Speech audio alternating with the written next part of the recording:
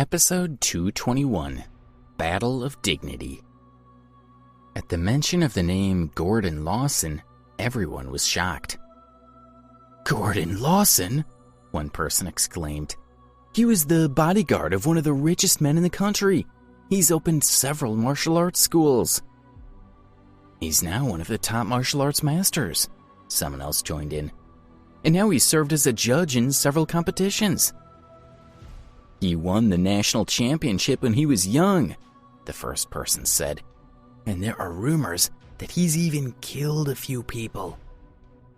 "Oh, he's gonna kill this kid," the second person said. While everyone was still whispering, Gordon smacked Alex in the face with one hand. He was strong and fast, and his technique was flawless, leaving Alex struggling to breathe as he attempted to defend himself. Alex raised his hand, blocking Gordon, and then stepped aside. Gordon snorted as he hit Alex twice more. Each strike was powerful and well-placed. Alex knew Gordon was too strong for him, and it was difficult to fight back. He attempted to use one of his favorite moves, but Gordon didn't block him. Instead, he simply took a step backwards, and none of Alex's blows landed. Alex had won his last fight, but Gordon was a more difficult opponent, and Alex had to consider the best way to defeat him. Zora had once warned Alex not to be reckless when dealing with those who were stronger than he was. She had advised him to work smarter, not harder. It was the only way he could win. Alex blocked another strike and then attacked. When he pushed Gordon, he didn't move, and Alex bounced backward. Gordon grinned as he took the opportunity Alex had left him, springing up and kicking out at Alex's chest. Alex put his arms up, arching away from Gordon and stepping back a little, depriving Gordon of his target. Gordon twisted and turned, but there wasn't much he could do while he was still in the air. Alex struck repeatedly, hitting out with both his hands and feet, and Gordon dropped to the ground, landing hard. Everyone was stunned as they stared at Gordon lying there. They couldn't believe Alex had defeated such a famous master. Alex walked over to Gordon. "Are you okay?" he asked, helping him to stand. "I'm fine, Mr. Ambrose," Gordon said. "Only my pride is hurt. You're a much better fighter than I expected." He nodded at David. "I'm sorry," he said. "Mr. Ambrose's skills are superior to mine. Please forgive me." With that, Gordon left. Alex looked at David, who took a step backward. Several of David's men moved to stand in front of him, blocking Alex's view. A siren blared from outside the hotel, and a team of police rushed in. David had called the police before he had come to the Tinsdale Hotel. He had reported that there was illegal activity at the hotel and had asked the police chief to make an arrest. He had expected Gordon to beat Alex and take him to the police station, but he had failed. Perhaps Alex would now be arrested that the police had arrived. If Alex ended up in a jail cell, there would be plenty of ways to deal with him. Anthony Billings was the chief of police, but he didn't dare defy a powerful man like David Drake. "Commissioner Billings," David said, pointing at Alex, "this boy's been keeping a prostitute in his room. You need to arrest him." Anthony approached Alex with a gloomy expression. "We need to check your room," he said. "Please take us there." Alex shook his head. "She's not a prostitute," he denied. "It's not what you think." David sneered. "No?" he asked. "Then who was that woman in your room? As far as I know, you're not married and you don't have a girlfriend." Alex paused. He had just been practicing martial arts in his room and hadn't done anything else. He sighed. "Okay, fine," he said. "You can check it out." "Are you ready to confess?" David asked, smiling. He turned to Leona. "Let's see who's hiding in his room." Everyone made their way to Alex's room, and numerous guests opened their doors to see what was going on in the corridor. "Did you hear any noise coming from room 403 during the night?" David asked the guests. "Sometimes I hear the bed creaking," one guest said. "I've heard a man crying out in pain," another guest added. "Yes, me too," said a third guest.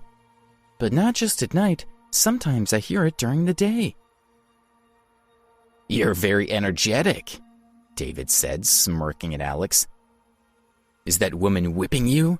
I would never have expected that from such a big guy, but maybe you like being abused." "It's not what you think," Alex said, his face turning red. "So keep your mouth shut."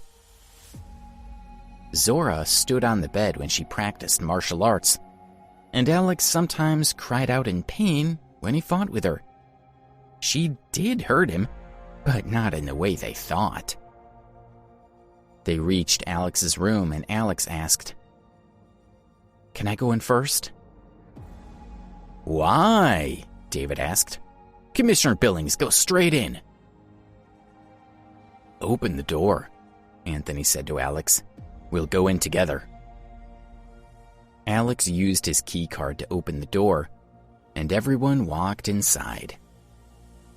Zora sat cross-legged on her bed with her head lowered and her eyes closed. Although her face was obscured, she was clearly beautiful. Zora was surprised that so many people had entered the room, but she knew Georgina wasn't among them, so her life wasn't in danger. She didn't react and simply continued what she was doing. Anthony watched her suspiciously. "Well?" David asked Alex. "What do you have to say now? A beautiful woman wearing pajamas is in your bed. I think we all know what you've been doing in here every night." David's men agreed. "I wish I knew where to find such a beautiful lady," one said. "If I were him, I wouldn't leave my room for a week," another agreed. "She really is out of his league," a third man said. "I wonder how she ended up with this boy." "Don't be stupid," Alex said. "She's just been teaching me something. Nothing happened between us." He met Leona's gaze. "I believe she taught you something," David said with a snort. "Maybe something they didn't teach you in school?" David's men laughed. "He's right," one man said. "The boy is still young, and he clearly needs a woman to teach him." "If you want to know something, then why not search the internet?" David asked. "Why use a prostitute? Take him away, Commissioner Billings." Alex ignored their taunts. He only cared about what Leona thought of him.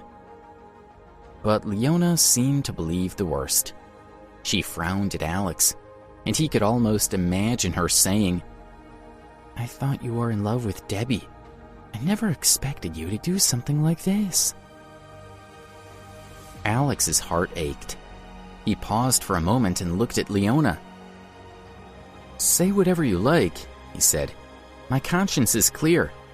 When the investigation is complete, you'll know I was telling the truth." Leona was stunned. She looked at Alex and wondered if he was being honest. She lowered her head and avoided his gaze. Everyone else was still staring at the bed. "What's she doing?" David asked. "Why is she just sitting there like that?" He reached out to touch her. Just before he made contact, Zora opened her eyes, grabbed David's hand, and pulled hard, throwing him into the air. A moment later, he landed on the floor. Zora stood and looked around at everyone. "You dare to break into my room?" she said. "You're either very brave or very stupid."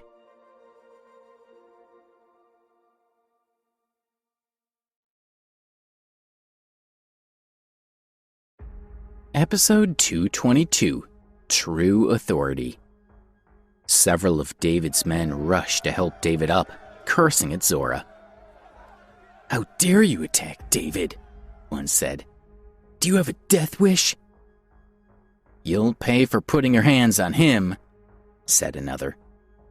"Commissioner Billings, arrest that woman," said a third. "Are you okay?" Leona asked David. David ignored her and glared at Zora. "You're a dead woman," he said. "Commissioner Billings, arrest her." Anthony looked at David and frowned. "David, please, watch your language," he said. He was shocked to realize that this beautiful woman was the Queen of Brunei. A few days ago, his superiors had informed him that the Queen was missing, and they had asked him to help with the search. But he hadn't expected to find her at the Tinsdale Hotel. Although David was one of the most respected and powerful men in Washington, D.C., he wasn't as important as the Queen of Brunei. After all, the Queen had a lot more influence. David was furious that Anthony had scolded him and defended Alex. "Commissioner Billings?" he said, glaring at him. "Do you not hear me? I want you to arrest these two right now." Anthony stared at David. "Why can't you keep your mouth shut?" he thought. "This is the Queen of Brunei. If you offend her, you will cause a diplomatic incident, and then your family will suffer." Anthony didn't want to explain in front of the Queen, so he simply said, "David, if you don't watch your tone, then I'll have to take you down to the police station." "What?" David thought. "What's gotten into him today? How dare he speak to me like that?" He grabbed Anthony's coat and pulled him closer. "If you want to keep your position, then you had better do as I tell you," he said. Anthony slapped David's hands away.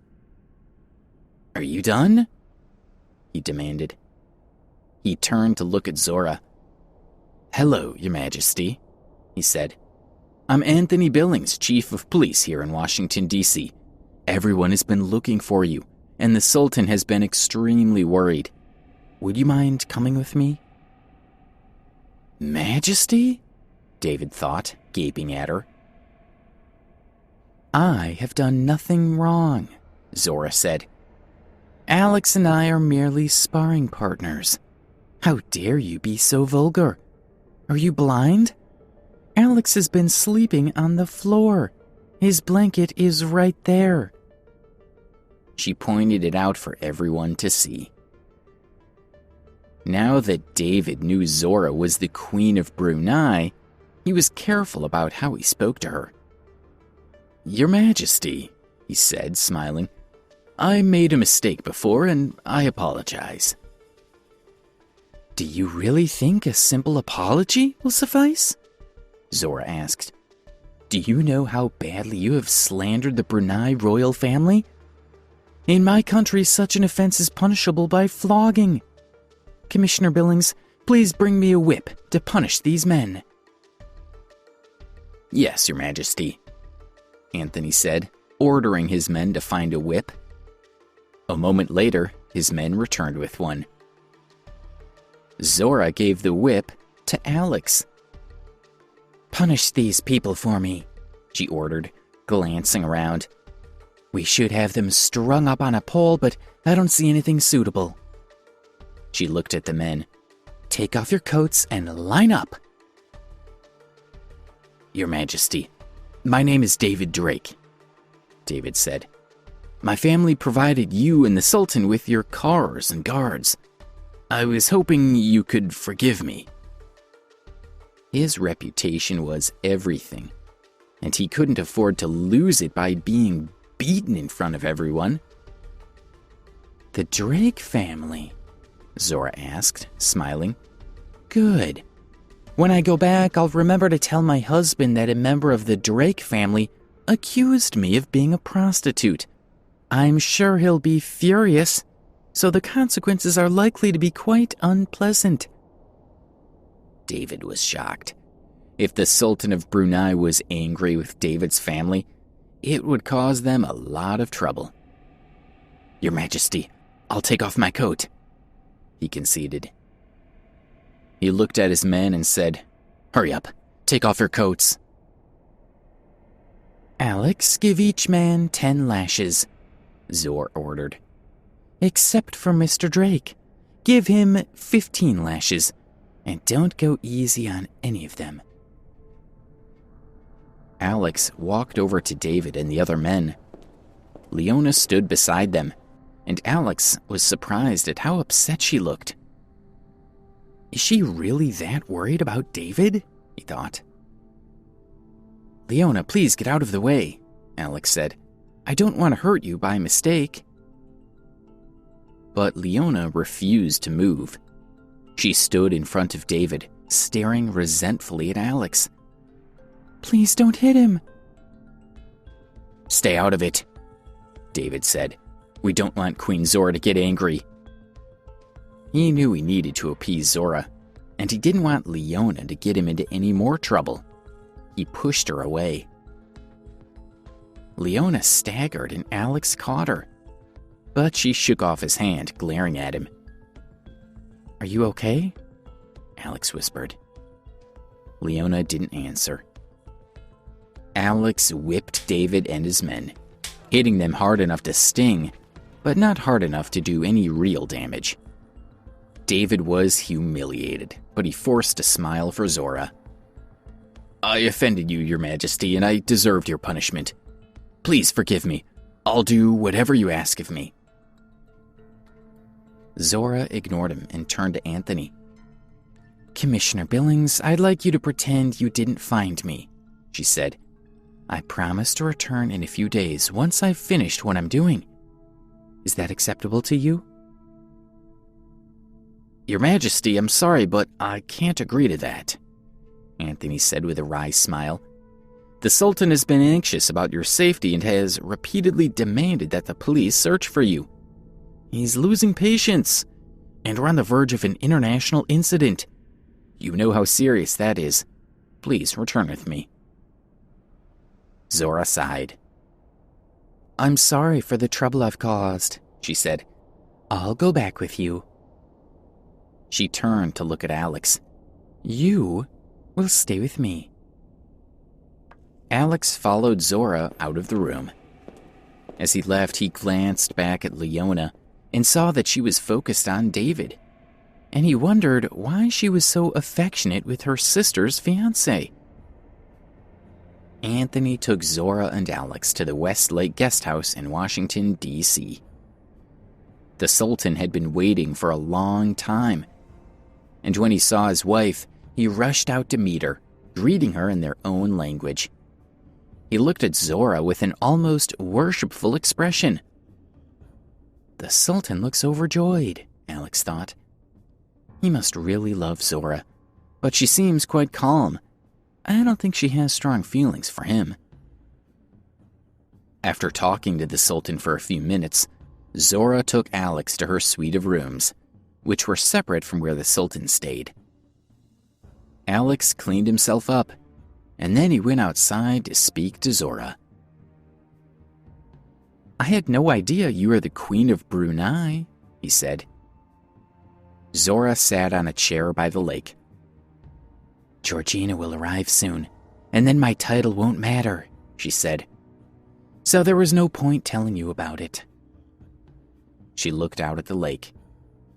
"My heart was broken over 20 years ago, and I traveled throughout the whole country trying to get my revenge," she said.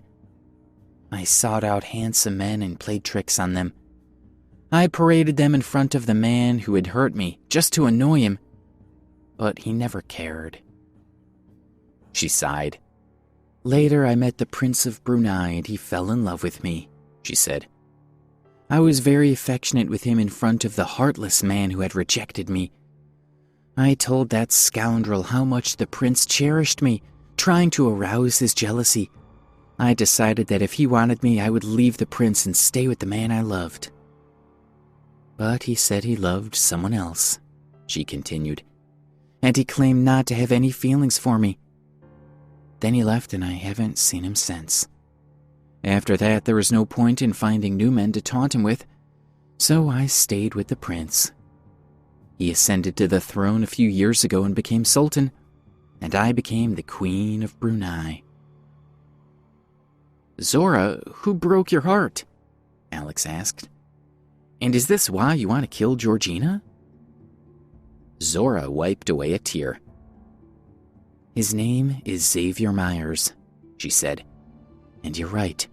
He's the reason I have to kill Georgina.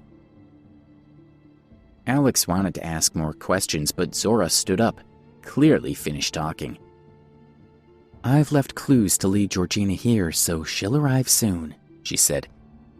Unless you want her to kill me, you should practice what I've taught you. Alex nodded, and then he began to practice. If Zora and Georgina fought, he wouldn't let either of them kill the other, no matter how hard they tried.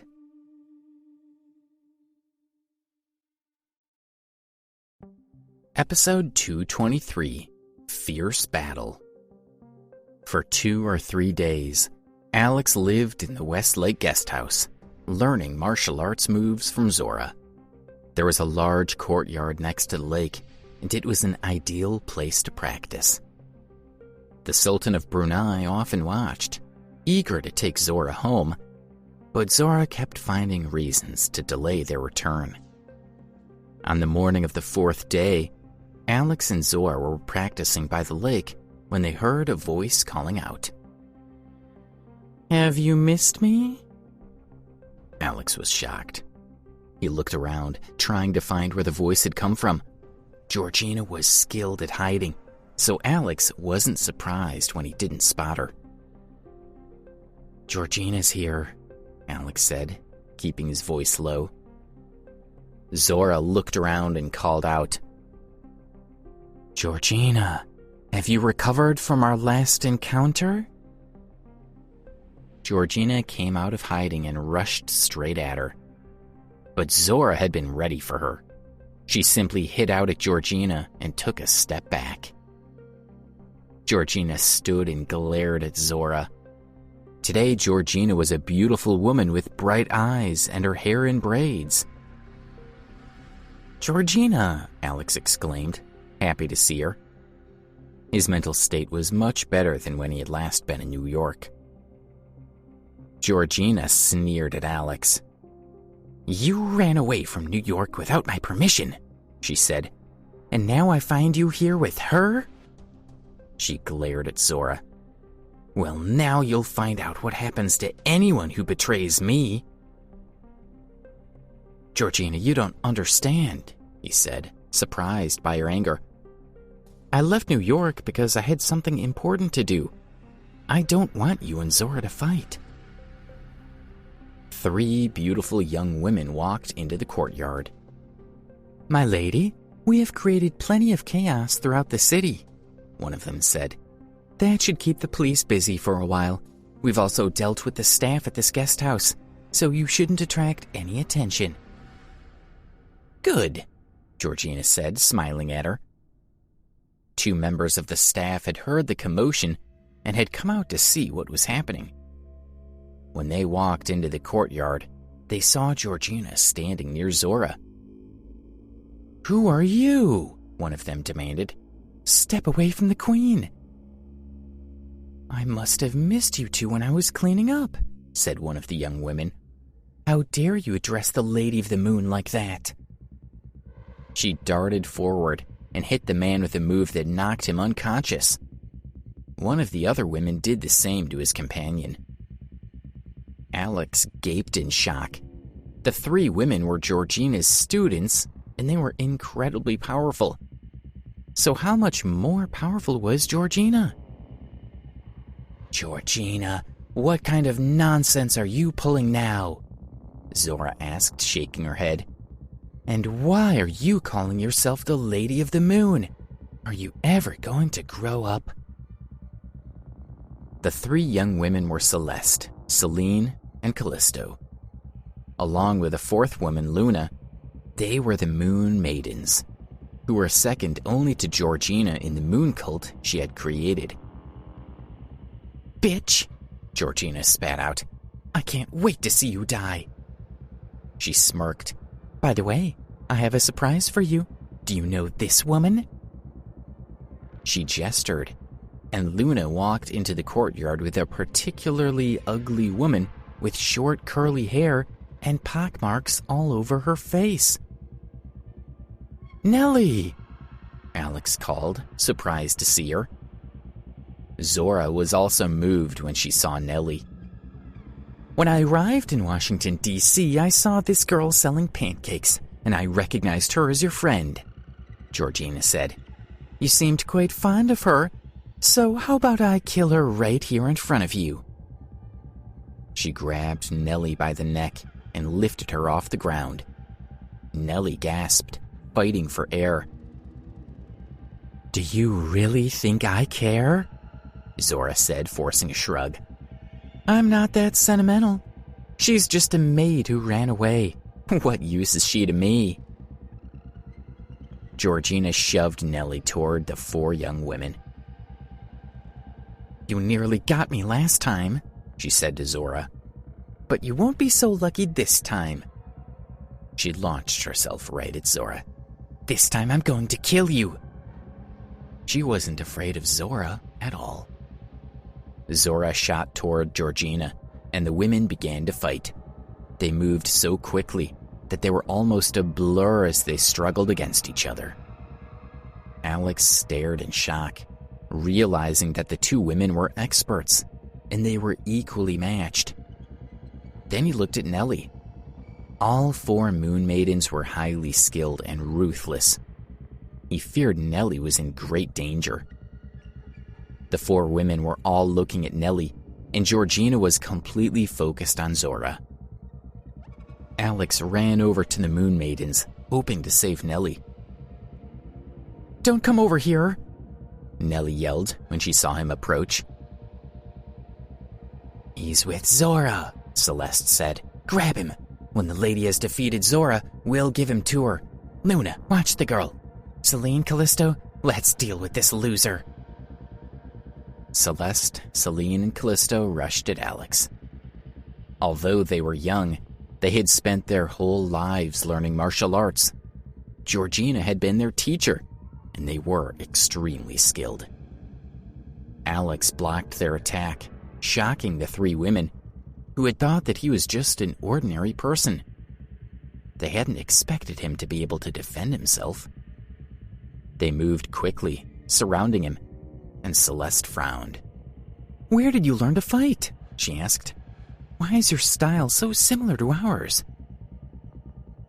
"I was taught by Zora," Alex said. "And her skills are similar to Georgina's, so maybe they had the same teacher. Will you let my friend go? She's not a part of this." Celeste ignored him and winked at the other women. "Let's work together," she said. "Get him!" The three women attacked Alex again, using the skills Georgina had taught them. Alex used his own favorite techniques while he tried to anticipate their moves.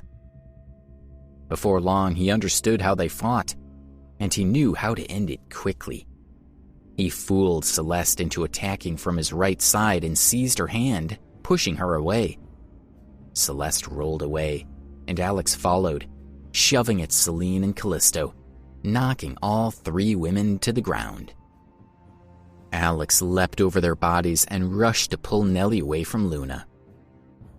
Luna moved to attack, but Nellie jerked her head backward, making contact with Luna's face, and then she pulled herself free. Alex grabbed Nellie's hand and dragged her away from the women, only stopping when he realized they weren't chasing him. "Alex," Nellie said, beaming at him. I haven't seen you for days. How did you meet the Queen? It's complicated, Alex said. I didn't know you were the Queen's maid. No wonder you speak Malay so well. Footsteps came from the direction of the gate, and the Sultan rushed in with several bodyguards. He saw the two women fighting and recognized one of them as his wife. Worried, he called out her name. Zora turned to look at him and took a hit to the chest, falling to the ground. The Sultan cried out and stepped forward, about to rush to her, but Zora signaled for him to stay where he was. If he got any closer, Georgina might kill him. The Sultan was a proud man, so it was difficult for him to stand and watch, but if he interfered, he might make things worse. You already have a husband, Georgina shouted at Zora. You're completely infatuated with Xavier, but you're not worthy of him. She slapped Zora hard. Zora stumbled back, wiping at her split lip. Alex and Nellie ran to her. My queen, Nellie said, crying. Don't cry, Zora said, cupping Nellie's cheek. I'll be okay. Alex glared at Georgina. How can you be so cruel? He asked. She got in my way, Georgina said. You have no idea what she has cost me. When has she ever been kind to me? All Alex knew was that Georgina had hit Zora hard enough to split her lip, so he tried to protect her. Zora had mentioned that their feud was because of a man named Xavier, but Alex didn't know any of the details. Maybe if they talked about it, then they could settle this matter without violence. Zora resents you because you took Xavier from her, Alex said. So you started all of this. You wanted to force Georgina to face the truth. That's a lie, Georgina shouted.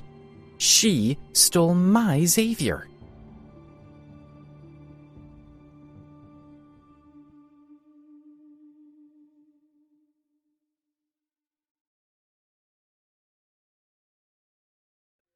Episode 224. Whom Does He Love? Alex stared at Georgina in surprise, sure that he must have misunderstood. She took Xavier from you? He asked. What do you mean? Once the three of us were all friends, Georgina said. Zora and I both liked Xavier, and Xavier liked both of us. We were all happy and everything was good. She paused.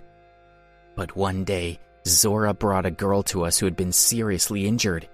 She asked Xavier to treat her. Then Zora stayed with Xavier day and night, pretending she wanted to learn from him by watching him cure the girl. But what she really wanted was to make a move on Xavier. Oh, shut up, Zora said. That girl was badly injured, and you know that Xavier's medical skills were better than ours. Neither of us knew how to cure her, so I let Xavier do it, and I watched. Besides, I never said you couldn't help take care of her. You chose to stay away. Because the sight of you fawning over Xavier made me sick, Georgina said, looking at her with contempt. Why would I want to watch that? The girl lived with us for a couple of weeks, Georgina said, picking up the story again. And then her family came for her, and she left with them. But after that, Xavier became distant, and he spent more and more time with her. She scowled at Zora. He barely even looked at me, and it broke my heart. But as long as Xavier was happy, I pretended I was fine, and I tried not to hate Zora. But then she started taking lovers and taunting Xavier with them, growing more and more excessive. I was angry with him, Zora said. But did you ever see him angry with me? He didn't even care. Georgina ignored her. Zora disappeared all the time, she said. So I took care of Xavier, cooking for him, cleaning his house, and washing his clothes, but he remained indifferent to me. Then one day he told me he loved someone else. Her eyes filled with tears. He left without telling me where he was going, and I didn't even get the chance to say goodbye. She took everything from me. If she hadn't hurt Xavier, then I would still have him in my life. Alex looked at Zora. And you think he loved me? Zora asked, staring at Georgina. Are you making fun of me? Georgina demanded. No, Alex said. Xavier said the same thing to Zora. She thought he was talking about you. That's why she hates you so much. Georgina's mouth fell open in shock as she stared at Zora. So, he wasn't talking about you? At the time, I didn't think so, Zora said, smiling. But if it's not you, then it must be me. Georgina thought about it for a moment. No, you're wrong, she said. How could Xavier possibly love a woman like you? I must be the one he loves. Alex stifled a laugh. Each woman had always believed that Xavier had loved the other, causing this terrible misunderstanding. Xavier clearly loves one of us, Georgina said. Or maybe he loves both of us and doesn't want to choose. Well, I can solve that problem. When I go back, I'll say you're dead, and then Xavier will be happy with me. No! Zora cried, lashing out at Georgina. Georgina prepared to use the same move Celeste had used to knock the staff unconscious. But Georgina was much more powerful than Celeste. If she made contact with Zora's head, it could kill Zora. Alex, number 6, Zora called. Alex sprang into action. Zora had taught him 36 different moves, and now he automatically obeyed her order. He steadied himself, stretched out his left hand, and hit Georgina's wrist, blocking the fatal move. Then he stepped forward to meet her attack. Georgina attempted several moves, but to no effect. She taught you well, Georgina said, surprised. I don't want anything to happen to either of you, Alex said, pleading with her. Please let this go. He felt movement behind him, and then Zora lunged past him, punching Georgina in the stomach, causing her to bend over and vomit. So, you want to fight to the death, Georgina said, wiping her mouth. The Moon Maidens rushed forward and helped Georgina up. Zora, how can you attack her like that? Alex asked, angry with her. She started it, Zora said. I'm just returning the favor. What's wrong with that? Alex looked at Zora and Georgina. Please don't fight, he said. You're both injured, and if you keep fighting, I'm worried something will happen to you. Nellie helped Zora up, saying, Please let it go, Your Majesty. Let me see to your injuries, and then I'll go back to Brunei with you. The Moon Maidens also advised Georgina to stop fighting. My lady, you're hurt, Celine said. Wait until you get your strength back. You can deal with Zora later. Yes, Luna agreed. You need to recover first. You'll get another chance to kill her, Celine said. No, I'm going to kill her today, Georgina insisted. She looked at Alex. I was good to you in New York, she reminded him. If you help me kill this bitch, then I'll pass on all my skills to you. You can be my heir, and someday you'll be Lord of the Moon. She took off a ring and handed it to Alex. Alex held it in his hand, looking down at it. I can't kill Zora, he said. What? Georgina asked. My skills are much better than hers, and I have hundreds of followers in the Moon Cult. Why won't you help me? Because Alex doesn't care about you at all, Zora said. And who cares about your stupid Moon Cult? She turned to Alex. Don't listen to her. Yes, she knows martial arts, but so do I. Help me to beat her. Once she's dead, I'll get my husband to reward you. You'll have endless money and beautiful women. Alex shook his head. Zora, I can't help you beat Georgina either, he said. I want both of you to live. What? Zora asked, gaping at him. After all that time I spent teaching you, this is how you repay me? Georgina laughed. I met the boy first. He still has some loyalty to me. Never mind, I don't need Alex's help to kill you. Georgina rushed at Zora. Arrogant bitch, Zora yelled. Who lives and who dies has not yet been decided. She moved forward, clashing with Georgina.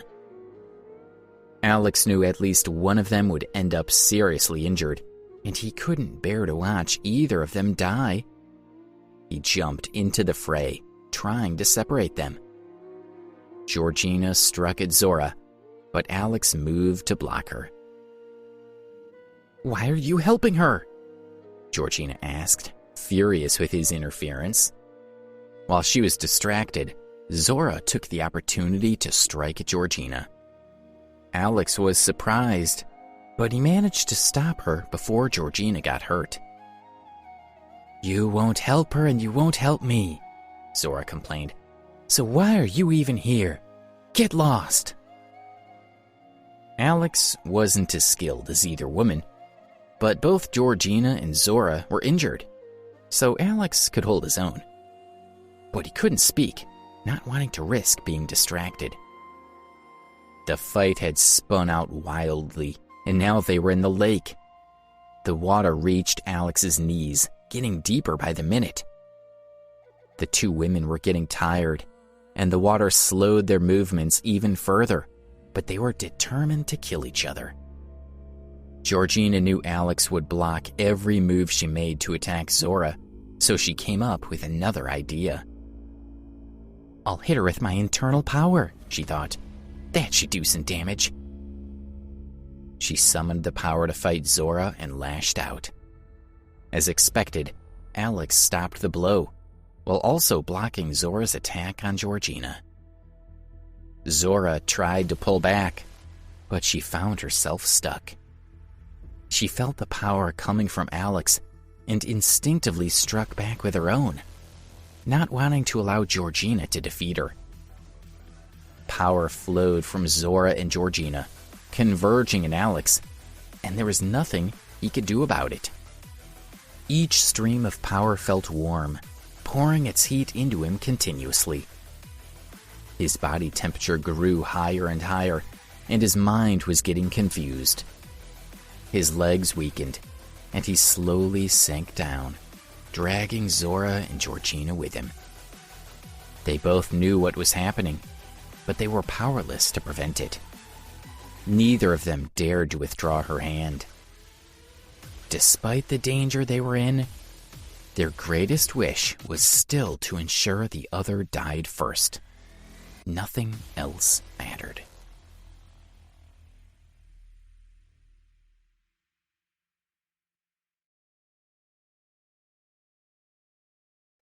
Episode 225, New Lord of the Moon.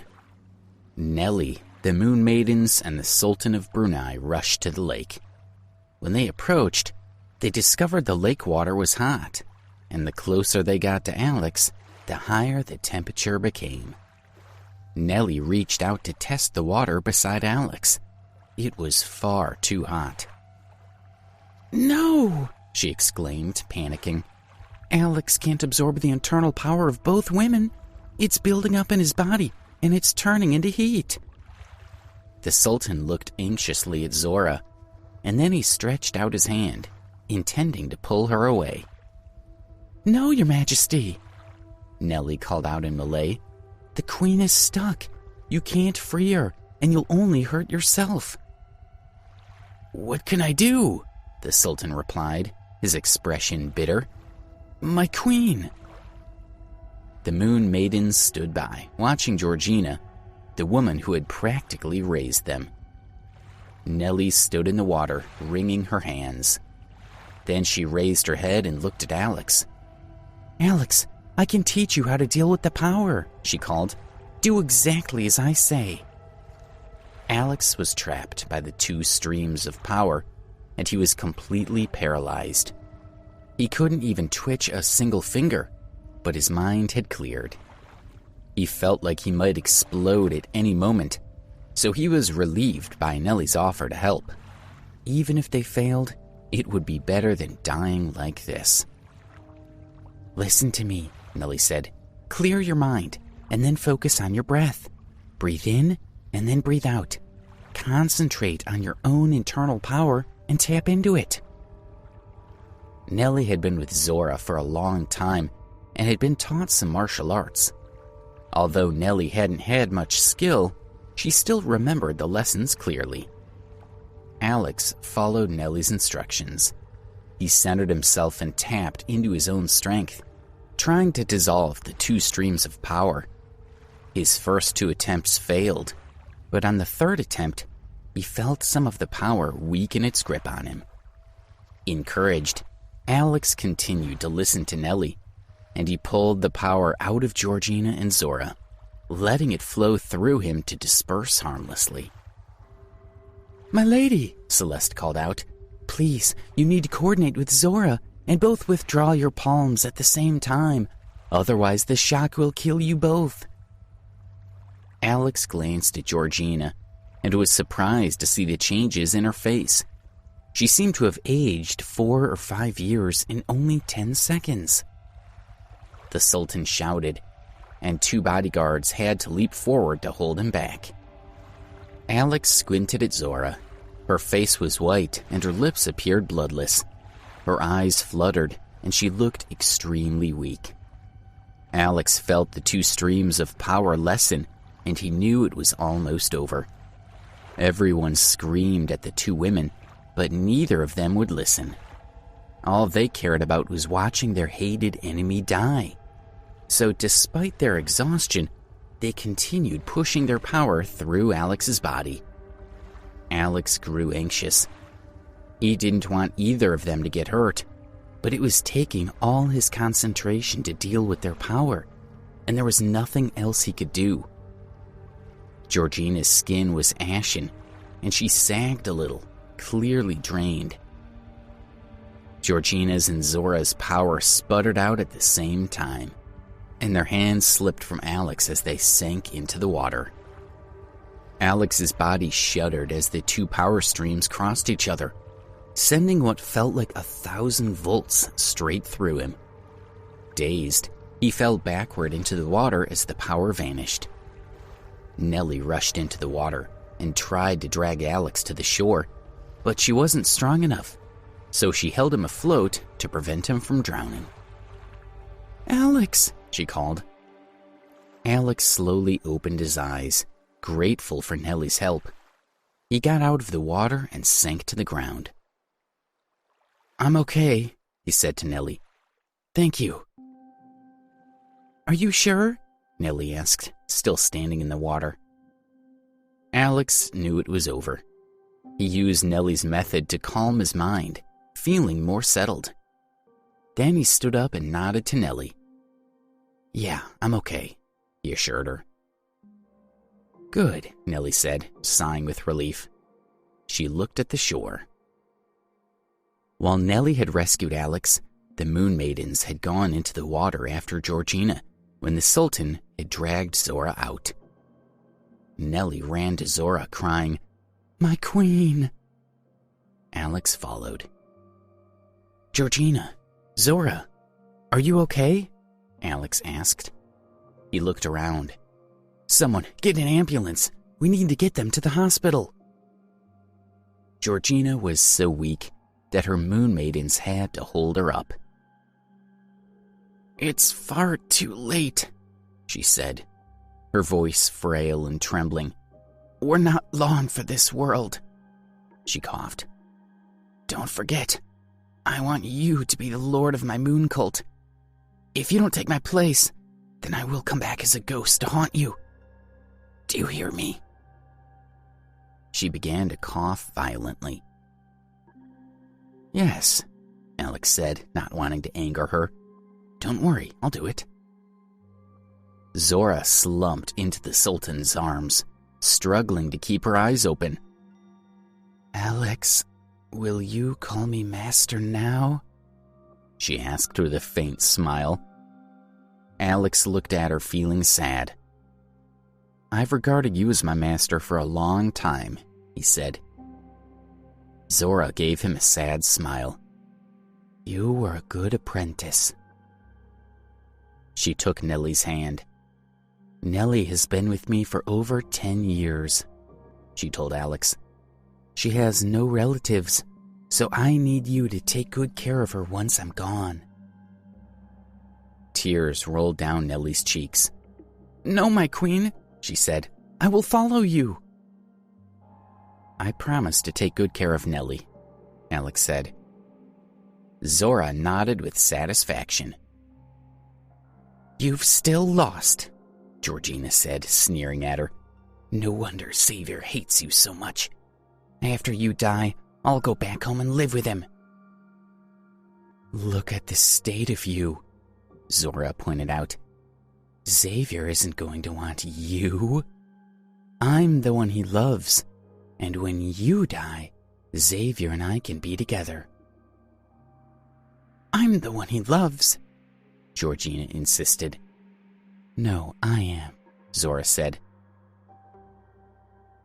As they argued, their voices grew fainter and fainter. They faded away at the same time as both women died. The Moon Maidens lowered Georgina's body to the ground, and they kneeled, paying their respects to her. The Sultan sobbed as he held Zora's body, and Nellie cried, rocking herself back and forward. Alex muttered a prayer for both Zora and Georgina, as grief welled up inside him. The sounds of sirens interrupted, and then Commissioner Anthony Billings arrived with over 20 policemen. He had rushed there after receiving a call from the hotel. Anthony had been worried when he had seen the two unconscious members of staff at the gate. Now he saw Zora lying lifeless in the Sultan's arms, and he grew frightened. "What's going on here?" he demanded. He drew his gun, aiming it at the 4 Moon Maidens, who jumped up to block Georgina's body. The Sultan turned his head and yelled at Anthony in Malay. "The Sultan has asked that you leave," the hotel translator said to Anthony. "You don't have to deal with what happened here, and he promises you won't escalate this matter." Anthony had no idea what was going on. The Sultan yelled something else. The translator said, "The Sultan says that if you don't leave now, then there will be serious consequences." Anthony didn't understand, but he knew he had to withdraw. He waved a hand at his men, and they all left the hotel. Zora had spoken to the Sultan earlier. She had insisted that if she died here, he was not to blame anyone else, or she would never forgive him. The Sultan had adored Zora, so he could never disobey her wishes. The Moon Maidens walked over to Alex and bowed. "Lord," they said, "what should we do with the body of Our Lady?" Alex was stunned, and then he remembered he had promised Georgina that he would become the Lord of the Moon. He had only said it to make Georgina happy, and he hadn't had any intention of actually doing it. But now that she had died, he couldn't back out.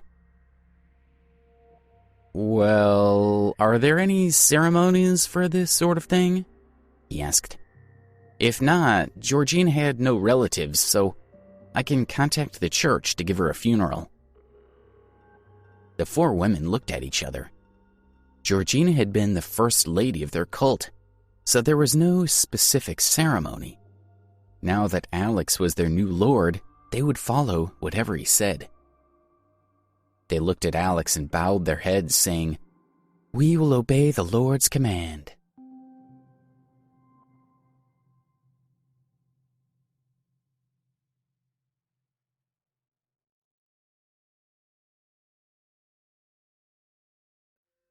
Episode 226, Looks Can Be Deceiving.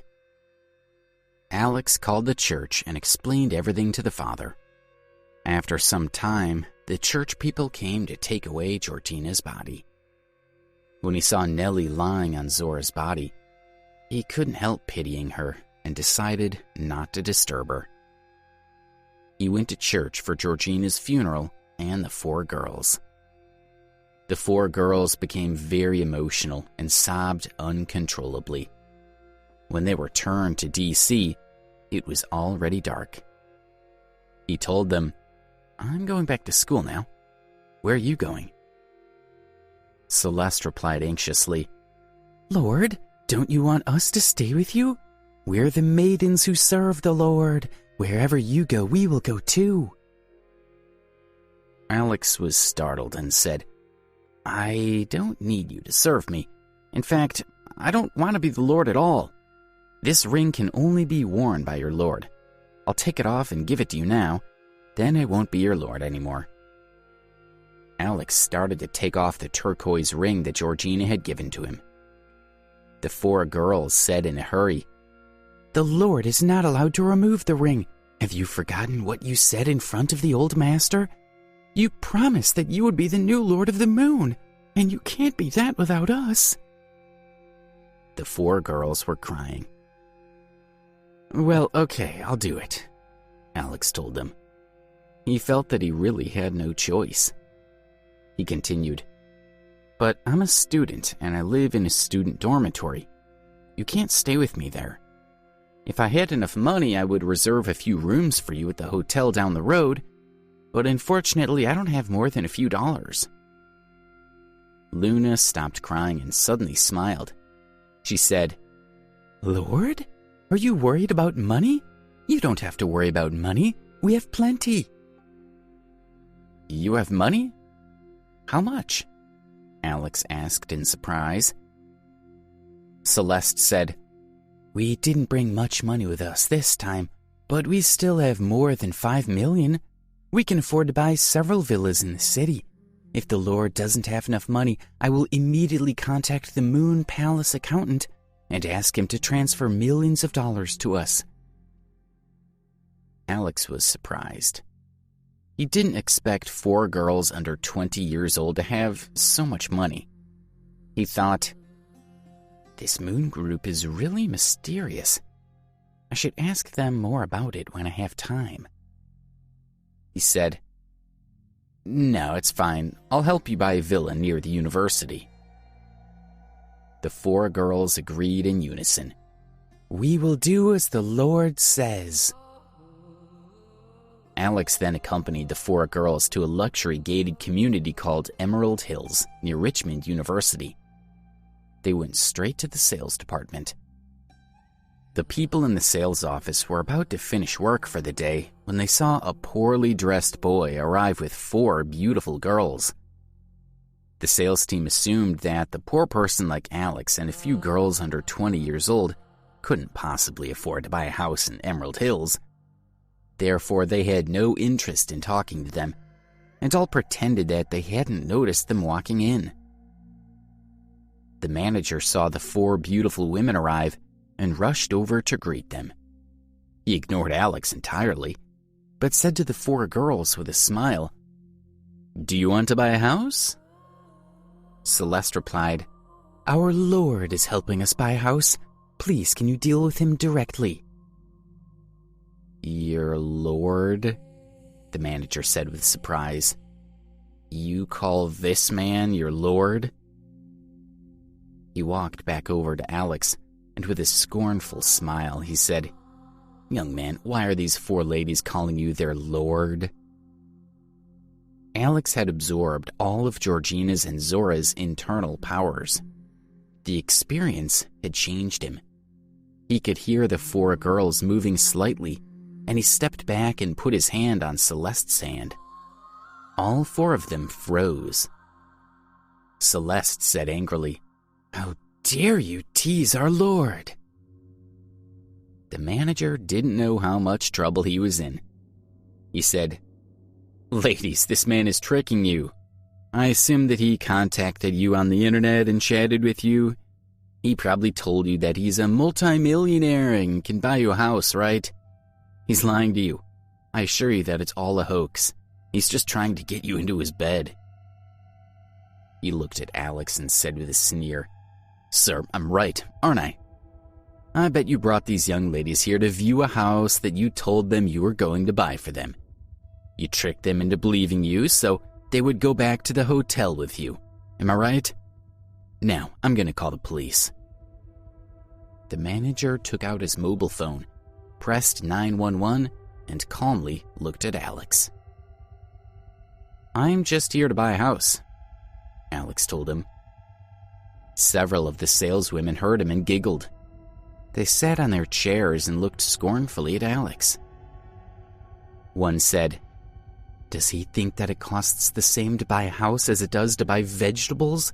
This is a high-class gated community, and the cheapest property is over $1 million. Another replied, "This loser is clearly trying to impress these girls by pretending to buy a house here. Does he really expect us to show him some properties and to spend time telling him about them?" "Listen, sir, we've been working all day and we're about to go home. Could you please leave and stop wasting our time?"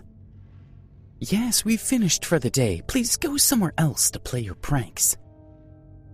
If it hadn't been so close to the university, Alex would have left and looked for a property somewhere else.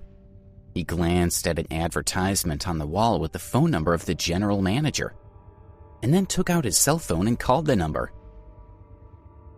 "Hello, Mr. Hutchings? I'm a potential customer who is interested in buying an expensive property in your community. The staff in your sales department have behaved very unprofessionally toward me." The manager and several saleswomen rushed over to Alex and grabbed his cell phone. The manager said into the phone, "No, Mr. Hutchings, please, don't believe this young man. He's here to cause trouble." One of the saleswomen grabbed the phone and said, "He can't afford to buy a house here. He's just pretending that he can to impress some girls." Alex recovered his cell phone and said, "I promise that I'm not here to make trouble. Please listen to me and you can be the judge of my intentions." Alex took out a bank card, which Celeste had given him, and handed it to the manager. He told him, "I want to buy the $5 million villa that you have advertised in the window. I'm willing to pay the full amount." The manager was startled, but took a few deep breaths to calm himself. He took back the phone and said, "Mr. Hutchings, did you hear what he just said? You can't see him on the other end of the phone, but I assure you that he is poor. I'm sure that this card won't have much money on it." The saleswomen agreed. One said, "Yes, I would be surprised if there's even a few thousand on the card." Another agreed, "Yes, it's obvious that he has no money. He's just trying to impress these girls." A third said, "If the card doesn't have $5 million available, we'll call the police and get them to arrest him for abducting these girls and for fraud. He should go to jail for a few months for that."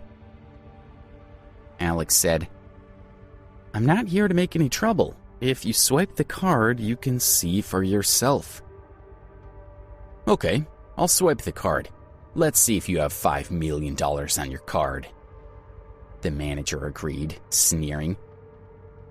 He went to the desk and swiped Alex's card into a machine.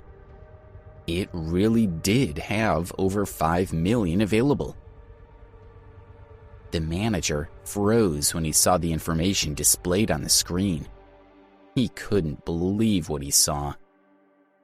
The saleswoman saw him standing, staring at the computer screen, and became impatient to know what he was looking at. "Mr. Beckett, what's happening? Is there any money on the card?" one of them asked. Another said, "I'll call the police now and get them to come and arrest this man." Mr. Beckett finally recovered. He turned to the sales staff and snapped angrily, "How could you treat this young man so rudely? Do you want me to fire you all? Then he handed the card back to Alex and said solemnly, "Sir, I'm sorry. I was wrong earlier. I apologize to you. Please forgive me." The saleswomen were shocked. Mr. Beckett implied that the loser had paid the full amount of $5 million for the villa. How could that be possible? Alex said to Mr. Beckett, "If you have any excuses for your behavior, you'd better explain them to your manager." Then he handed his cell phone to him. Mr. Hutchings' voice could be heard on the other end of the line saying, "What's happening? Has the young man paid the full price for the villa?" Mr. Beckett replied quietly, "Yes, sir." Mr. Hutchings scolded him. "You're useless at your job. How dare you treat a customer in this way? You're all fired." Mr. Beckett said anxiously, "Mr. Hutchings, please give me another chance. I promise nothing like this will ever happen again. Please forgive me this time." The saleswomen were also desperate not to lose their jobs. "Mr. Hutchings, please let me stay," said one. "Mr. Hutchings, I was wrong. It will never happen again," cried another. Mr. Hutchings yelled down the phone angrily, "You are a group of incompetent losers. Why are you apologizing to me? You should be apologizing to the young gentleman." Mr. Beckett and the sales staff immediately gathered around Alex and started apologizing. "Sir, I was wrong. I should never have spoken to you so rudely. And I shouldn't have assumed that you don't have any money," one girl said to him. "I was also wrong. I know that you didn't cheat on these 4 girls. Of course, someone like you deserves to be with 4 beautiful girls," pleaded another. "Please forgive us," begged another. Alex said into the cell phone, "Mr. Hutchings, I want to be able to move into the villa immediately. I'm appalled at the way I've been treated by your sales team, and I'm concerned that they will probably treat other customers in this way." Mr. Hutchings agreed. "Yes, of course. I will send someone to organize your purchase immediately, and you can rest assured everyone in that office will be fired." Alex ended the call. Immediately, Mr. Beckett's phone rang. His hand was shaking as he answered it. Mr. Hutchings' roaring voice could be heard coming down the line. He said, "I've made up my mind. You and all those salespeople are all fired." He ended the call. Mr. Beckett and the sales staff felt crushed. Their salaries were excellent, and it would be very hard to find such a good job anywhere else. They had lost everything. They started to complain to each other, blaming Mr. Beckett and each other. One said, "It was you who accused him of tricking the girls first. As our manager, we listened to your opinions about the customers. You should take responsibility for this. You can't blame us. You should be a man and admit it's all your fault." "What are you talking about? Haven't you got a brain of your own? You wanted to call the police. Imagine the trouble we'd be in now if we'd called the police to arrest him," said Mr. Beckett. "It's her fault. She was the one who said he was a fraud first."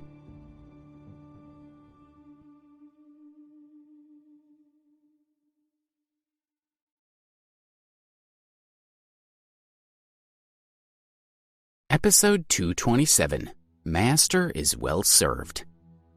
That night, Alex and the girls from the Moon Society slept in a villa worth millions of dollars.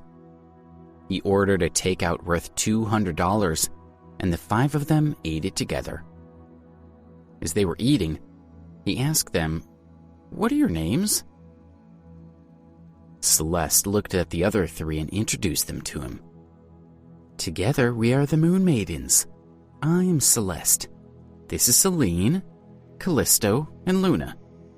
When the old master was alive, we served at her side." Alex nodded and said, "Well, I'm glad that I can call you by our names, which are all very beautiful. but please don't call me Lord in the future. My name is Alex, and you can call me by my name." Celeste shook her head and said, "How can you say that, Lord? You are our leader, and there are hundreds of people under your command. We're your maidens to serve beside you. How could we call you by your name?" Alex said with a smile, "It's okay. Everyone calls me that. Didn't you just say that I'm your lord? Surely you have to do as I say." Celeste said quickly, "Yes, of course, but it goes against the rules. I can't call you by your name." Selene and Callisto also whispered, "We can't call you by your name."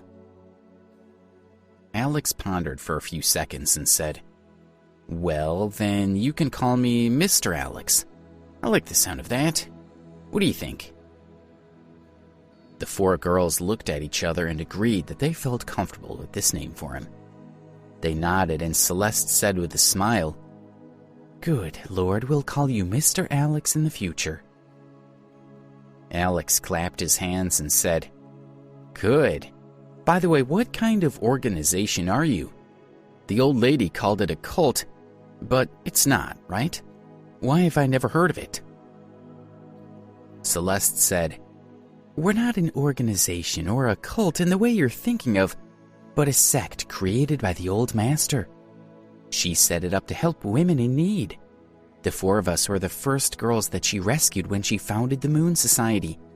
We were the first disciples, so we served her.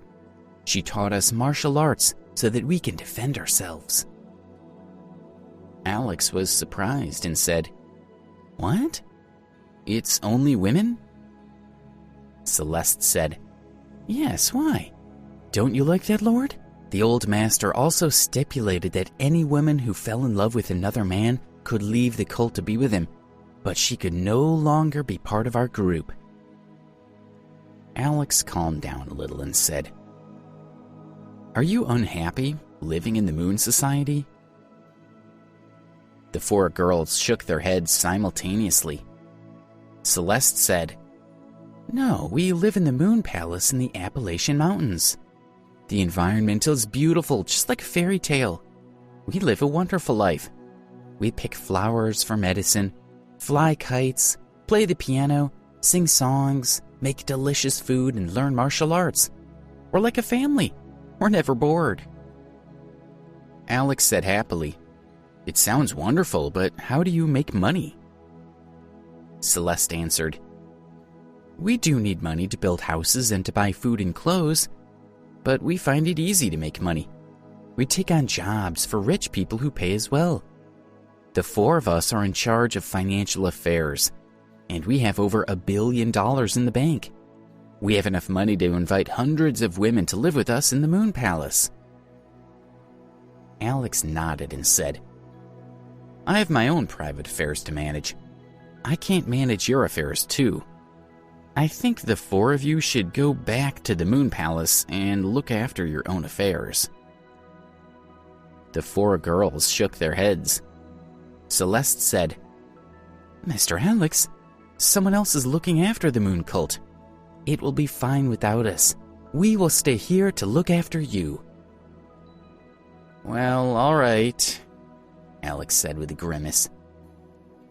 Alex had been planning to clear up the garbage himself after dinner, but Callisto took care of it. Between them, the girls cleaned up everything. So when he saw that it was getting late, he said goodnight to the four girls. He was going to take a bath and go to bed. He never imagined that Celeste and Selene would follow him. He was startled and said, "Okay, you can use this bathroom. I'll use the other bathroom on the second floor."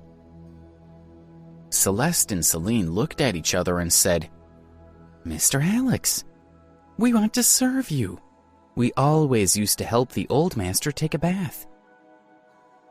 Alex blushed and said, "No, I'll wash myself, thank you. I'm a man and you're women. It's not appropriate for you to help me."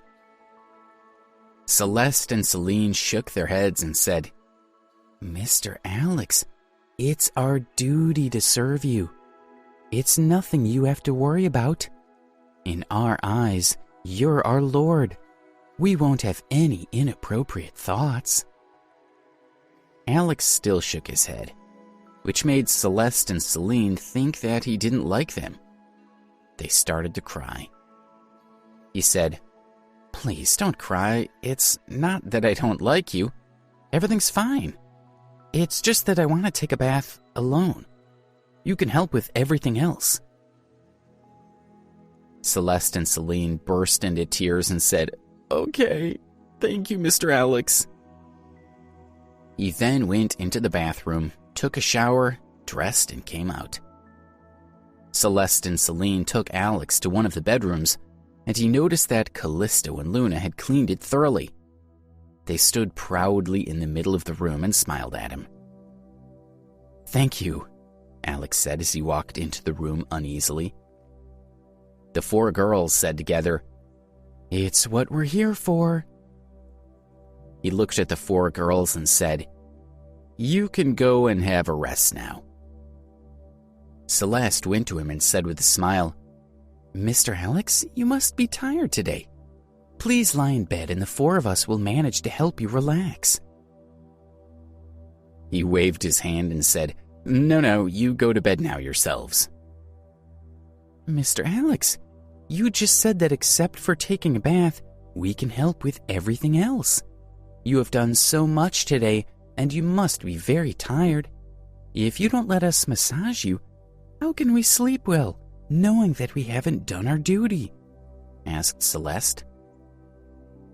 Celine, Callisto, and Luna all looked at Alex sadly, and Celine said, "We won't be able to relax if we don't make sure that you're relaxed." "Please let us massage you," said Luna. "When the old master was tired, we always massaged her, and she liked it very much." Seeing how insistent they were, Alex gave up and said, "Well, okay. Please give me a massage." "Yes!" Four girls' hearts filled with joy that he had agreed. Alex followed their instructions and took off his coat and lay down on the bed. The four girls each went to a corner of the bed. Each was responsible for massaging one quarter of his body. He felt 8 soft hands start to press on his body. Some were light, some were heavy. Some kneaded and some pinched. The girls kept asking if he was enjoying it. "Mr. Alex, is this the right amount of pressure for you?" one asked. "Is it painful if I do this?" asked another. "Your muscles are so stiff, so I'll focus more here," said another. Alex turned his head and saw that the four girls were entirely focusing on massaging his body. They looked so attentive and serious about what they were doing that he found it really gentle and lovely. The four girls massaged him for half an hour, and when they stopped, Alex felt comfortable and relaxed. He saw that all their foreheads were glistening with sweat, and when he looked at himself in the mirror, he saw that his eyes showed a sense of satisfaction and joy. He said gratefully, "Thank you. It's late now. Please go and relax." The four girls smiled and said, "Yes, Mr. Alex needs to rest. We will leave you to sleep, but call us if you need us to do anything." The girls then walked out of his room. The next morning, he got up early to find that Celeste and Celine had made breakfast for him. He said to them, "I'm a student. You really can't follow me to class. From now on, you don't need to stay with me. It's fine for you to stay in the villa or to go outside and amuse yourselves. You can serve me when I get home." The girls nodded and said, "Yes, Mr. Alex." After finishing his breakfast, Alex went to his classes.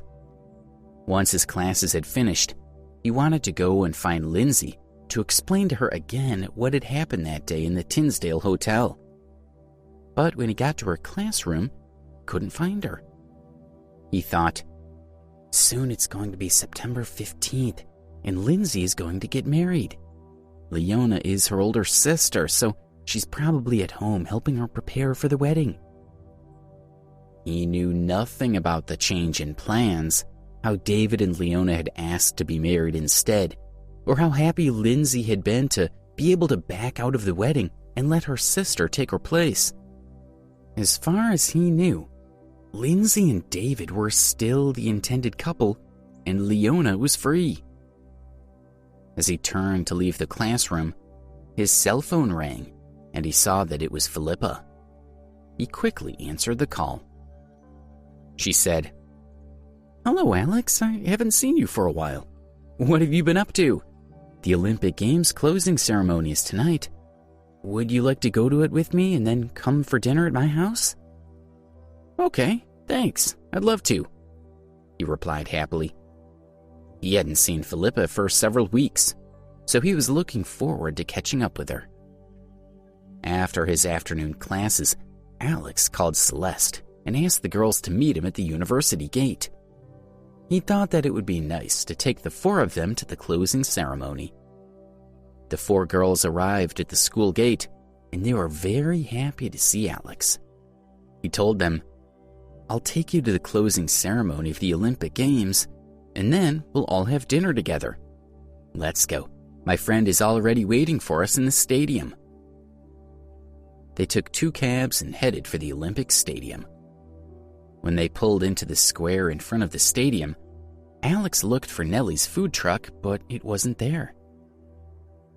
She must still be at home mourning Zora, he thought. He made a quick phone call, and after a few minutes, Philippa arrived. She saw the 4 beautiful young girls with him and was puzzled. He introduced Philippa to the girls, telling her only that they were his friends. Philippa told him, "Because we helped the chief director at the opening ceremony, he gave me some special tickets for the closing ceremony. I want you to have them so you can watch them. I'll be volunteering at the entrance gate again." She led Alex to the stadium. When they arrived at the entrance, a beautiful woman in a blue and white silk suit also arrived. By coincidence, it was Miriam. Miriam saw Alex and Philippa and froze. As Alex turned and looked at her, she trembled with fear and ran quickly to the other entrance. She couldn't forget the humiliation that Alex had caused her at the opening ceremony the last time they had met. When she saw Alex and Philippa again, she trembled and wanted to hide. Alex sighed slightly when he saw her reaction, then turned and went into the stadium with the girls, found their seats, and sat down. The closing ceremony started at 8 o'clock. After a series of wonderful performances, the ceremony ended with the slow extinction of the official Olympic flame. This marked the end of Philippa's volunteer work, and she felt relaxed. She began to take pictures with the other volunteers. She didn't notice that 3 strangers were standing a little way away, glaring at her with sinister expressions. They spoke to each other in Spanish. "That girl has a good figure and a pleasant face. I like her very much," said one. "Yes, and she's only 20 years old, so her body must be very supple," said another. "We're leaving America tomorrow. We should make sure that we have a good finale to our trip." They spoke together for a while, and then they approached Philippa.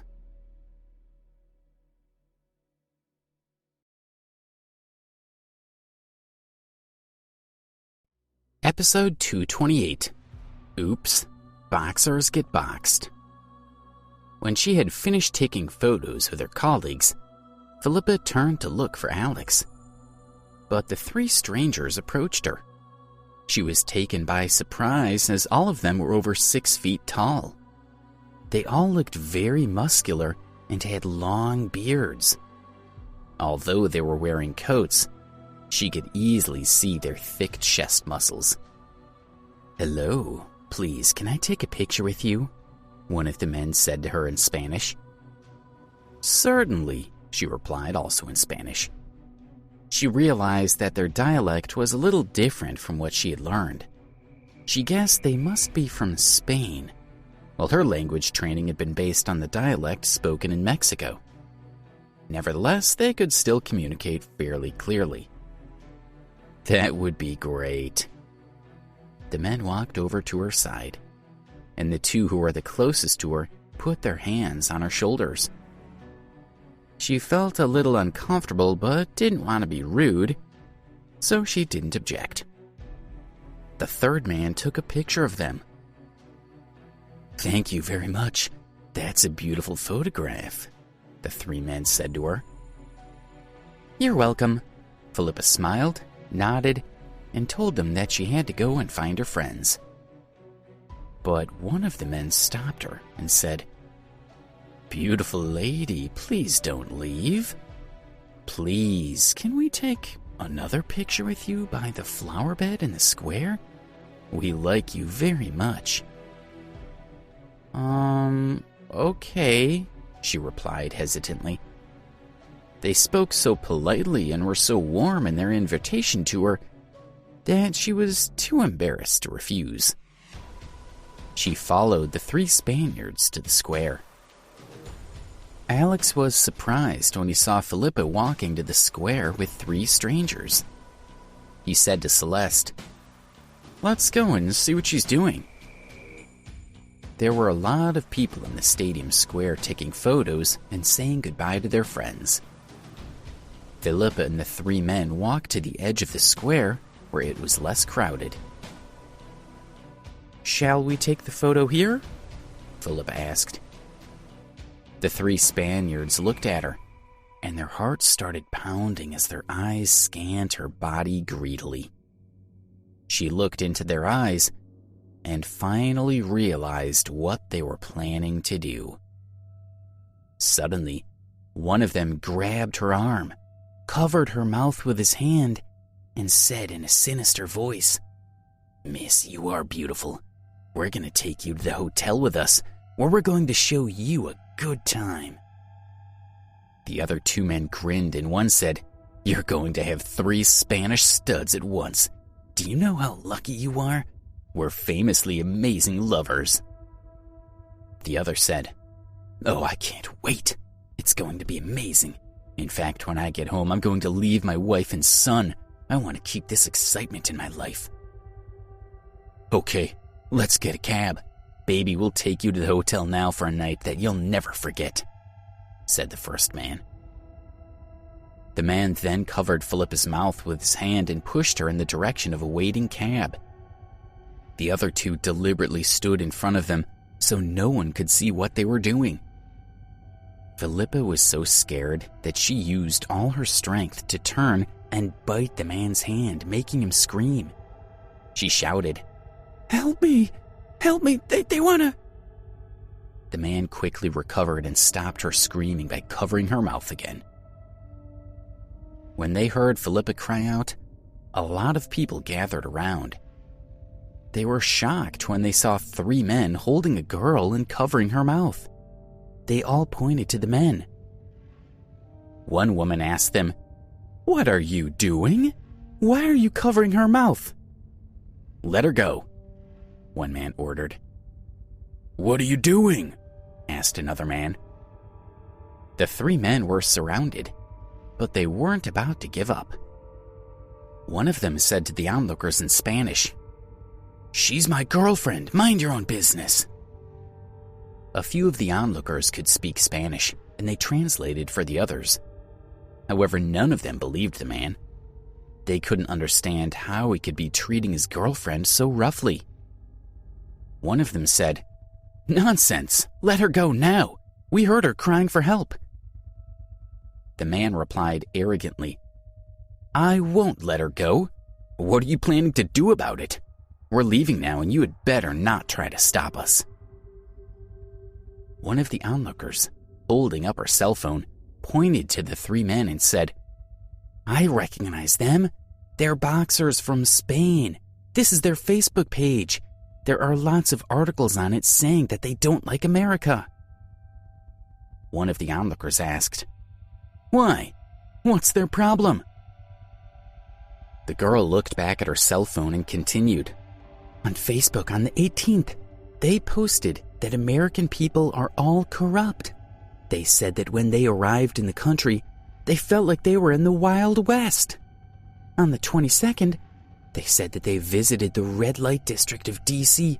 and that one of the prostitutes followed them until they gave her money. They said that all American women are cheap. On Facebook on the 28th, they said that the streets of America are full of garbage and that it's the dirtiest country in the world. They said that American people are the filthiest of all human beings. On October 4th, they said that American people live on hamburgers, and that's why they're all obese and crazy. Today they said that American men are all impotent, and that before leaving, they should help them out by showing their women what a real man can do. By the time the girl had finished speaking, the crowd of onlookers was enraged. They all glared at the three men and swore at them bitterly. One said, "That's disgusting. How dare they talk about us like that? They're here as guests. They shouldn't be talking like that," said another man. "These three scumbags. It's the Olympic Games, and you're attacking women for fun? You're disgusting," yelled another woman. By that time, the crowd had become raucous. One impatient man in his 30s couldn't contain his rage. He rushed at the three men, pointing at them and yelling, "How dare you cause trouble when everyone's just trying to have a nice time? I'll teach you to hold your tongues." Then, he tried to punch one of the Spaniards, but he wasn't tall enough, and his blow missed his opponent's face. He had also forgotten that the other man was a professional boxer. The boxer grabbed the man's fist and hit him with a right hook right in his face. He fell to the ground. His friends quickly helped him up. They had remembered that the three men were professional boxers and didn't dare to try to fight them again. Instead, they surrounded them and refused to let them leave. They pointed and yelled at them. "You scum!" one man shouted. "You only came here today to mess with people. Leave that girl alone," yelled another. The boxers were livid. They pointed to the crowd and cursed in Spanish. One said, "You're a group of cowards. You're too scared to even take on three of us." "Who's going to dare to try to stop us again? We'll fight any of you," shouted another. "You Americans are all cowards compared to us," yelled the third. The three Spaniards wanted to leave. They were keen to get Philippa to the hotel to have fun with her. As they started to drag her out of the square, one of them shouted, "Get out of the way, you American losers. We're going." The circle of onlookers followed the men. They wanted to stop them, but they knew that they couldn't beat three boxers. They were afraid. Alex and the four Moon Girls squeezed through the crowd to see what the commotion was about. Celeste asked, "Mr. Alex, what's going on?" Alex saw a man holding Philippa in his arms and covering her mouth. He could see that Philippa was panicking, so he rushed forward and punched the man's hand. The boxer immediately released his grip, and Alex pulled Philippa into his arms. "Philippa, what's going on?" he asked as he let go of her and stepped back to look at her face. She jumped back into his arms and sobbed. "Alex, thank goodness you're here. I was so scared. Those three men tried to take me to their hotel." When the three men saw Alex holding Philippa, they said angrily in Spanish, "Hey, American boy, give us back our girl." Then they rushed at Alex. Philippa was startled and screamed, "They're coming!" Alex was just about to make a move when four figures ran out in front of him. They were the four Moon Girls. Celeste shouted at the men, "Don't you dare move. Don't worry, Alex. We're here to protect you." The three boxers were startled and stepped back. When they saw it was just four pretty girls, however, They smiled sinisterly. One said, "These four are just as beautiful as our first prize, and they've come to us by their own choice. We'll show all four of them a good time in the hotel tonight." Philippa said anxiously, "Alex, don't let your friends come over here. Those three guys are boxers. They'll hurt them." Alex cried out, "Celeste, stop." She smiled back at him and said, "Don't worry, Mr. Alex. We don't need your protection. The four of us can take care of these lowlives." He thought back to the guest house and remembered that the four girls were martial arts experts. He knew that they could easily beat these three men. He was relieved and said to them, "Don't kill them." "As you wish," the four moon girls answered in unison, and they rushed to attack. The onlookers quickly stepped back a few yards for fear of getting hurt themselves. They were also worried about the four girls. Several men were eager to help. They decided to wait and see what happened, but to fight for the girls if they got injured by the three boxers. When the three boxers saw the four girls rushing toward them, they weren't worried at all. Instead, they opened their arms to meet them and thought about what a wonderful opportunity it was to try out some more American girls. They each thought, "Come on, you four beautiful ladies. Come to my arms and let me kiss you." In the blink of an eye, the four girls had rushed to the three men. Without saying a word, they coordinated themselves to attack. Although they were still teenagers, they had practiced martial arts since they were young and were very accomplished fighters. The three men, all over 6 feet tall, saw the girls flying at them. They each automatically stepped back and ended up being hit in the most painful parts of their bodies. It hurt more than being hit by other boxers, and they quickly realized that they were not dealing with four ordinary teenage girls. They became serious and decided that they needed to use their boxing skills to beat them. The onlookers saw their boxing stances and their muscles rippling in their arms. They were all terrified for the four girls. The four moon girls, however, were not intimidated by the boxers in the slightest. They had every confidence in their martial arts skills to beat them. They knew that they did not need to be afraid of them at all. Celeste walked up to one of the men and punched him hard in the ribs. He screamed and fell to the ground. Celine jumped several yards into the air, and in an advanced karate move, she kicked him hard on the chest. He felt the air being forced out from his lungs as he rolled to the ground. Callisto and Luna attacked the last man together.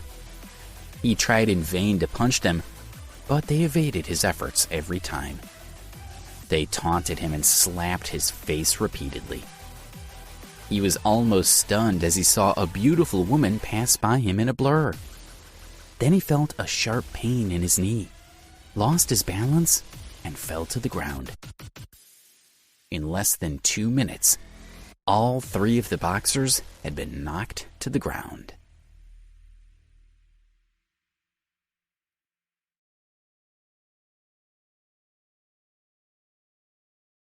Episode 230, Sultan's Special Guest. The next day at 6 in the evening, Alex left the girls in the villa and took a cab to the Continental Hotel. When he arrived, he noticed a lot of luxury cars parked in front of the hotel. The people walking into the hotel were all dressed very elegantly in expensive dresses, suits, and tuxedos. He walked into the hotel and took the elevator to the 8th floor. As soon as he stepped out of the elevator, a waiter stopped him. He looked at Alex and asked, "Sir, do you have an invitation?" Alex thought, "An invitation? What's going on?" He shook his head. The waiter said impatiently, "If you don't have an invitation letter, please leave the hotel. Thank you for your cooperation." Alex was upset and said, "I was invited to come here, but only by a phone call." I don't know anything about invitation letters. Is this where the Sultan of Brunei is holding a banquet? With a sneer, the waiter said, Yes, the Sultan of Brunei has booked this entire floor. This evening he'll entertain all the important families in D.C. They've all received invitation letters, and his people have specifically requested that we don't allow anyone in who doesn't have one. I don't know why you're here, but I cannot let you in. Please, leave now, or I'll ask the security guard to remove you. The elevator opened again, and a portly man stepped out. He had an invitation letter in his hand. After the waiter looked at it, he beamed, bowed to the man, and said, Welcome, sir. Please step this way. The Sultan of Brunei welcomes you. The man smiled proudly. When he saw Alex, he looked at him with contempt and said, How has this scruffy loser been allowed in? If the people of Brunei saw a man like this in the company of the Sultan, this could negatively affect the cooperation between Brunei and our country. Can your hotel afford a scandal like that? Get this man out of here right now. Yes, of course, the waiter said hurriedly. He opened the elevator, looked at Alex angrily, and said, You really must leave now. You can see that you're upsetting our guests. Now go. I can tell from the way you're dressed that you can't afford to stay in our hotel. I don't know how you sneaked in, but you must leave now. Alex looked at the waiter, stepped away from the elevator, took out his cell phone, and called Nellie. When the waiter realized that he still wasn't leaving, he stepped toward him, ready to grab him and push him into the elevator. Alex put out his hand to stop him, but accidentally hit him harder than he'd intended in the chest. The waiter stepped back 2 steps and put his hands to his chest. It was throbbing. He pointed at Alex and said, Good. Now that you've assaulted me, I can call the security guard to have you removed. Nellie answered the phone, and Alex asked her, Nellie, where are you now? I don't have an invitation letter, and the hotel refuses to let me in. She told him, The Sultan is still at the guest house where he's staying, but we'll be there soon. Don't worry, I'll call the hotel and tell their manager to let you in. Okay, thanks, Alex said and ended the call. The waiter sneered and said, You're still trying to pretend that you're invited to the dinner? Who were you talking to? The Sultan? How funny you are. Well, I've called security. They'll be here soon to throw you out.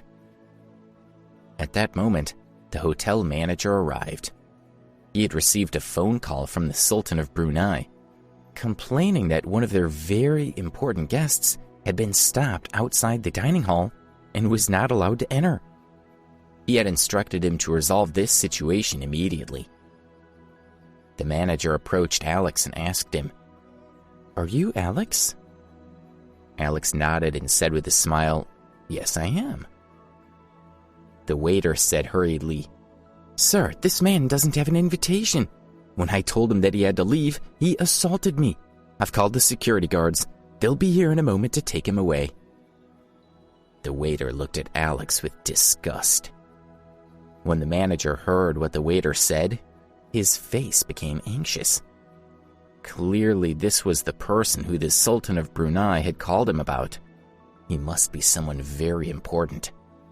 He thought, and this stupid waiter has spoken to him so rudely and even called the security guard to throw him out. If the Sultan of Brunei knew that their hotel had treated his guests like that, they could be ruined. The manager gave the waiter a sharp look and said, Alex is a distinguished guest of the Sultan of Brunei. How dare you speak to him like that? What have you done asking security to throw him out? The waiter looked at him in a daze. When he heard that Alex was a guest of the Sultan, his heart almost jumped out of his throat. Apologize to him immediately, the manager snapped. Yes, of course. The waiter looked at Alex, bowed and said, Sir, please accept my apology. I'm so sorry. I was wrong. Please forgive me.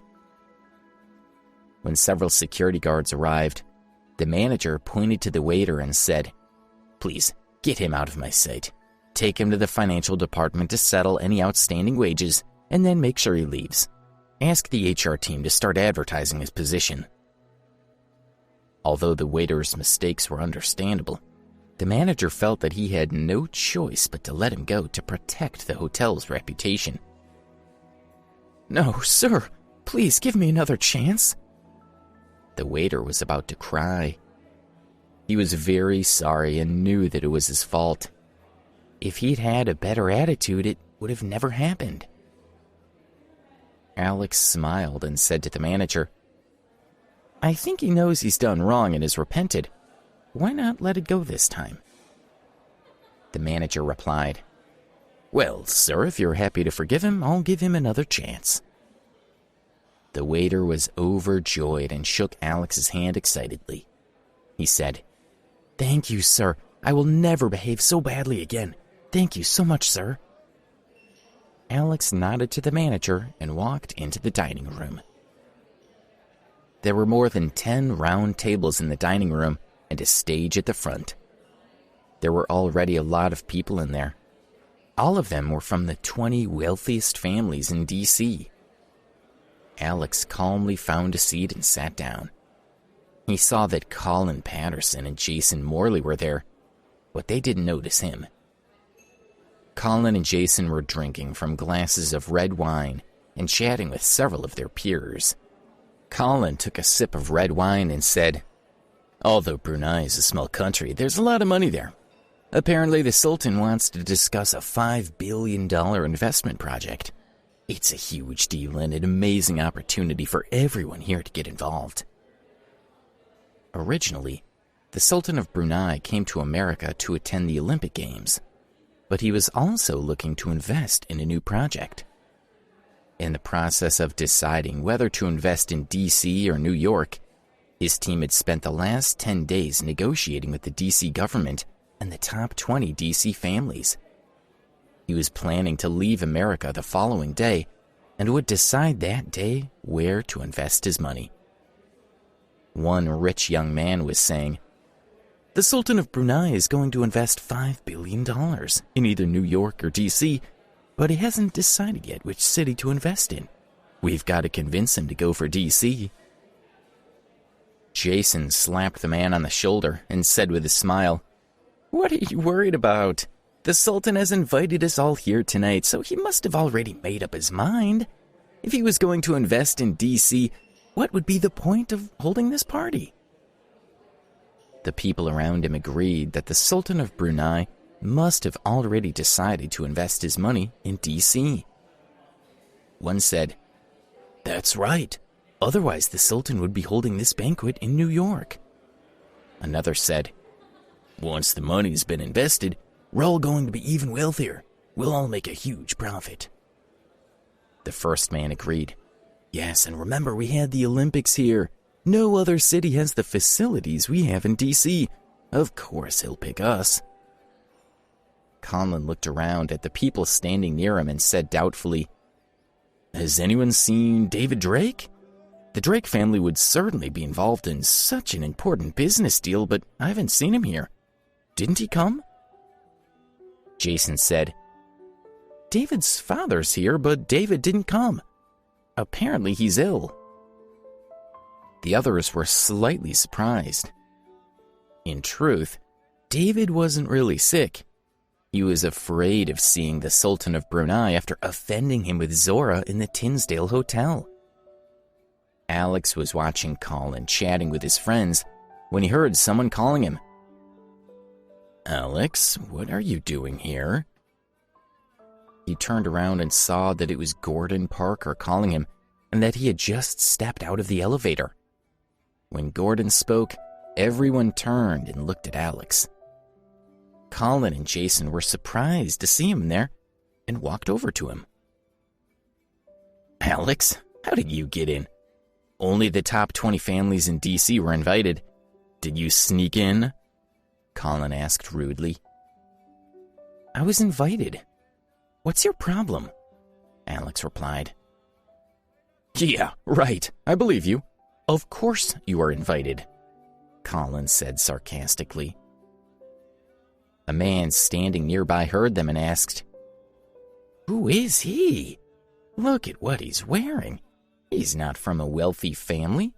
How did someone like him get invited to this sultan's banquet?" Other people frowned at Alex. Only rich people were invited to the banquet, and they didn't want it to be spoiled by a loser like him. Colin told everyone, "I happen to know this man. Although he's not from a rich family like us, he's also a student at Richmond University, and he donated €1.5 million to the university last month." No one could believe that this scruffy loser could afford to donate so much money. They started to think that perhaps he wasn't a loser after all, but was from a middle-class family. But as soon as they saw Colin's sneer, they all knew that was not the case. Colin looked at Alex and said, "Actually, he sold pancakes on the street during summer vacation. A lady took pity on him and gave him €1.5 million. He felt guilty about it, so he donated it to the school." When the others heard that, they all laughed. One said, "Oh, so he's just a pancake seller." Another laughed. €1.5 million? That's over $1.6 million. This guy's crazy. No wonder he came here. He wanted to meet some more rich people, hoping that we would take pity and give him more money. Unbelievable. Jason said in a loud voice, "That's probably true. I know this man too. Be careful of him. He's a clever fraudster." He continued, "Do you remember before the Olympic Games opening ceremony, the world's most expensive Ferrari drove into the square in front of the stadium? It was all over the news. I was there that day and I saw the Ferrari. It was an incredible car with the most innovative technology in the world. This kid somehow managed to make it start. He's a con man with no morals." He glared at Alex and said, "A loser is a loser. You should know that by now. You should learn your place and not try to have something that's not yours."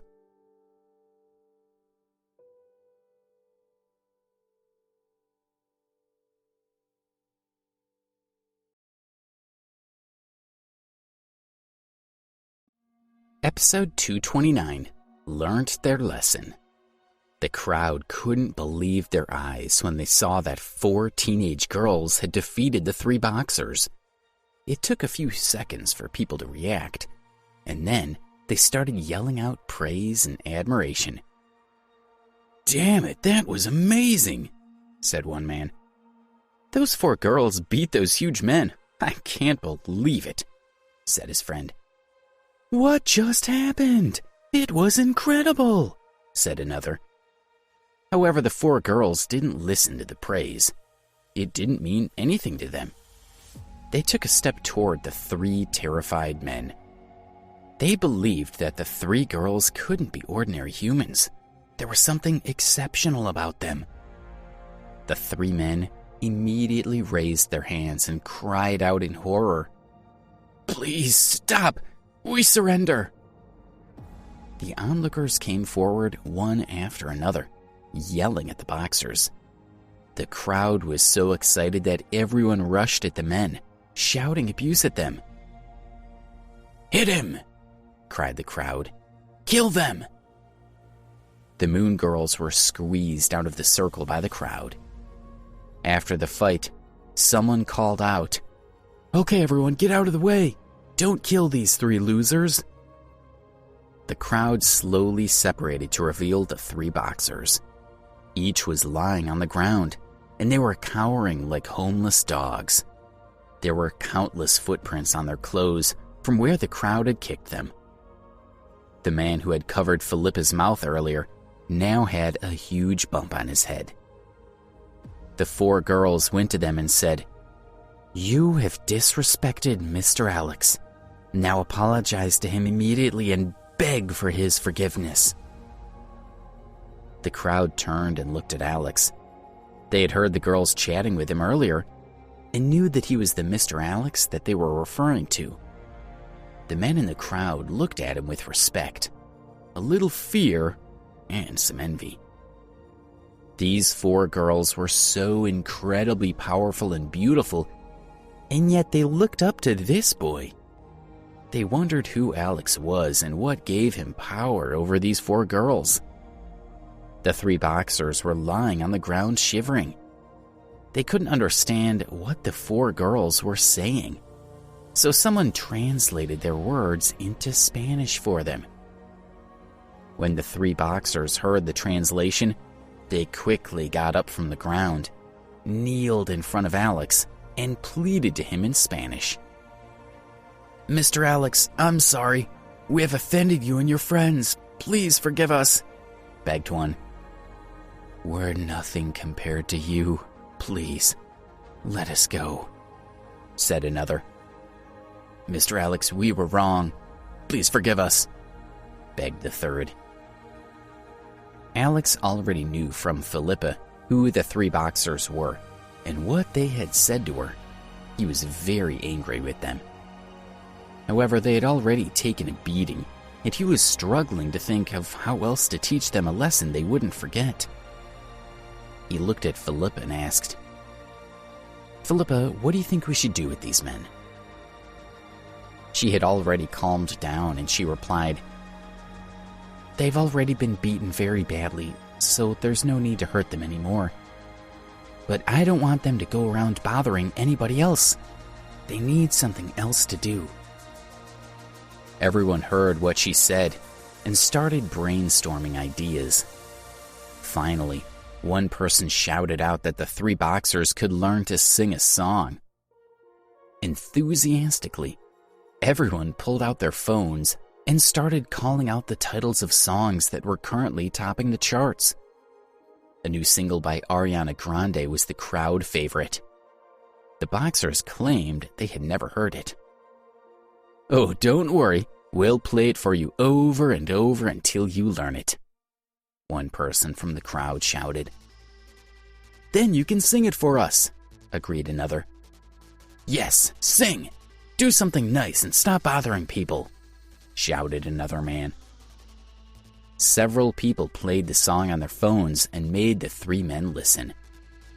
Afraid of being beaten up again, the men didn't dare to argue and stayed kneeling on the ground, trying to learn the song.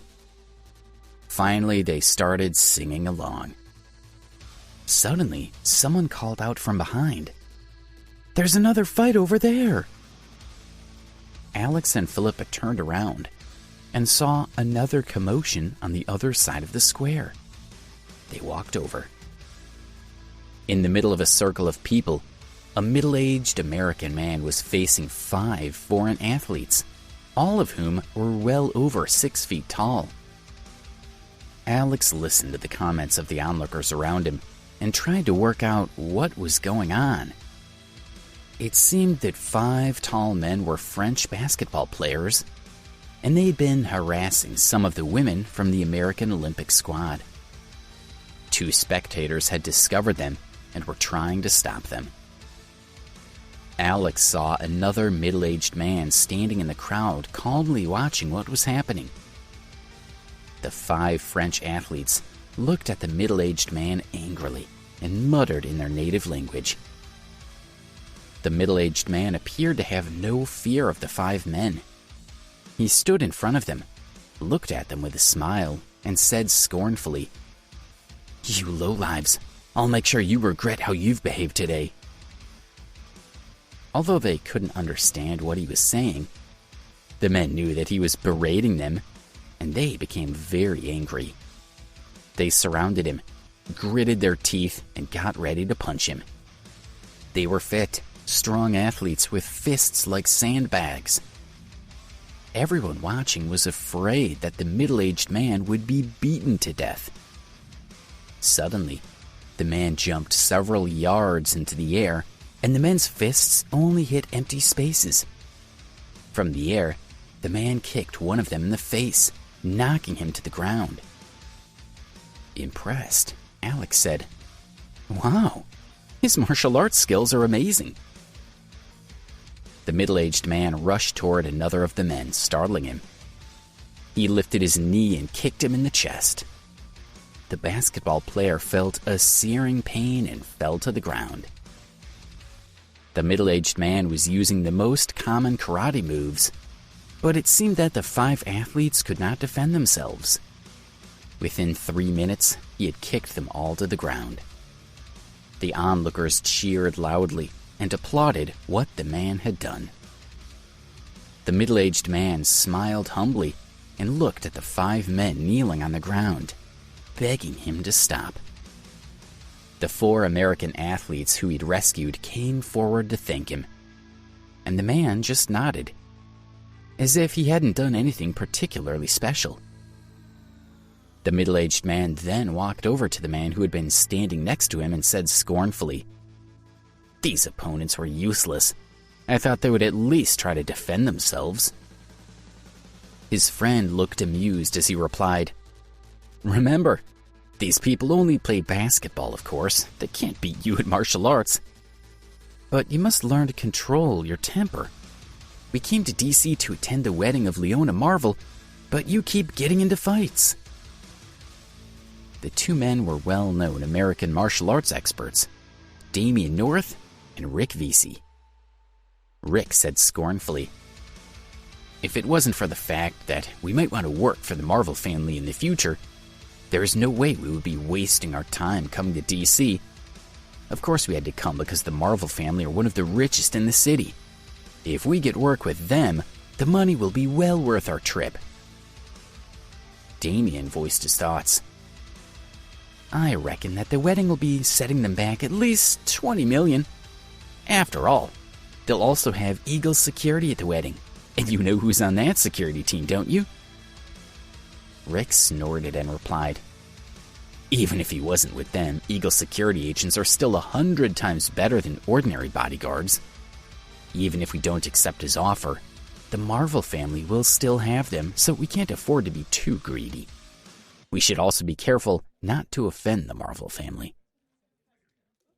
Damian shook his head with a wry smile and said, "I think we've taught these basketball players enough of a lesson for today.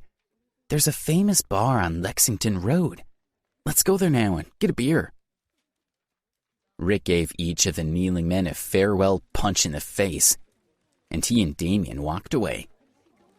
The men fell back down to the ground. Celeste said, "Those 2 men had impressive martial arts skills. They were nearly as good as us. I want to challenge them to a fight and see if we can beat them." Callisto patted her on the shoulder and said with a smile, "Of course we would win. They are men, but they're also middle-aged. We're much younger and more agile. I'm sure we can find more worthy opponents than them." Celine and Luna nodded their agreement. Celeste looked at Alex and said, "It doesn't matter how skillful or powerful they are. They would be no match for Mr. Alex. He could beat them with one hand." Alex shook his head and said, "In your eyes, I'm the most powerful person in the world. Yet in reality, the 3 of you could easily beat me up." The 4 girls covered their mouths and giggled. They still believed that Alex was someone to look up to, and that he must have superior martial arts skills. Several minutes later, the police arrived, arrested the 5 men, and the crowd started to disperse. That evening, Alex invited Philippa and the 4 Moon girls to a barbecue. The next night, Alex was in his room having just received a half-hour massage from the girls. He was about to go to bed when he received a call from Nellie. He was very happy to hear from her and answered the call. She told him, "Alex, the Sultan and I cremated his wife's body this morning. He's going to travel home the day after tomorrow, and before he leaves, he would like to meet with you. He's having a banquet tomorrow at the Continental Hotel for all the important families in D.C. He's invited you, and you really must come." That day at the cremation of the Queen of Brunei, Nellie had cried for many hours, and her voice had become hoarse. Alex could sense the pain in her heart, and he asked her, "Are you okay, Nellie?" "I'm all right," she replied. But she couldn't help sobbing as she told him, "The Queen was such a good friend, and I just miss her so much. I desperately want to see her again and hug her." Alex was very worried about his friend, and he tried to comfort her. "Nellie, I'm so sorry that your friend is gone. I know that your heart is breaking, but she wouldn't want you to feel this way. She would want you to carry on living your life. And remember that you're not alone. Didn't the Sultan tell you that he would take care of you and protect you?" Nellie stopped crying and asked softly, "Do you really think he'll protect me?" Alex said seriously, "Yes, I do."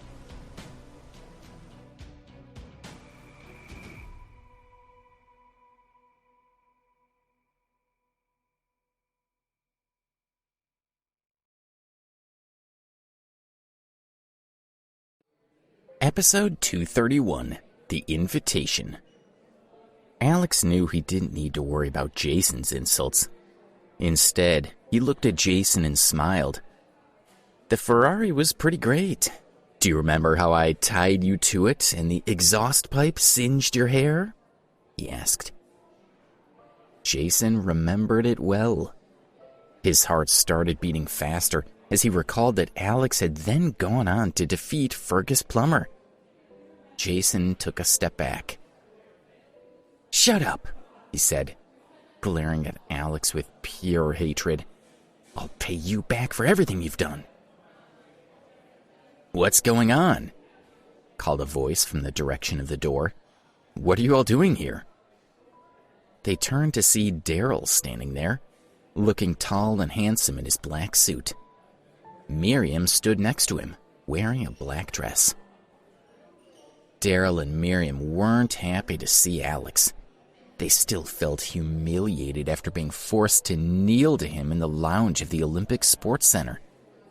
They had managed to suppress most of the idle chatter about the incident, but every once in a while, someone who had been there would shoot them a knowing look.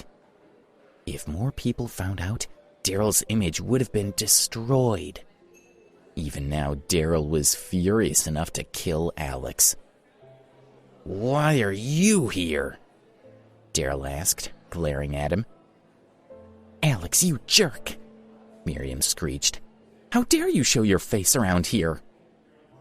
She picked up a fork and hurled it at Alex, who raised his hand and batted it away. Everyone watched, gaping in shock. "Daryl, has this man offended you in some way?" someone asked. Miriam gestured angrily at Alex. "At the opening ceremony for the Olympic Games, this loser—" "Quiet," Daryl interrupted her. It was bad enough that he had been humiliated once. He didn't need Miriam telling everyone about it. "Sorry, Daryl," Miriam said, hanging her head. "I lost my temper and I nearly said too much." "How did he get in here?" Daryl asked, looking around at the others. "This is an exclusive party. Why has no one thrown him out?" "He must have been pretending to be a valet," Jason said, smirking at Alex. "Let's ask security to throw him out." The others agreed, calling out their opinions. "Yeah, let's get rid of this loser." "Let security deal with him." "No, we should lock him up somewhere until the party's over. We can't let him get away with everything he's done. It's time we got our revenge." Alex clenched his fists as he looked around at them.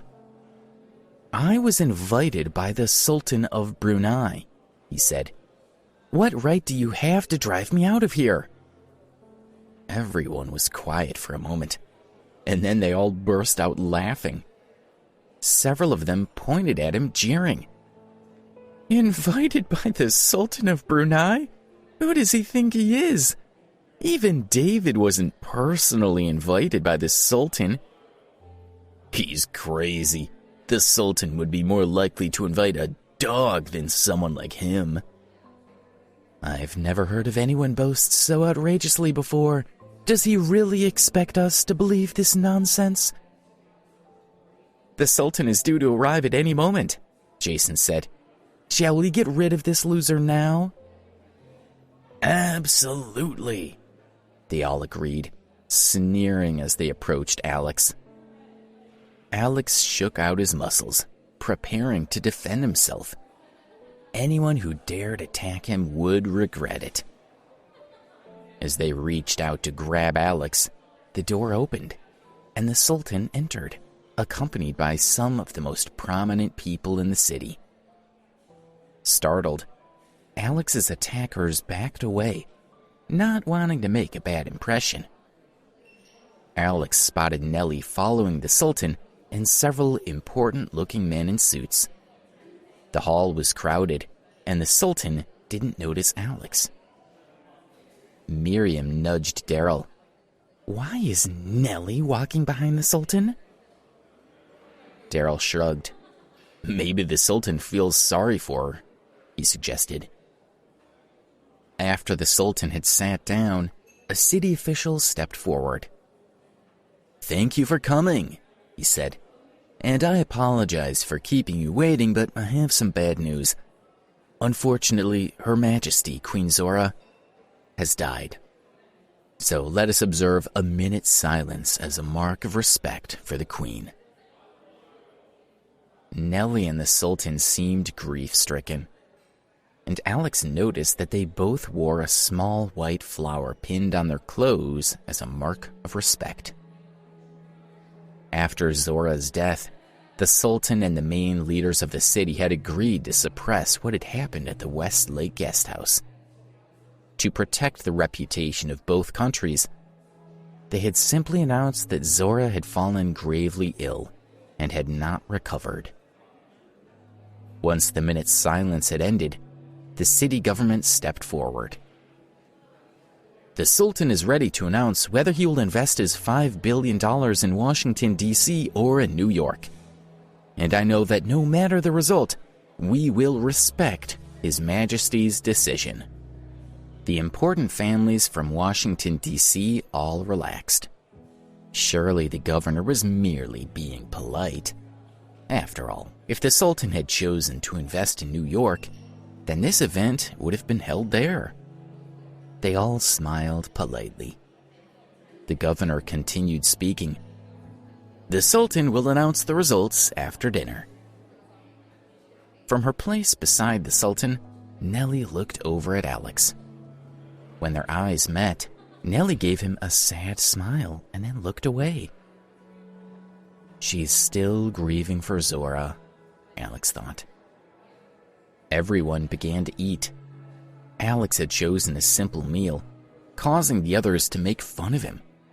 They nudged each other and snickered, rolling their eyes. School meals are always such poor quality, Colin said, looking over at Alex. You'd think a student would take the chance to eat better when they're in the best hotel in Washington, D.C. Yes, he's lowering the whole tone of the place, Jason said.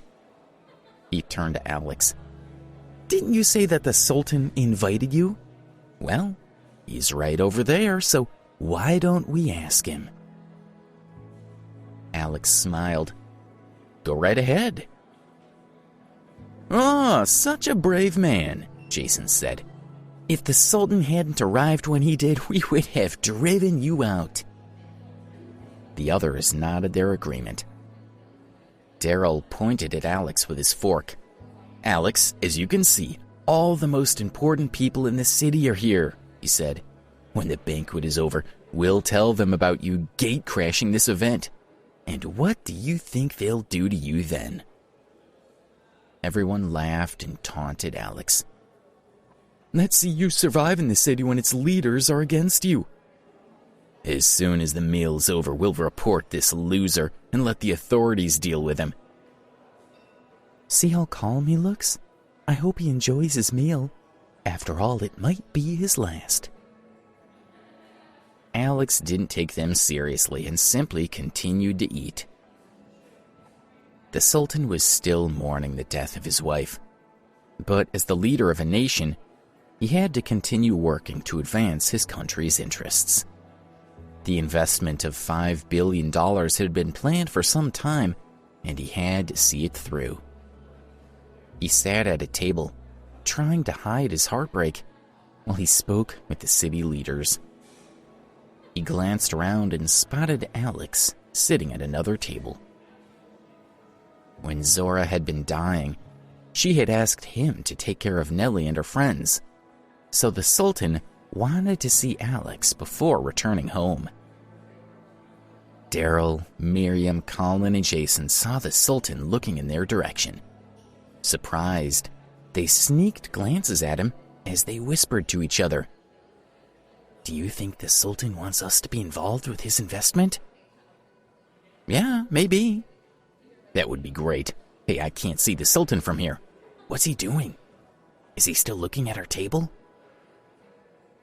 The Sultan spoke in Malay to one of his bodyguards, asking him to invite Alex to join him. A moment later, the bodyguard walked toward Alex's table. "The Sultan has sent someone over," Jason whispered. "Is he going to invite us to sit at his table? But there isn't room enough for all of us." "I think the Sultan wants to invite one of us to join him," Colin said. "Look at his expression. He seems to be very interested in us." The others agreed, everyone talking at once. "Yes, the Sultan must want to invite one of us, but who?" "It must be Jason. His family works in the internet industry, and Brunei needs to upgrade their networks." "I think it's Colin. Maybe the Sultan is looking for a suitable husband for his daughter. It must be Colin." Miriam hugged Daryl's arm and said, "I think it's Daryl. He's already made a very good impression on the Sultan. Perhaps he wants to say goodbye to Daryl before he leaves."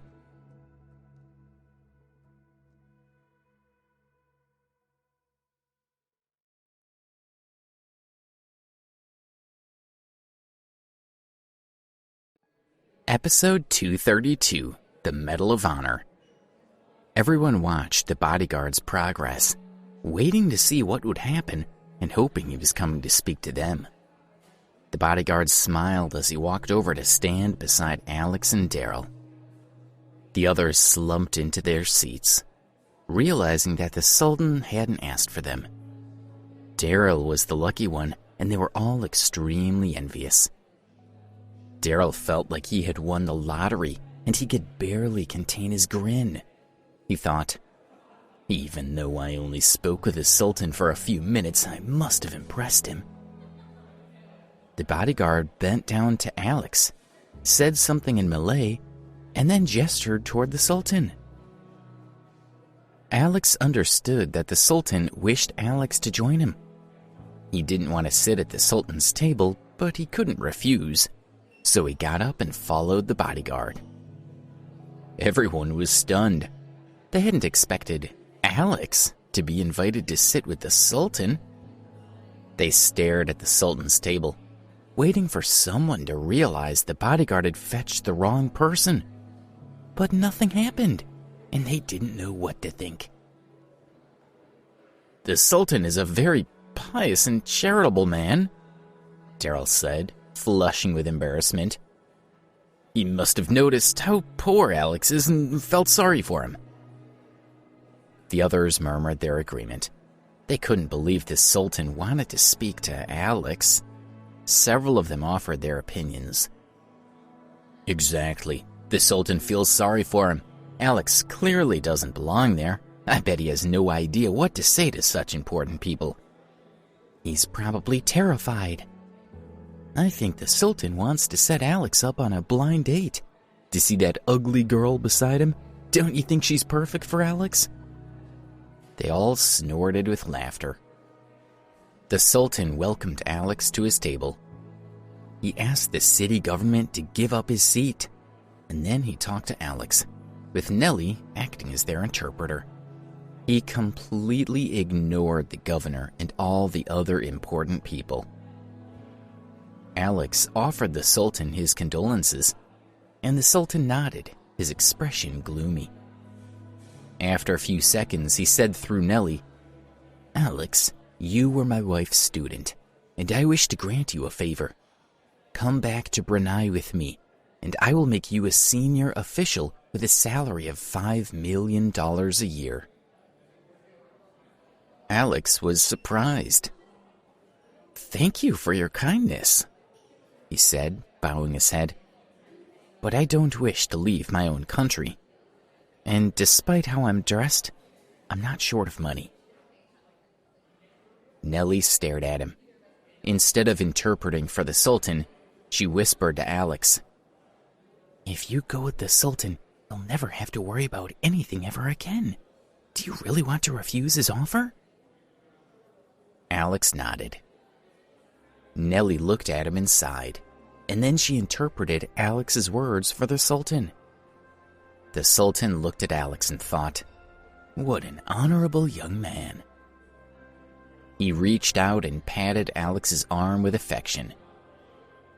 The city leaders were impressed that Alex had refused the Sultan's generous offer, but no one could understand why the Sultan thought so highly of him.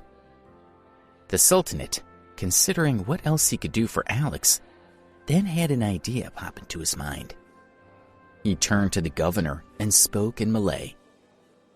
Nellie interpreted, "Governor, the Sultan wishes to present the Brunei National Medal of Honor to one of the guests, and then he will announce his decision about the $5 billion investment."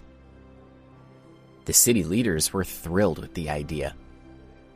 "Okay, that's no problem," the governor said. "Tell me, who is to be the recipient of the award?"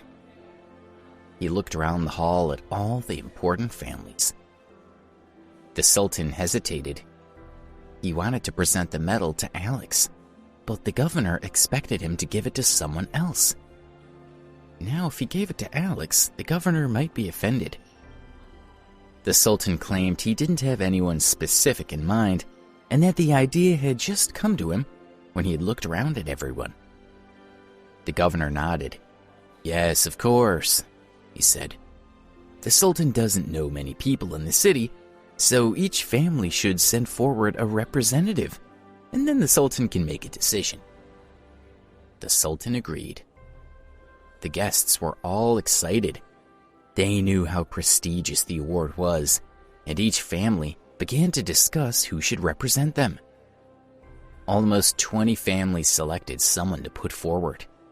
Most of them chose young people in their 20s, but a few chose the head of their family. The Sultan asked his men to fetch the National Medal of Honor. The medal was in a blue box, and it was an octagonal shape, with the head of the founder of Brunei in the middle, surrounded by petals and inlaid with a ring of sparkling diamonds. The governor held up his hands and said, "Now, each representative will make a brief statement, and then the Sultan will decide who gets the medal." The Sultan didn't listen to any of the statements. When they were finished, he patted Alex on the shoulder and asked him to speak. No one understood what was going on.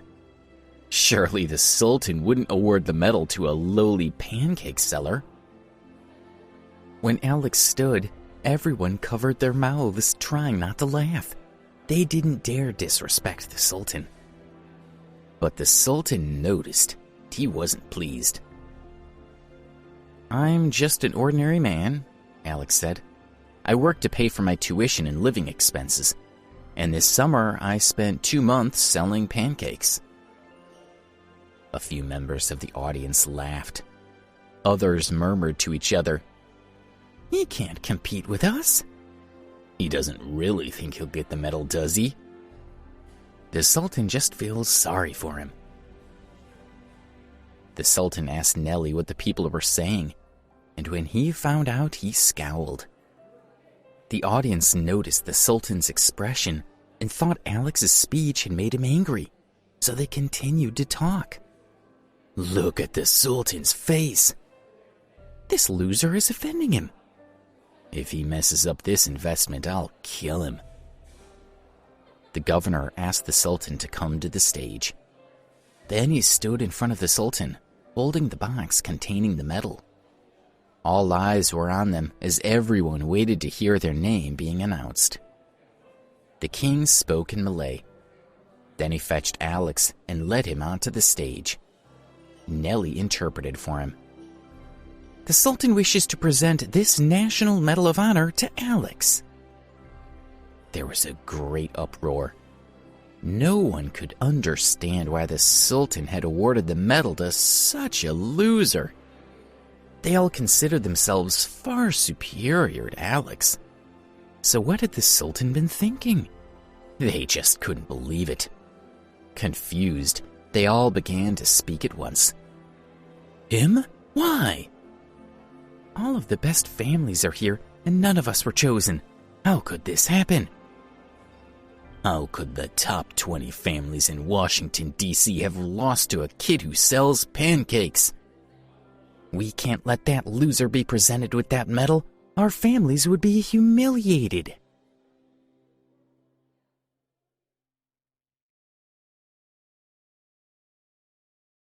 Episode 233, Rumors, Apologies, and Decisions. Daryl stood up. "Your Majesty," he said to the Sultan, "you should know that this young man snuck into this banquet without an invitation, and he is of questionable moral character." Alex is a loser, Daryl thought. So the Sultan won't be angry with me for speaking out. People from the other families backed Daryl's statement. "He claimed that you invited him here." "He's a car thief." "Alex has a terrible reputation." "He cheated people out of their money, and he's probably here to do it again." Daryl nudged Miriam, who understood what he wanted. She stood up and said to the Sultan, "Your Majesty, I went to school with Alex, and he cost me a place at a good university. And then a while ago, he humiliated me at a restaurant." Nellie interpreted everything for the Sultan and told him that none of it was true. The Sultan had known Nellie for over 10 years, so he trusted her opinion. He looked at these people from important families and was disgusted by their behavior. He spoke through Nellie. "Who told you he snuck in? He's telling the truth. I invited him." Everyone had expected the Sultan to have Alex driven out, and now they looked at each other in shock. The Sultan continued to speak, with Nellie interpreting. "I invited Alex because he was my deceased wife's student. I know he's a good man, so I don't want to hear any more rumors about him." Everyone was stunned. How had Alex known the Queen? It was clear the Sultan had loved his wife very much, so no wonder the king had invited Alex to the banquet. They began to fidget as they realized they had slandered Alex and angered the Sultan, possibly costing their city a lot of money. Miriam glanced at Daryl. "Does that mean I shouldn't insult Alex now?" she asked. Daryl was upset. Miriam's question reminded him of his own stupid mistake. He glared at her and she looked away. Through Nellie, the Sultan asked, "Are there any more objections to Alex receiving the medal?" Everyone shook their heads. They didn't dare interfere at the Sultan's choice. The Sultan pinned the Medal of Honor on Alex's chest and said in Malay, "I present you with the Brunei National Medal of Honor. This medal will ensure you will always be warmly welcomed in my country. It also commands respect throughout the world, so any insult to you is also an insult to Brunei." "Thank you, Your Majesty," Alex said, touching the medal and bowing to the Sultan. The Sultan patted Alex's shoulder. "My queen was very fond of you," he said, with Nellie interpreting. "And that means that you are practically family." He saw the governor standing at the side, and he knew everyone was waiting for him to announce where he would invest his $5 billion. He had planned to visit both cities, but he had stayed in Washington, D.C. for over 10 days, and he had not yet visited New York. he would be returning home the next day. So he had decided to simply invest the money in Washington, D.C. But after the way these people had treated Alex, he wasn't so sure. He looked at Alex. "You've spent time in both New York and Washington, D.C., he said in Malay. "Where do you think I should invest?" "Your Majesty, that's your decision," Alex said, shaking his head. He wasn't comfortable making decisions with other people's money. The Sultan smiled. "My decision is that you should decide," Nelly said, interpreting for him. "I'll invest wherever you say." Everyone was panicked. They couldn't believe that the Sultan would let Alex choose. Was this a joke? After the way they had treated Alex, he was bound to find in favor of New York. Nelly looked around. She pulled Alex aside and whispered, "Advise the Sultan to invest in New York. These people don't deserve any of the money." Alex sighed. They were talking about $5 billion, so he couldn't let the Sultan make a poor investment simply because of Alex's resentment. He turned to the Sultan and asked if he had any preferences for what sorts of businesses he wanted the money to be invested in. The Sultan said he hoped the investment could be concentrated in real estate, the service industry, and tourism. These were all important within Brunei, so he had a particular interest in them. Alex nodded, gave it some thought. No one dared to blink or look away. They stared at Alex, waiting for his decision. The city leaders watched him with worried expressions. Alex stroked his chin as he considered the matter. As the son of an important family, he had learned about business dealings from a young age. He had bought several properties, and he had a good understanding of the business environment in New York. Meanwhile, Washington, D.C. was more focused on technology. If the Sultan had expressed an interest in industries such as telecommunications or artificial intelligence, then Washington, D.C. would be more suitable. But the Sultan had said he wanted to invest in real estate, the service industry, and tourism. Both cities had a strong tourism industry, but New York had the edge in the other two industries. New York was also the economic center of the United States, and it had a much larger population than Washington, D.C. Alex raised his eyes. When he noticed everyone staring at him, he got a little nervous. People from the big families smiled at him, silently urging him to choose Washington, D.C. Alex snorted and then turned back to the Sultan. "Have you made your decision?" the Sultan asked through Nelly. Alex nodded. He had just opened his mouth when someone called out, "Alex, I apologize for our behavior. Please forgive me." Others joined in. "I'm sorry too. You were invited by His Majesty, and we were wrong to suggest otherwise." "Those people slandered you, and I joined in because I was confused." "We should never have listened to those idiots. Please don't be angry with us." If the Sultan invested in New York, then no one here would benefit from it. Everyone looked at Daryl, Colin, and Jason. They were the ones who had insulted Alex the most. So if the city missed out on the money, it would be all their fault. The city leaders began to call them out. "Colin, Daryl, Jason, please apologize to Alex." "Yes, apologize now. If you hadn't spread those rumors, we would never have slandered Alex. You should beg for his forgiveness."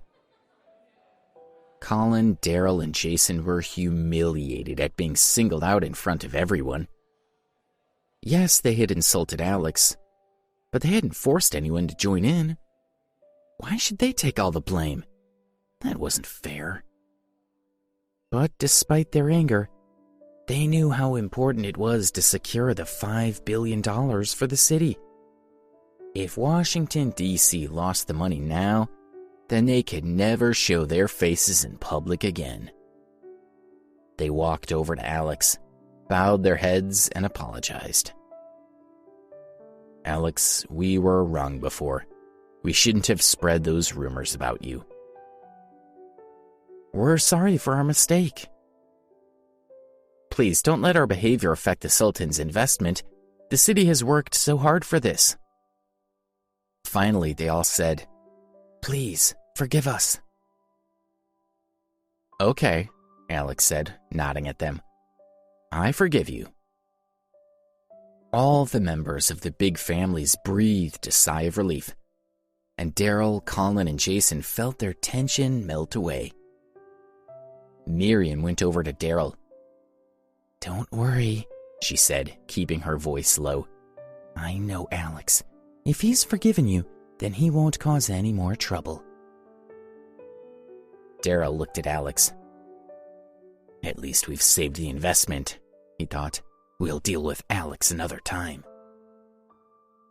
Nellie elbowed Alex and glared at him. "Idiot," she muttered. Alex ignored everyone and turned to the Sultan. "Your Majesty," he said, "I've thought it over, and I think you should invest the money in New York."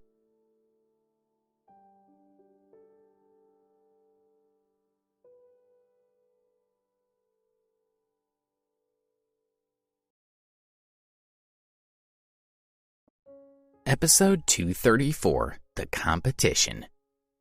Everyone was stunned. Even though they had just apologized for their poor behavior toward him, Alex had advised the Sultan to invest his money in New York.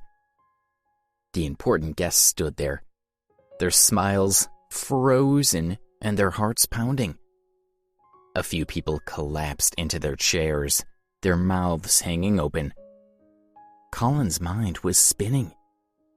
If the investment had gone to Washington, D.C., then his family would probably have received part of the money, and they would have been able to expand their business. But now they would get nothing. Daryl gaped in shock, trying to understand what had happened. "Are you okay?" Miriam asked, noticing how pale he looked.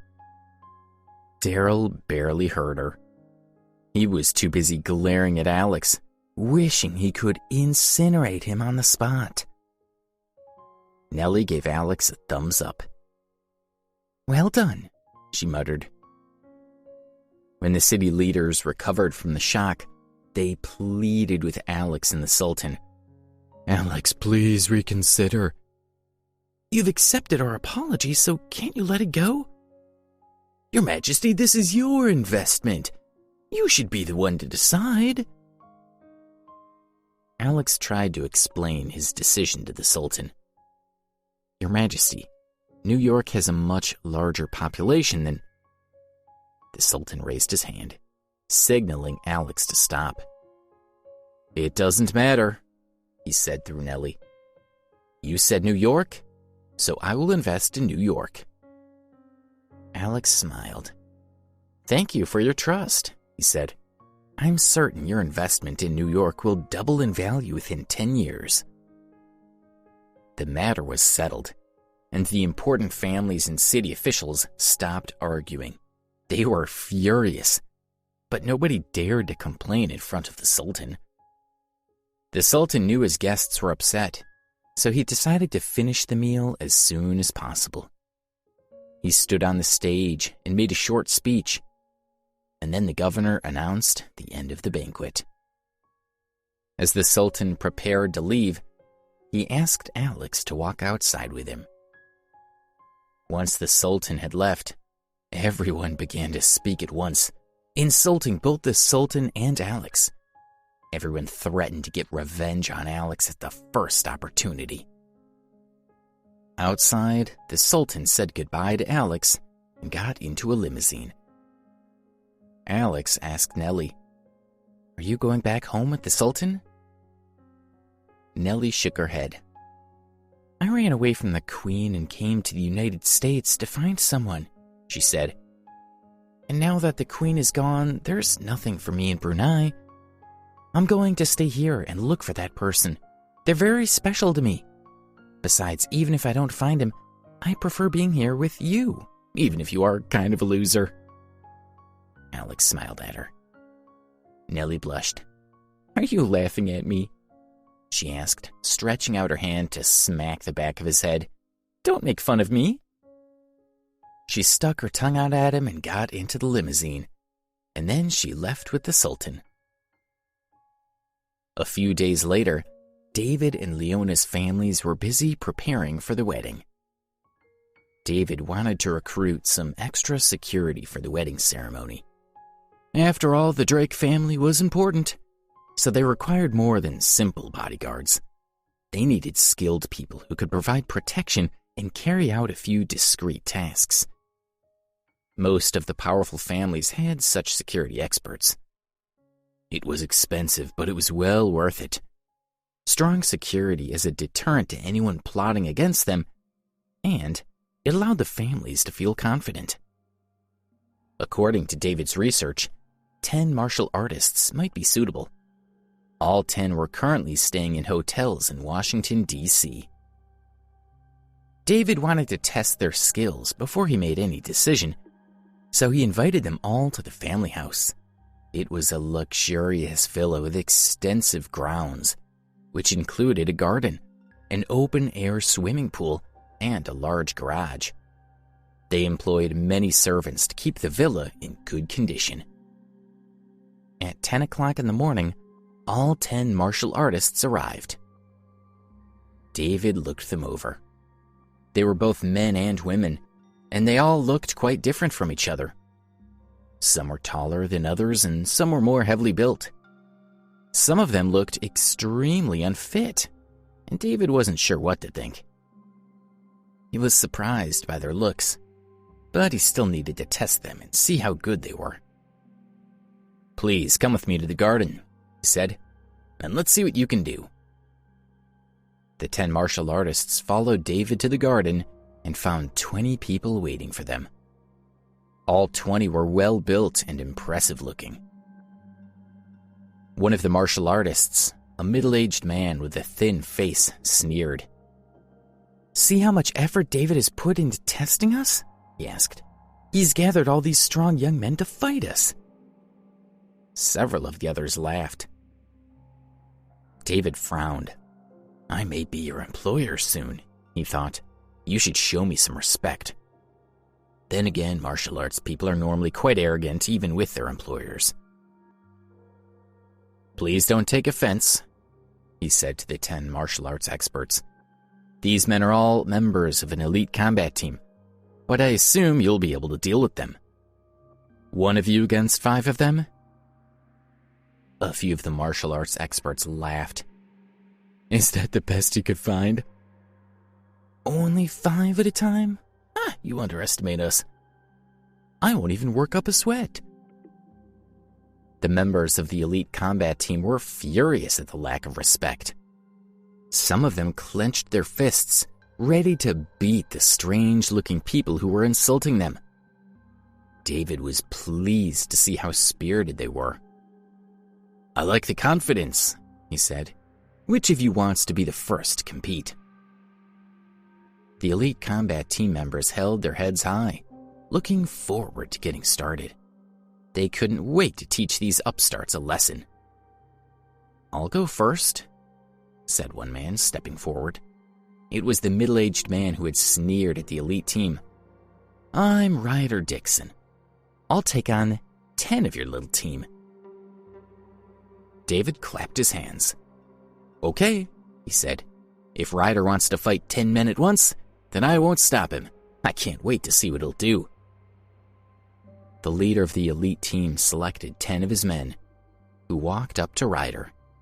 The others stepped back to make more room.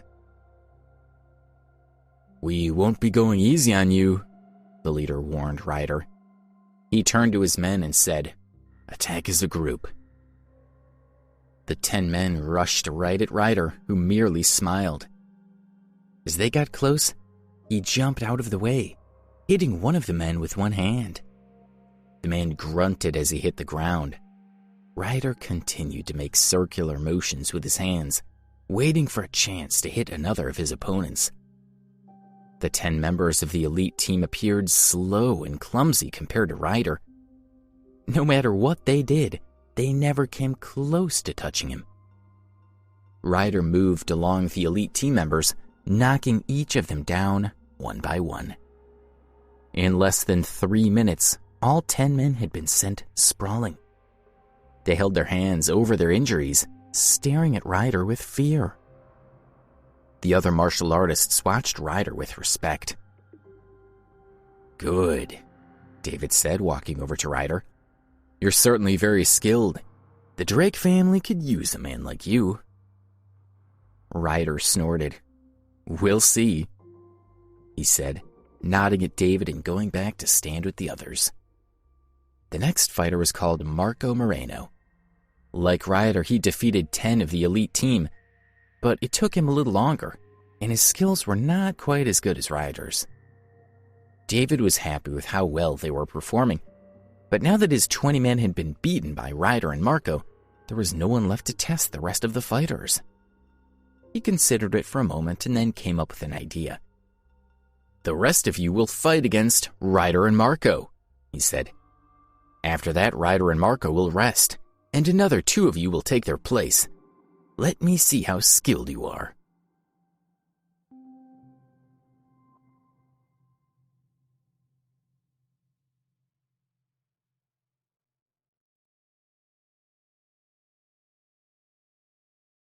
Episode 235, The Unexpected Winner. The rest of the fighters agreed, and 2 of the martial artists went out to spar with Ryder and Marco. Every move was perfect, and they were much better than David's elite team. David nodded repeatedly as he watched them fight, satisfied with their abilities. As soon as the men had finished fighting, 2 others stood up. One of them, Damien, looked very ordinary and seemed confident. The other, Rick, looked really rough and gave the impression of being cunning.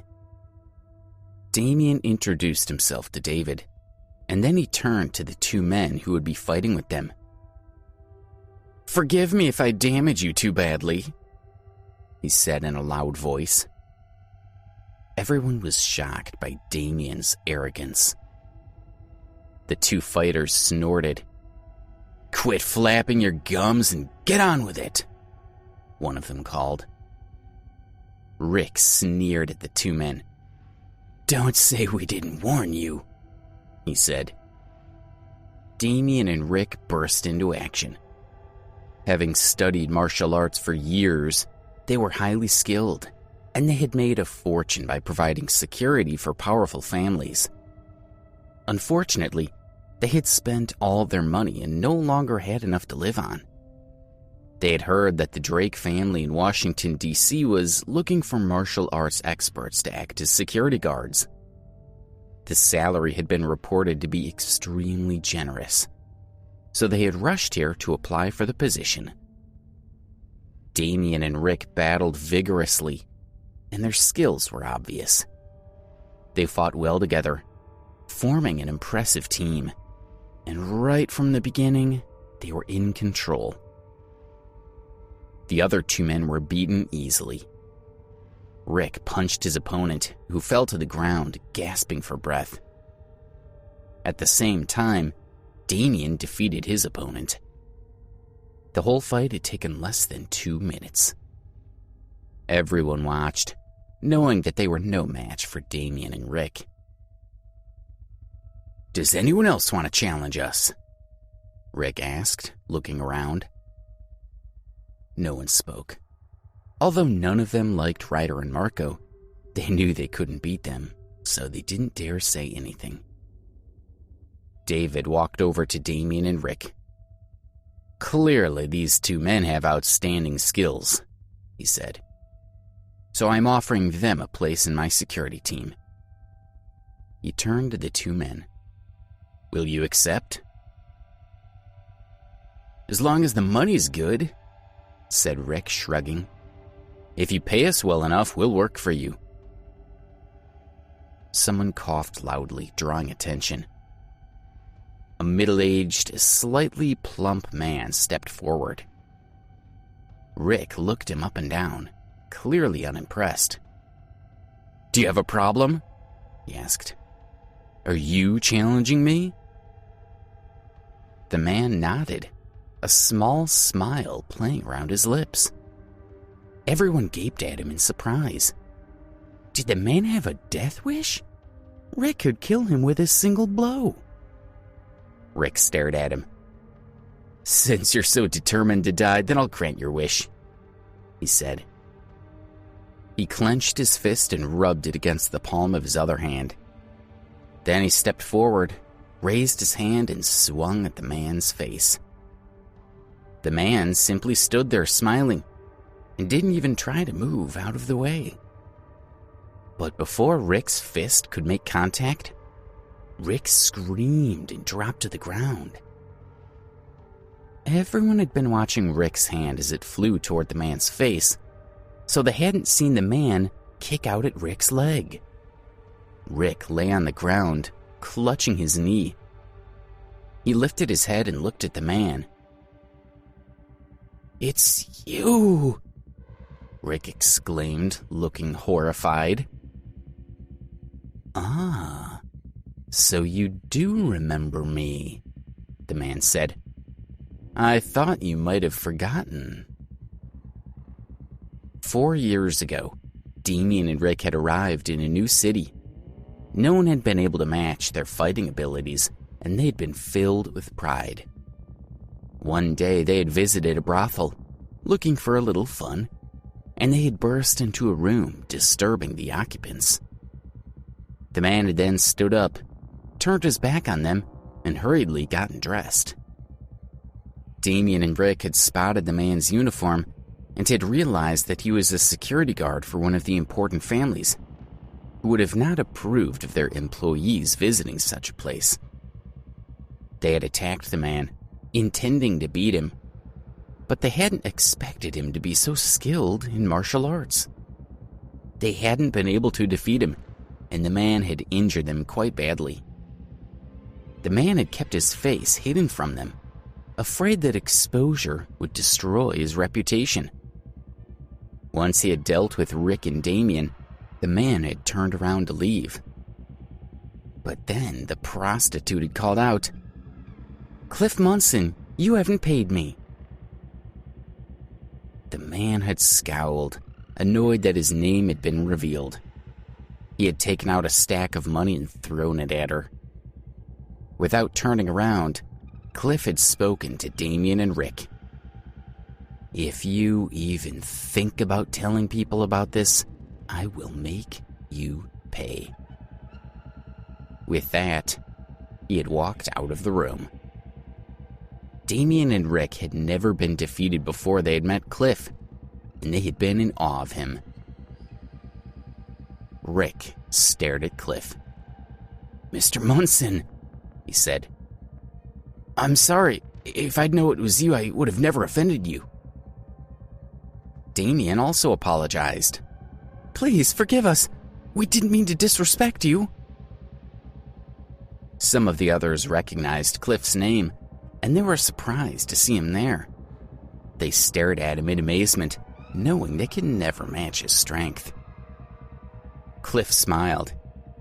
"Since you've admitted your mistakes, I'll let it go," he said, taking a small jar out of his pocket and throwing it at Rick. "Use this. It'll help with the bruising." Damien helped Rick up, keeping an eye on Cliff. David shook Cliff's hand and said, "I think you've shown that you have superior fighting skills, and my family would be pleased to have you work for us."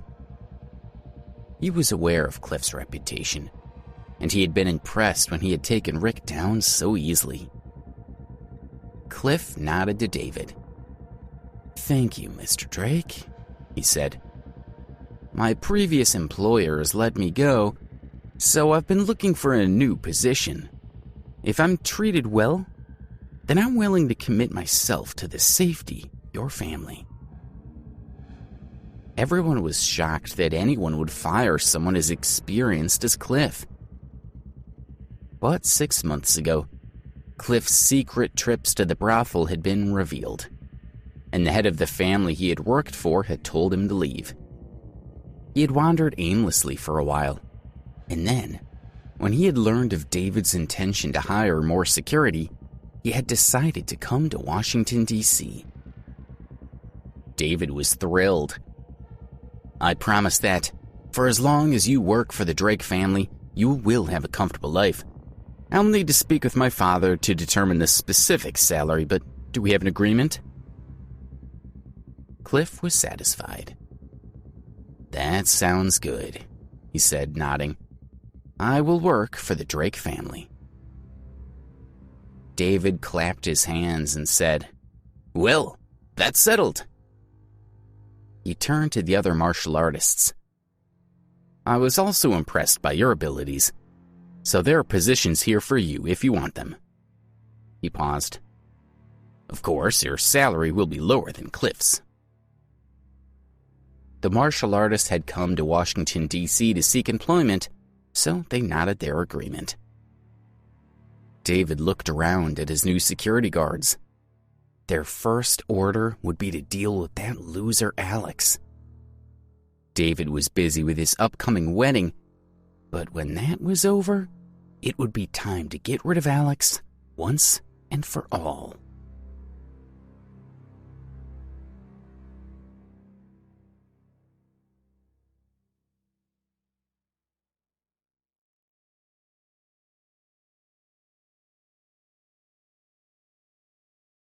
Episode 236, A Trip into Town. A few days later, David and Leona's wedding day finally arrived. But Alex still did not know that Leona would be the bride that day. As far as he knew, it was Lindsay and David who would be wed. After breakfast on that day, Alex gathered the Moon Girls around him. "There's a big wedding in town today," he said. "It could be a lot of fun. You should go and have a look." Alex felt bad for the girls. They had hardly left the house since they moved in, and they only had each other for company. He had asked them to go out and have fun many times, but they had been afraid to fail in their duties. They were always close by. Celeste was always there watching the other three. Celeste brought him a cup of hot tea and said, "Serving you is the best thing we can ask for, Mr. Alex." Celine nodded and smiled sweetly. Alex was touched. "You're so kind to me. Is it because of what happened to Georgina?" All four of them shook their heads. Celeste said, "At the beginning, it might have been because of what happened to our old master, and because you're our new one. But you've been very kind to us, and we like doing things for you." Celine also spoke up. "Mr. Alex, you've been so good to us. You're not only our Lord, but you care about us. You let us rest and go to bed early every night. You're so considerate. And we want to do what we can to pay you back. It makes us feel less guilty." Callisto and Luna nodded in agreement. Alex felt very grateful. "You've been truly kind to me, girls. I'll never forget it." The girls all blushed. Celeste leaned forward slightly and whispered, "Mr. Alex, there's still a way we could go. We've talked about it. As long as we're around you and see that you're happy, it doesn't matter where we are." Celine, Callisto, and Luna nodded. Alex didn't know what to say, but he felt very happy. He knew what Celeste was trying to say. He clapped his hands and stood up. "Girls, today I'll take you to play in the city. Get ready." The girls were excited, and they ran to their rooms to prepare themselves for a day in town. When they were gone, Alex took out his phone. He had been expecting a wedding invitation from Lindsay, but he hadn't heard from her. "But today's her wedding day," he thought. Even if she doesn't want me there, I should at least call and congratulate her. At that same moment, Lindsay was in her sister's room. She was standing in front of Leona, who sat on the bed in her wedding dress. Because she was overcome with pre-wedding jitters, she had asked her sister to come and talk to her. "Leona, please remember how you're feeling today," Lindsay said and took Leona's hand. "Then when I get married, I'll be prepared for what it's like." Leona smiled. She felt a little less nervous. Just then, Lindsay's phone rang. It was Alex calling. Lindsay and Leona gave each other a look, and then she answered. "Hey, Lindsay. Congratulations on your wedding today. I can't come, so I wanted to call and congratulate you." What do I do? Lindsay asked herself. Should I tell him that it's Leona who's getting married and not me? Leona could sense what Lindsay was thinking, and she took her sister's hand and shook her head. She knew that if Lindsay told Alex that she was the one getting married, he might do something stupid. Lindsay calmed down. "Thanks, Alex. I'm sorry I didn't invite you. I hope you're not angry." "No, of course not. I only want you to be happy. Well, I'm sure you're busy, so I'll let you get back to it. Bye." With that, Alex hung up the phone. "Goodbye," Lindsay said, but Alex was already gone. She suddenly felt very guilty. Leona saw it on her face and decided to comfort her. "It's okay, Lindsay. You know I don't like him. If you'd told him, he could have done something stupid. Once I marry David, maybe he'll finally get that I'm not his girlfriend, Debbie. You're protecting him." "But Lindsay tried to protest, but she couldn't finish. She was still feeling so guilty that she didn't know what to say. "Listen, today's my wedding day," Leona said. "If you're not happy, then I won't be either. Just listen to me and smile, okay?" But Lindsay was still unhappy, and she could only make the faint trace of a smile.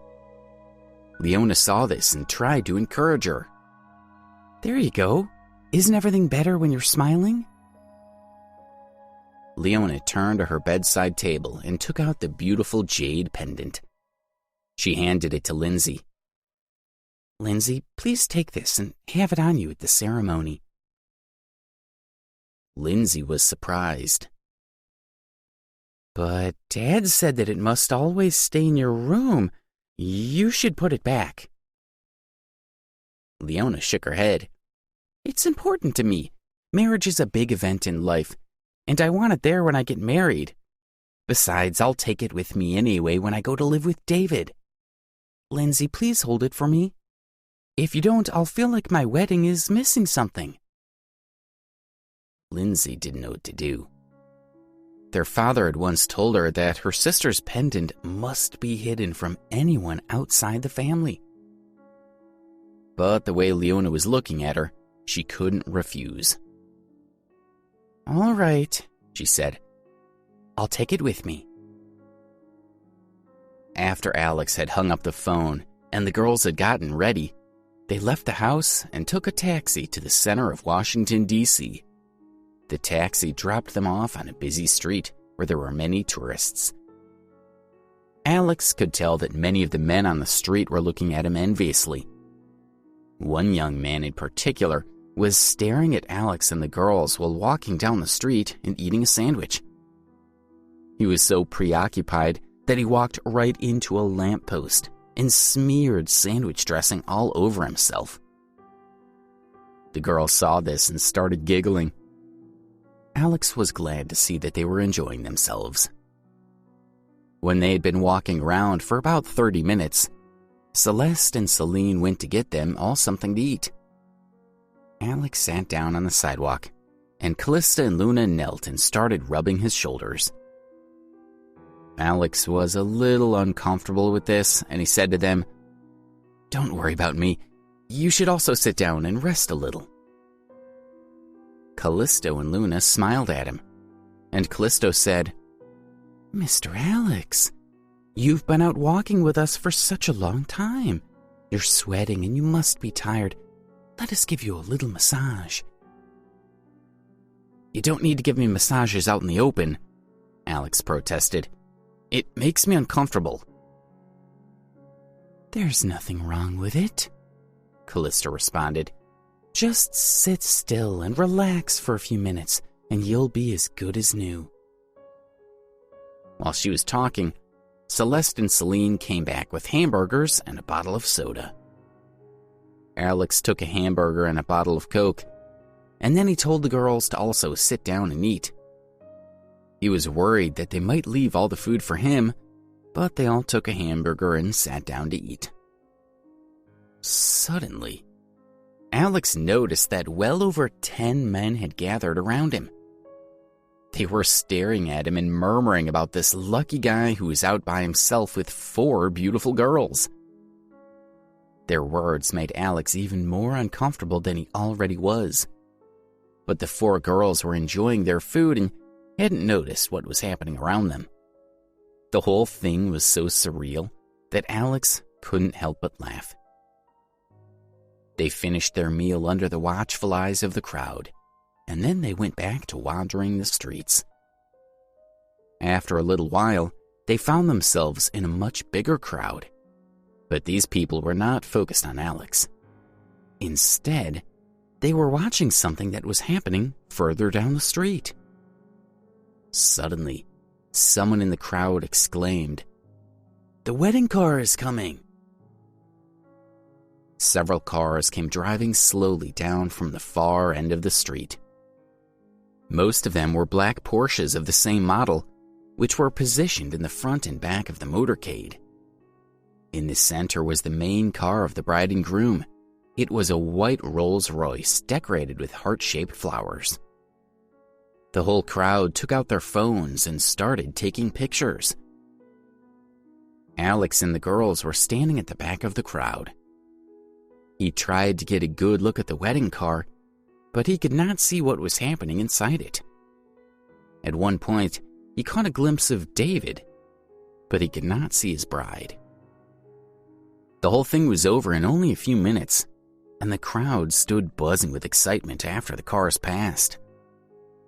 The wedding party's schedule was common knowledge. "They'll drive to David Drake's house now," Alex heard one girl saying. "The ceremony will be held there at 12. I'm going over there. Does anyone want to come?" Many people seemed to be having similar thoughts, and the crowd started dispersing. Alex could tell that the girls were all itching to go. "If you want to go, I'll take you," he said to them. "I actually know the bride. She's a friend of mine." The girls were very excited, and Celeste said, "Thank you, Mr. Alex. We've never been to a wedding like this. We really want to see it." Alex shook his head slightly. He hoped that he was treating the girls well, but they seemed overly happy with everything he did or said. He couldn't tell if they were really pleased or just trying to please him. Just when they were about to leave for David's house, his phone rang. He recognized the number. It was someone from his family, but he couldn't remember who. Who could it be? He hesitated for a moment, and then he answered the phone. "Alex, hey, you haven't forgotten your favorite cousin, have you?" said the voice on the other end. It was the voice of a handsome and intelligent young man, clear and full of confidence.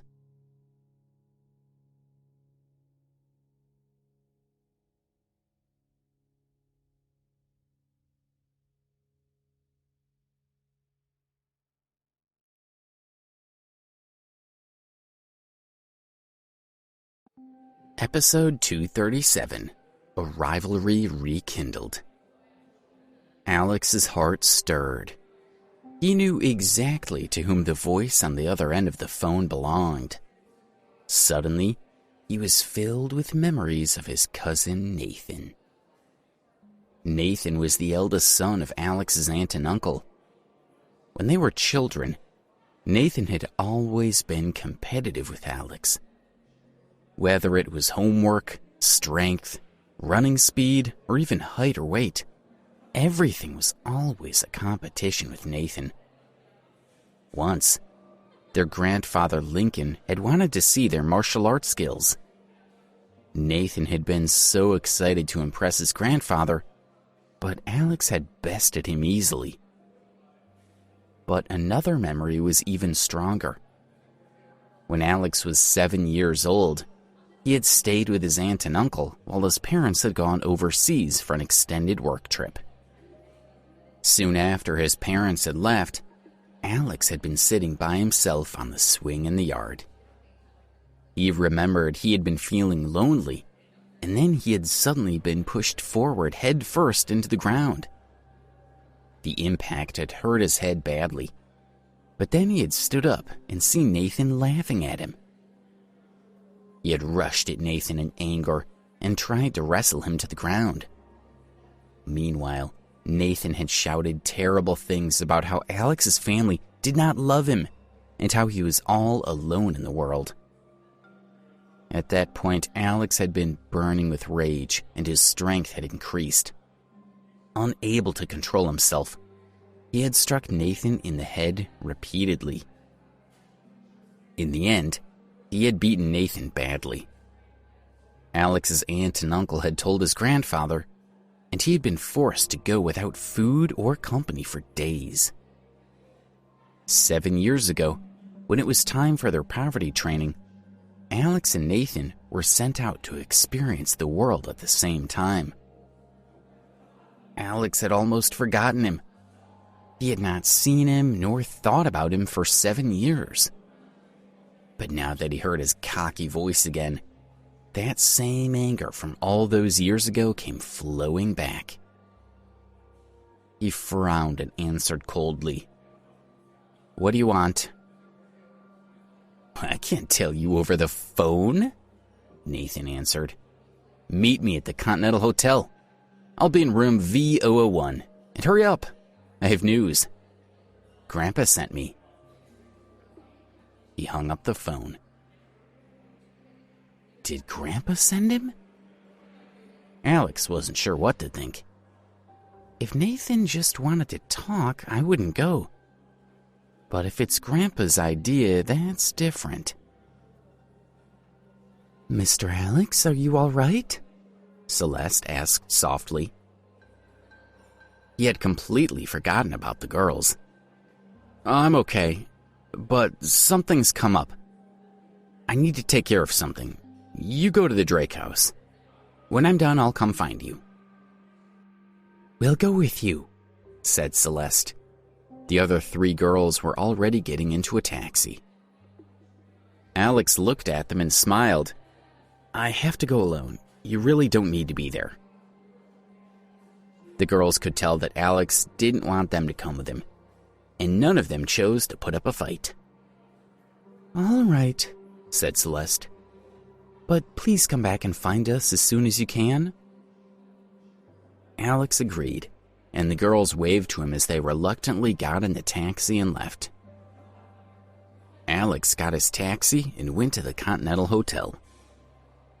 Just a few short days ago, he had been at the banquet of the Sultan of Brunei. On that day, he had almost felt superior to everyone else there. The staff at the Continental had all witnessed it. He wondered if they remembered him. When he entered the hotel, every staff member who saw him greeted him with enormous smiles and extreme deference. The attention they paid him made Alex uncomfortable. The hotel manager showed him to room V001. It was the best dining hall in the hotel. Alex opened the door and walked inside. The dining table in the middle of the room was filled with plates of food. A young man in a black jacket was sitting by the table and eating. He had a relaxed and casual look, and his facial features reminded Alex of himself. It was Nathan. Behind him stood a man who looked to be over 60 years old. Alex recognized him. His name was Keith Manson, and he was a skilled bodyguard who worked for the Ambrose family. Nathan saw Alex enter the room and grinned at him. "Hey, Alex. So good to see you again after all these years." Since Nathan was well-dressed and accompanied by a bodyguard, Alex thought that he might have passed the poverty training and returned to the family. He was not in the mood for chit-chat. "Hi, why did Grandpa ask you to come see me?"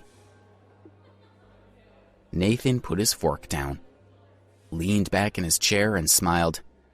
"What's the rush? We haven't seen each other for 7 years. We should talk about the poverty training. Who had it worse, do you think? I was dumped in an orphanage.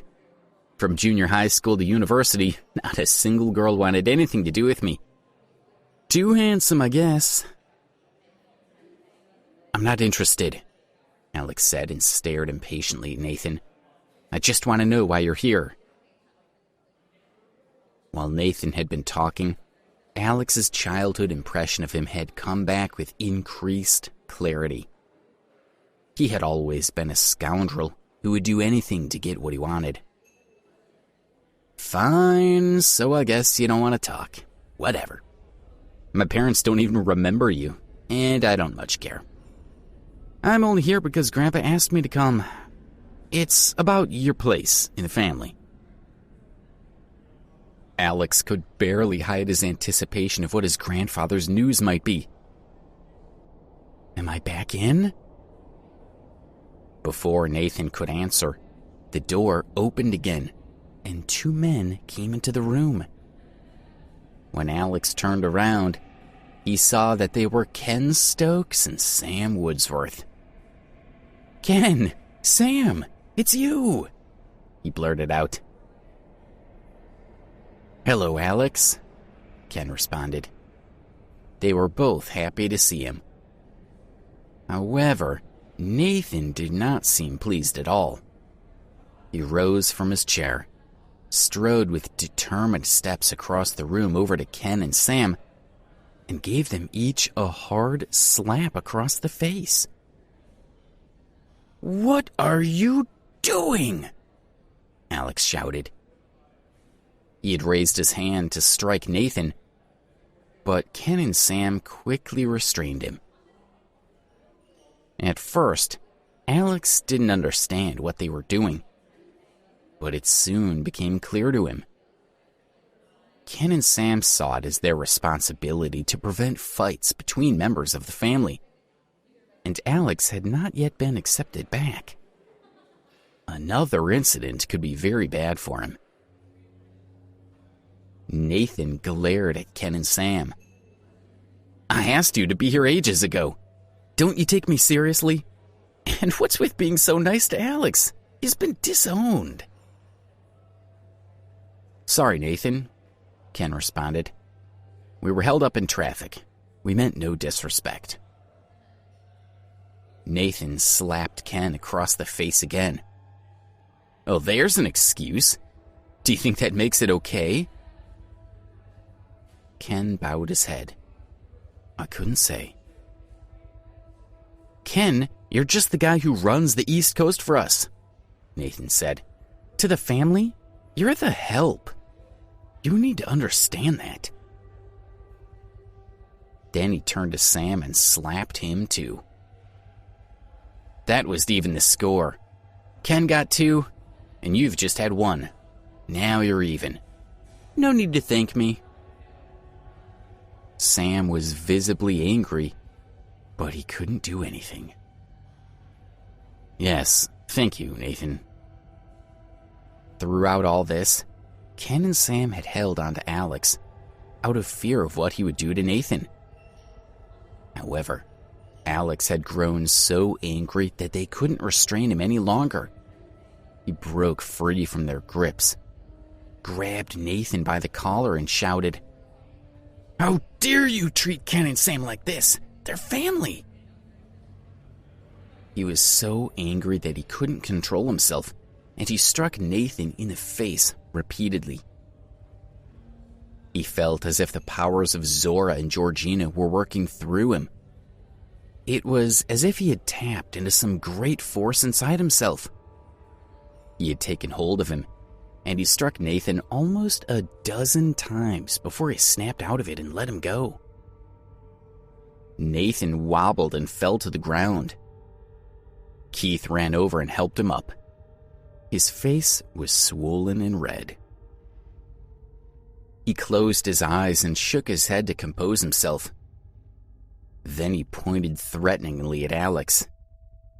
"So, you'd beat your own family for the sake of the underlings. You're such a good little boy, Alex."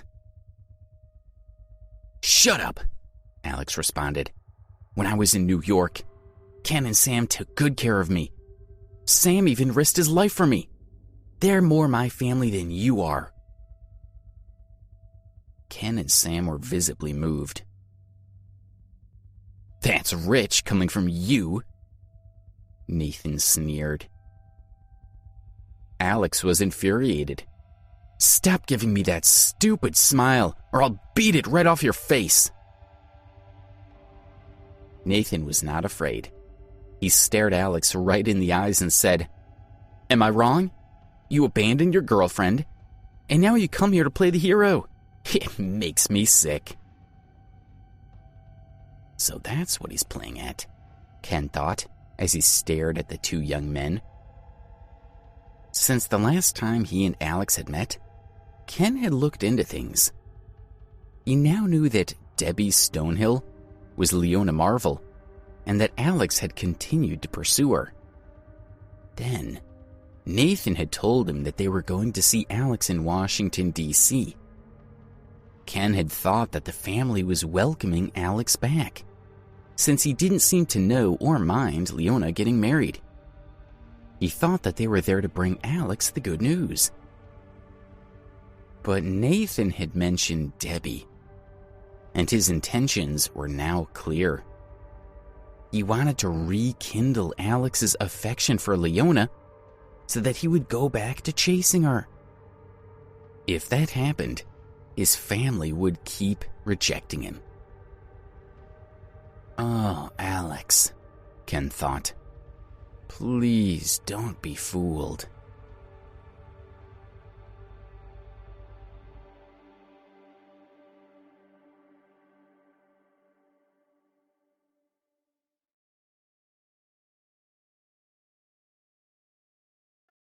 Episode 238, The Girl or the Money. "Stay out of my business," Alex said. "You're pathetic," Nathan answered scornfully. "Some little girl was nice to you because you saved her, and then she left because she realized you'd be bad for her.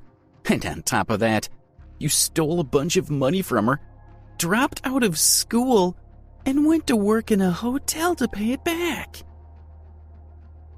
Nathan had done his homework. It was clear that he wanted to make Alex feel guilty. "Don't talk about me and her," Alex shouted. "Excited, are we? Well, you should be. I've heard things, about how you treated your girlfriend. For example, I heard that when Debbie went to that competition in Chicago, she was the only one whose boyfriend wasn't with her. Poor girl, all alone. And where were you? Off drinking somewhere? I bet you were having the time of your life. Now, here's the question, Alex. If you treat your girlfriend like that, would you really care about a couple of employees? Just drop the act." Alex was shaken. Nathan sneered. "Just admit that you're a hypocrite, Alex." "I'm not," Alex blurted out. "I love her, and I'll make things right." "And how will you do that?" Nathan answered coldly. "Who are you kidding? She's getting married today, and you want to make up with her? Do you want to be a homewrecker?" Alex was startled. What? She's getting married? Spare me, Alex, as if you don't already know that Leona's marrying David Drake today. You're wrong. David's marrying her sister Lindsay. Nathan hesitated for a moment. You really don't know, do you? Then listen up. David isn't marrying Lindsay. He's marrying Leona, your precious girlfriend. Alex froze. He couldn't believe what he was hearing. Nathan continued. Oh, and by the way, Grandpa did ask me to come here. He wants you to know that if you've really given up on Leona, you're not cut off anymore, and you can come to his birthday party in a few days. But if you persist, you're on your own. He stopped talking and stared at Alex. Make your choice. As much as he hated Nathan, Alex knew that he was telling the truth. He had come to DC on Grandpa's orders. Alex searched desperately for an answer and blurted out, I can't give up. Sam stepped forward to interrupt him. Alex, please, think carefully. If you reject your grandfather now, you'll be out in the cold for a long time. Ken also stepped up. This is your chance, Alex. If you accept, everyone has been told they're allowed to come and see you. You'll be back in. Please think about it. Nathan exploded in anger. Don't interrupt, you idiots. The family's talking. He walked over and kicked them both in the shins, and they stumbled to the ground. They looked at Alex, and their eyes seemed to beg him to make the right choice. Alex didn't know what to do. Nathan looked at his watch and said leisurely, It's just over 11 now, and Leona marries David at 12. You'd better hurry. No, Alex thought. If Leona marries someone else, I don't want to live. He turned to Sam and Ken. Sam, Ken, I know you're looking out for me, but Debbie means more than anything. I can't let her do this. I hope you understand. And with that, he ran out of the room and didn't look back. Ken and Sam were saddened, but they understood why Alex had made this choice. When Nathan saw the sadness in their eyes, he grew enraged once again. You idiots! As if your opinions would change his mind. I'll tell you, if I were in charge, you'd be fired. Now get out of here. Ken and Sam looked resentfully at Nathan, stood up and left the room. Nathan and Keith were now alone. Keith stepped forward. Well done. You played this perfectly. Nathan touched his face and squinted at Keith. Did I? Keith nodded. Beating Ken and Sam got him worked up. Once you revealed the news about Leona getting married, he was too emotional to think straight. It was well done. I'm impressed. Nathan sneered. You're impressed? I didn't plan that. All I had to do was tell him that Leona was getting married. I suffered a beating for nothing. Keith searched for a compliment to smooth things over. You have good instincts for this. You know him better than I do. Yeah, well, we're family, Nathan said. Of course I know him. If he cares about someone, he'll sacrifice anything for them. It's an easy weakness to exploit. By the way, boss, I have some good news, Keith said. Apparently, the Drake family has increased their security for the wedding. They've hired a bunch of new guys, and one of them is a real force of nature. He's the best hand-to-hand fighter in the business. If Alex tries anything, Those boys will straighten him out." "Is that so?" Nathan said. As much as he had looked into the situation with Leona, he did not know about this. Keith lowered his voice and continued. He suddenly seemed hesitant. "It's true. But you know, if something terrible happens to Alex at this wedding, your grandfather might blame us."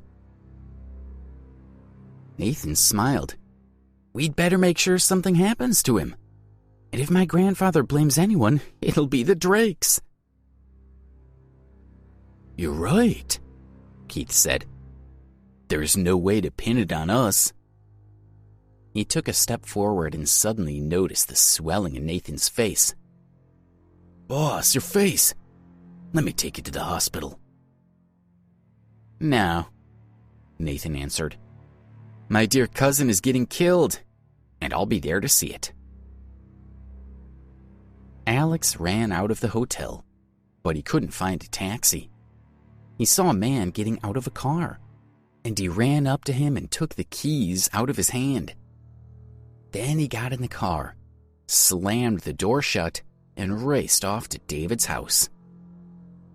"It's over 11 now," Alex thought. "They'll be married in less than half an hour. There's no time to lose." Over at David's house, a large crowd was gathering out front. The Moon Maidens were among them. They were curious and excited to see their first big wedding. The Washington, D.C. Police Department had sent almost 30 police officers to keep order in front of the house. They were led by Police Commissioner Billings. They had put up police tape to keep onlookers off the street, so that the wedding would not be interrupted by the commotion of the crowd. At an intersection not far from the house, Nellie had parked her food truck. She was busy selling pancakes to the crowd. The sidewalk was overflowing with people, and Nellie had already made hundreds of dollars. When the wedding motorcade arrived in front of the villa, a lot of important people stepped out of the black cars. Many of them were members of the city's wealthiest families, and they were accompanied by artists and celebrities of all kinds. Most of the invited politicians had found it inconvenient to attend, and they had already visited David to express their congratulations in a less public manner. When all these people stepped out of the cars, the roaring of the crowd reached a fever pitch. Many people cried out for their idols to notice them, and hundreds of phones were buzzing in a picture-taking frenzy. David and Leona stepped out of the white wedding car and walked into the villa under the adoring gaze of the crowd. Once all the guests had gone inside, the buzz of the crowd started to die down. Nellie's food truck was still surrounded by customers. She was concentrating on making pancakes when she suddenly heard the roar of a fast-approaching car. She looked up to find out what was happening. 100 meters down the street, a BMW came racing straight towards the food truck at breakneck speed. It closed the distance in the blink of an eye, and everyone around the food truck was frightened as it roared right past them. Strange, Nellie thought. That was Alex driving that car. But why would he be going to David's? But there was no time to think about it. She stepped out of the food truck and ran toward the house.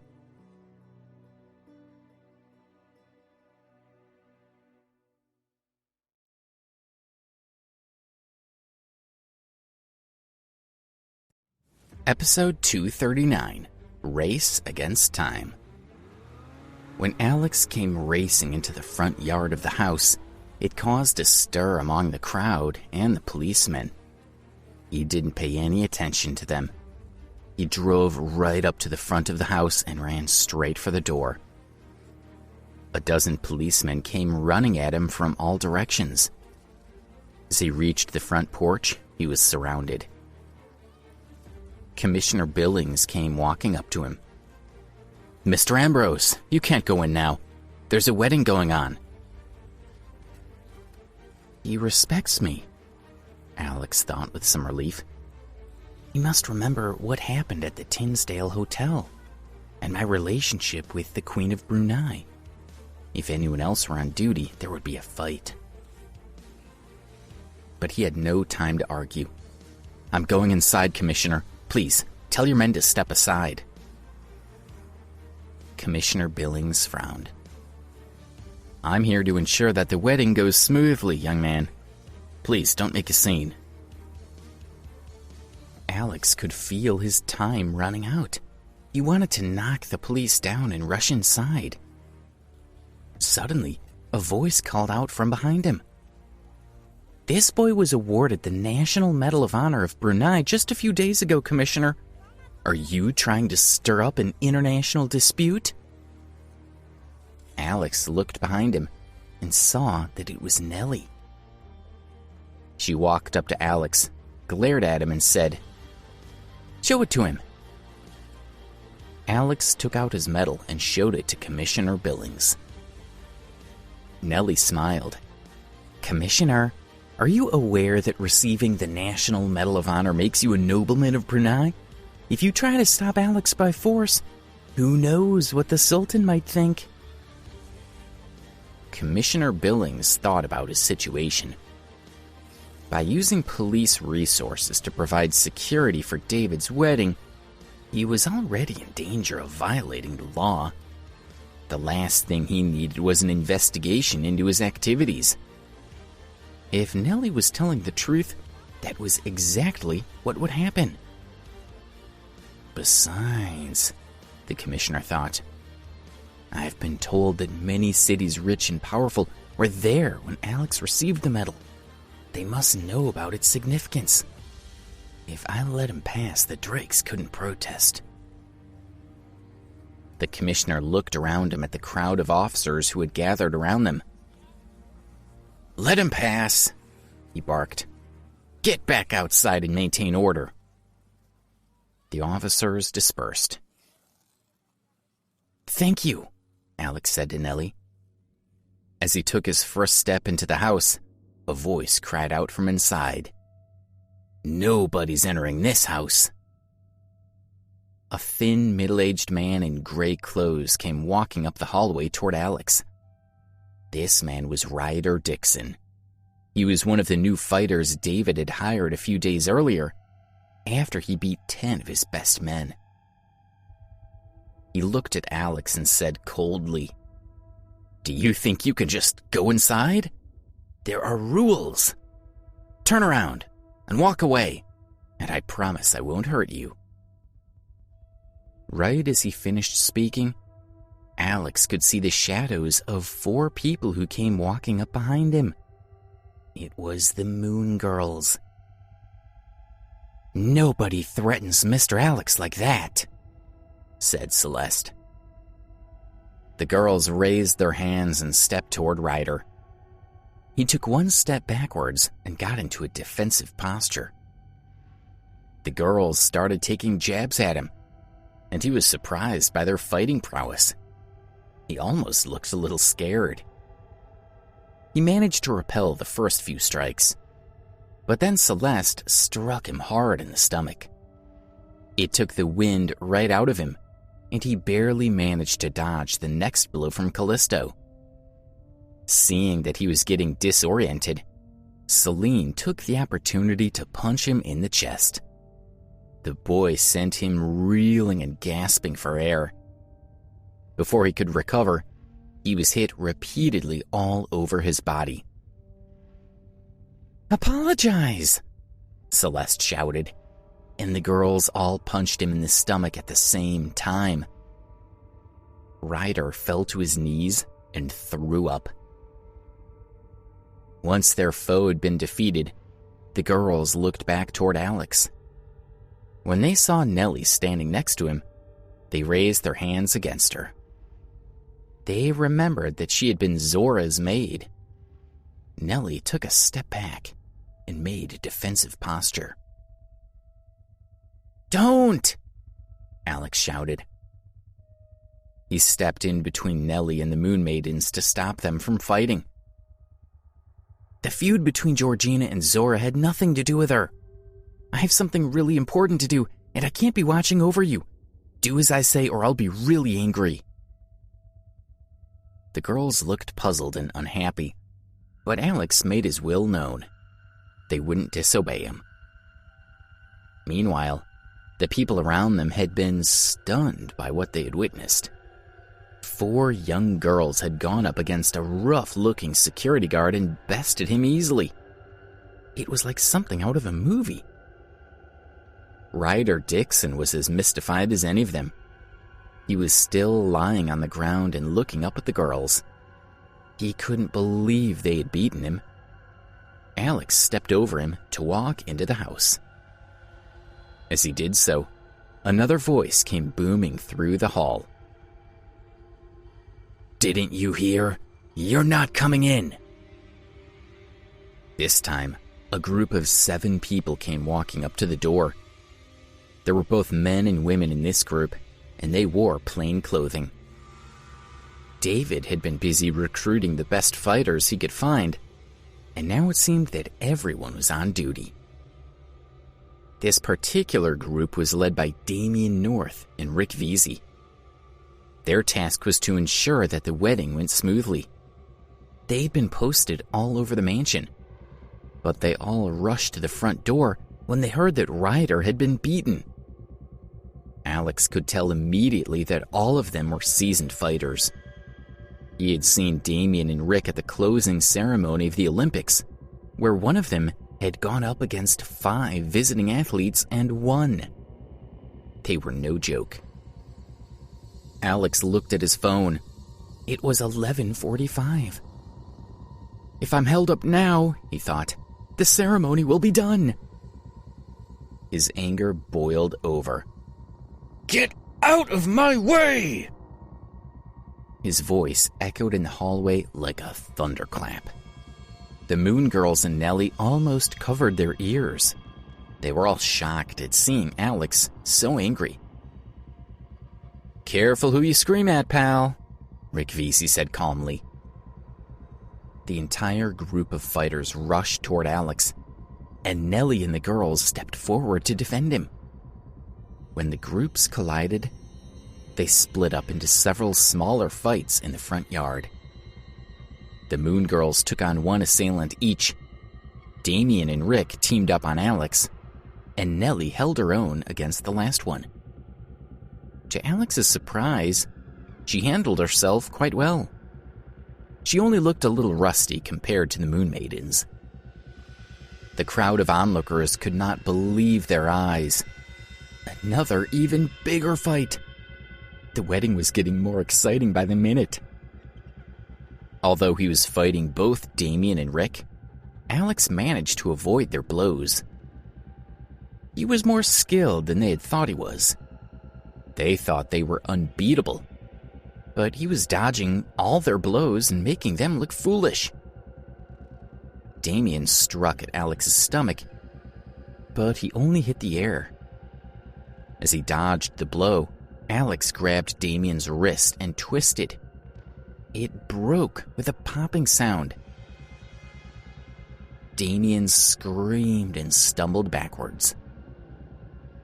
All right, tough guy, Rick roared. I'll finish you myself. He rushed toward Alex and went for his torso. He seemed to be trying to go plunge right through his chest, but he was barely able to touch him. Alex twisted and turned his body, and Rick's hands seemed to glide right over his clothes. Then Alex straightened his back and threw his whole body weight at Rick. Rick staggered back in a daze. This is taking too long, Alex thought. I don't have time for this. He turned away from Rick and ran for the house. He didn't get far. Damien suddenly grabbed his legs. Rick, he cried. Get this punk. Hold him, Rick answered as he came running. He struck Alex hard in the head. Damien's broken wrist hurt so badly that he had to let Alex go. He fell on his back and cried in agony. Looking at him, Alex couldn't understand how he could have been held back by a man with a broken wrist. Rick looked at Alex in horror. The blow to the head seemed to have done nothing. He didn't know whether to flee or fight. Alex wanted to run off into the house. Nobody was stopping him now. But he didn't want to leave the girls with Rick and Damien. Who knows what they might do, he thought. Rick's fear took hold of him, and he turned to run away. But before he could take more than a couple of steps, he was grabbed from behind by the collar. The grip was stronger than any he had felt before, and it pulled him to the ground with a loud thump.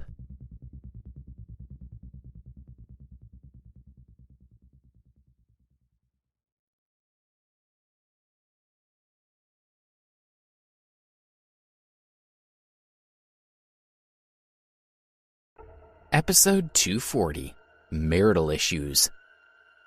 Alex stood over Rick and glared at him. So, you're running away? All right, fine. But your friend just had his arm broken. Maybe you'd like to share his pain before you go. Rick was shaking with fear. Please don't hurt me. I can't stop you. You can just go inside. Alex was filled with contempt for Rick. He reached down, grabbed him by the collar again, and slammed his face into the dust. Then he grabbed his right arm with both hands and twisted it hard until it snapped. Alex left him there, rolling in the dirt and crying out in pain. The crowd of onlookers hardly dared to move, and many of them had snuck away to get away from Alex. The Moon Maidens had their opponents under control, but Nellie seemed to be struggling. Time is running out, Alex thought. Celeste, help Nellie, he ordered. We need to finish this. Celeste didn't stop fighting to answer him. Yes, Mr. Alex, don't worry. Go do what you had to do. Finally, with no one to stop him, Alex ran toward the house. The wedding ceremony was being held in the largest room of the villa.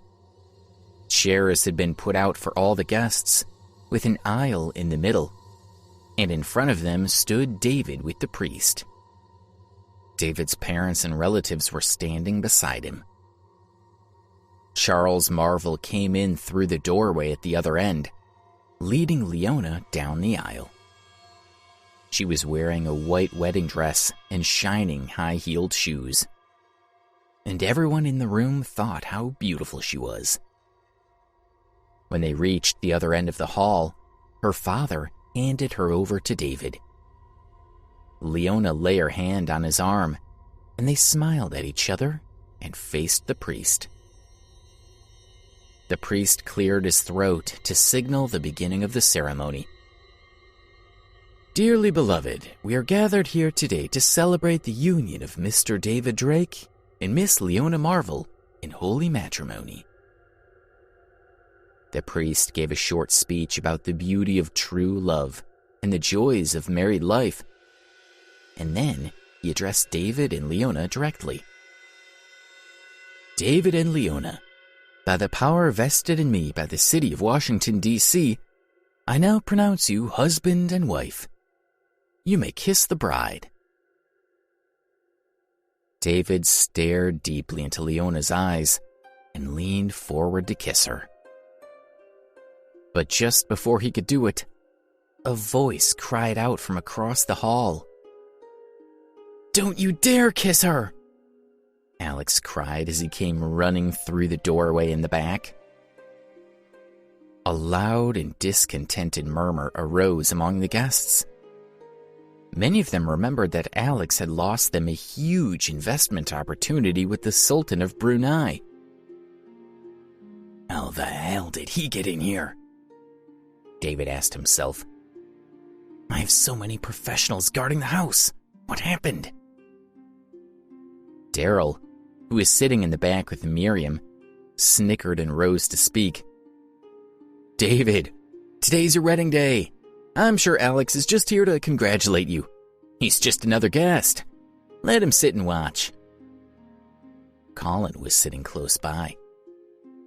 He understood that Daryl was torturing Alex and decided to join in. Of course. Alex and Leona are classmates. It's only fair to give him a seat. Alex, would you like to bless the happy couple? Jason, blinded as he was by his hatred of Alex, couldn't see the game his friends were playing. A seat's too good for him. Just kick him out already. David had recovered from the initial shock. Today's my wedding day, and you've broken into my house. You have about 3 seconds to leave, or I promise you'll regret it. The extra security he had hired had made David even cockier, especially once he saw Cliff Munson in action. He had felt that his new security team made him invincible. He had told Cliff specifically to watch out for Alex, but the man had only laughed. He had said that only a few people in the whole country could beat him in a fight, and Alex wasn't one of them. But as safe as David felt, he didn't want his wedding to be ruined. He wanted Alex removed, not beaten. He would make him pay later. Alex didn't pay any attention to David. His eyes were squarely on Leona, who was staring back at him with resentment in her eyes. The look she gave him made him nervous.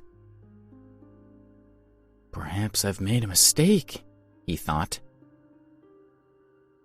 Leona, do you really want to marry him? He asked, afraid of what the answer might be. David lost his patience. Mr. Munson, throw this trespasser out. We'll deal with him another time. Cliff rose from his seat in the back. From the way David had talked about him, everyone had assumed that Cliff was fearsome and intimidating. But the man who now came walking toward Alex was anything but scary.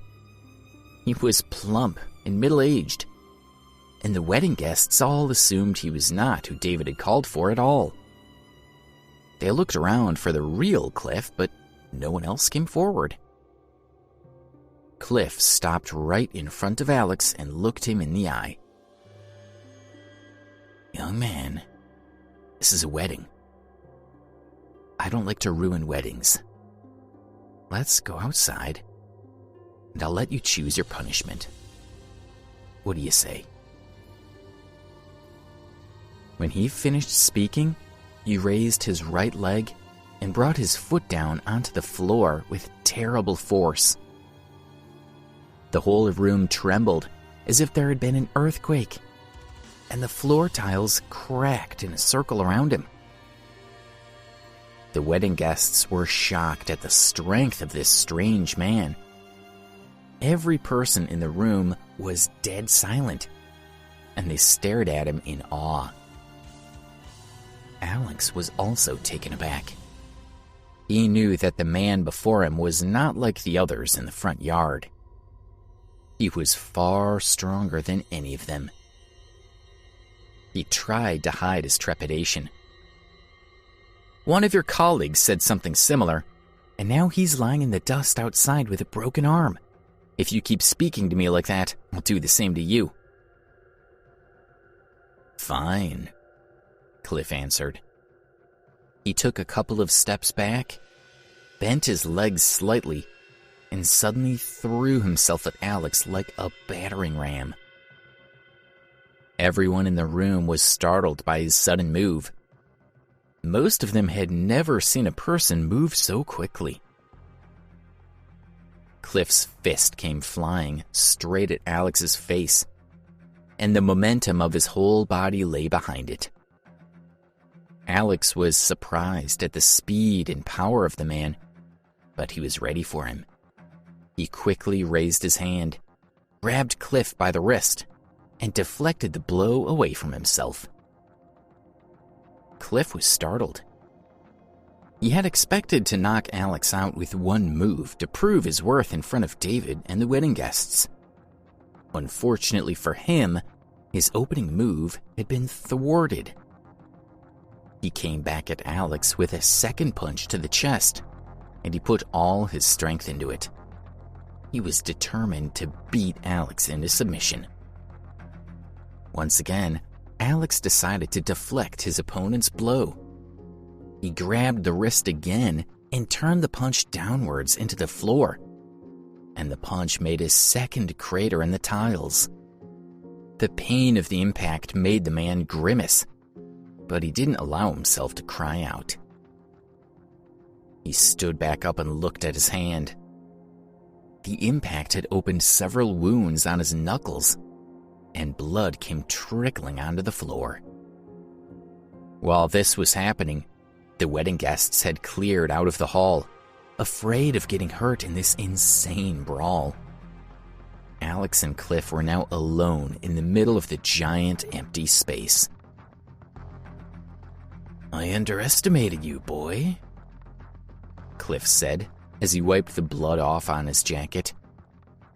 It was clear from his expression that he still didn't think of Alex as an equal. "But you should know something," he continued. "I've got more tricks up my sleeve. Years of training. Don't think you've beaten me just because you're still standing." He shifted his posture, and Alex could tell that he was adjusting his center of gravity. His eyes looked sharper than they had before. "Let's see you dodge this." With that, Cliff lunged at Alex yet again. But this time was different. He was not just using brute force. He moved so fast that Alex almost imagined he had split into two. Before Alex could react, Cliff struck him from the side and hit him square in the chest. Alex stumbled backwards, and Cliff smiled triumphantly. Then he moved on him again, and the blows started raining down on Alex. Alex couldn't adapt to his opponent's change in fighting style, and he tried desperately to block the blows. No matter how he tried to shield himself, it seemed that Cliff could always find a way past his defenses. "I have to think of something," he thought. "But the man must have trained his whole life. I can't see any weak points in his technique." Alex could do nothing but withstand the assault as best he could. He stood like that for quite a while. But then it seemed as if the other man's blows were somehow strengthening him. He grew more and more focused, and he could feel his inner faculties gaining in power. "I know the powers of Zora and Georgina are still within me," he thought. "This man may be a skilled fighter, but he's nowhere near as good as they were. If only I can channel their strength, I'll beat him easily."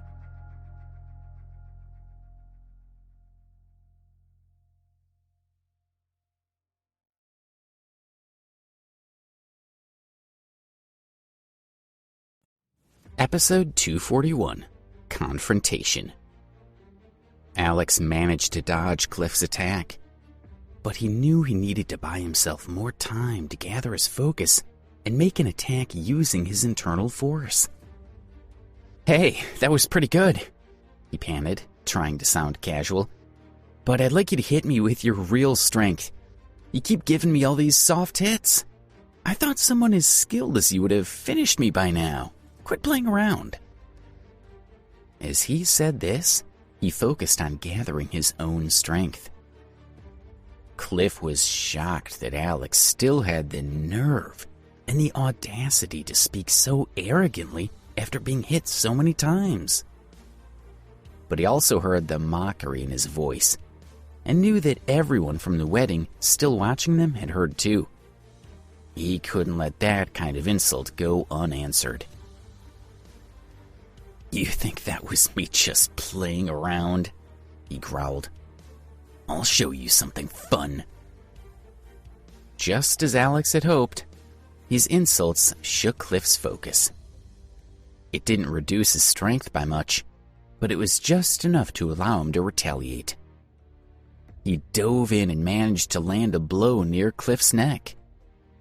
Cliff managed to elude him at the last second, letting the blow land on a slightly less damaging spot. But with that move, Cliff finally became scared. The blow was skillful and powerful. He knew that if it had landed on him at full strength, it could have killed him. But now that Alex was so close to him, he had an opportunity to defeat Alex. He twisted his fingers into a sharp shape like a beak and prepared to rap at the side of Alex's head. He knew the blow would throw Alex off, confusing him just long enough to let Cliff get in another strike. If he could just punch Alex in the face once more, he knew he could win. But when his first sharp little blow touched Alex's head, Cliff felt as if all the force and power in his strike was a drop of water falling into the ocean. The power of the move seemed to sink and disappear without a trace. The energy around Alex almost felt as if it was pulling at Cliff's strength, robbing him of his force. Cliff gasped and looked at Alex in horror. Alex smiled back at him. An internal force, Cliff thought. He recognized in an instant how Alex had managed to absorb his blow. But he didn't understand how such a young man could have such a strong internal power. The energy felt much older, more like the force gathered and accumulated over 50 years of training. Alex placed his hand over Cliff's. Fueled by his internal force, he pulled at Cliff's arm, straining the muscle and pulling the arm out of its socket. Cliff collapsed to the ground, howling in pain. Alex winced, but he knew this wasn't the time to be merciful. Cliff had attacked him with lethal intent. If he wanted to be sure this man would never try to overpower him again, Alex knew he needed to make his power clear. Alex swept one leg across Cliff's body hard enough to throw him across the room. Cliff threw through the air, knocking over several rows of chairs until he finally collided with the wall. He fell to the ground, gritting his teeth and groaning. His body felt stiff and heavy, as if he had already died and become a zombie. When he recovered a little, he raised his head and shot Alex a hateful, helpless glare. He opened his mouth to insult Alex one last time. But before he could force the words out, his strength finally gave out and he fainted. The crowd around them stood frozen in shock and fear. As soon as Cliff had begun his attack, they had all assumed that Alex was done for.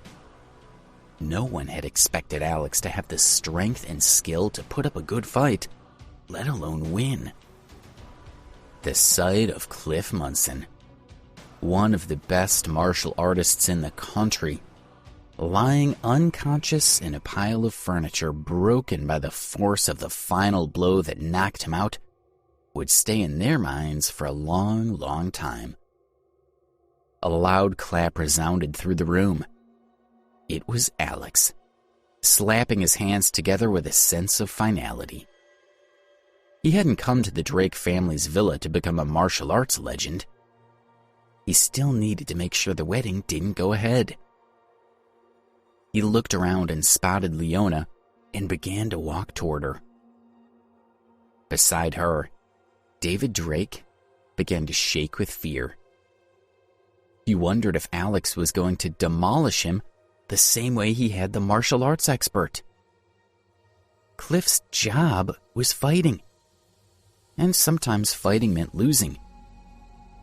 But David didn't think his reputation could withstand being beaten at his wedding by someone like Alex. As Alex approached, he tried to back away. But he and Leona were still surrounded by people, and they formed a tight half-circle behind them. When David stepped back too far, the old priest managing their wedding cried out in surprise as his foot was squashed. But David didn't care. He didn't care about anything except the sight of Alex walking toward him menacingly. His mind was blank. He knew this was a life or death situation. His breath began to come in quick, panicked gasps. Leona heard every sharp little intake of breath. She looked at David with concern. "Are you okay?" But it was as if David couldn't hear her. He couldn't tear his eyes away from Alex. He felt at that moment that if Alex told him to hand Leona over, he would do it without hesitation. But Alex heard Leona trying to check in with David. He was surprised at how genuinely concerned she sounded. A horrible thought occurred to him. He had only just found out that Leona was the one getting married today instead of Lindsay. He had assumed, or hoped, that Leona was being forced into the marriage. But what if she had come to the wedding today willingly?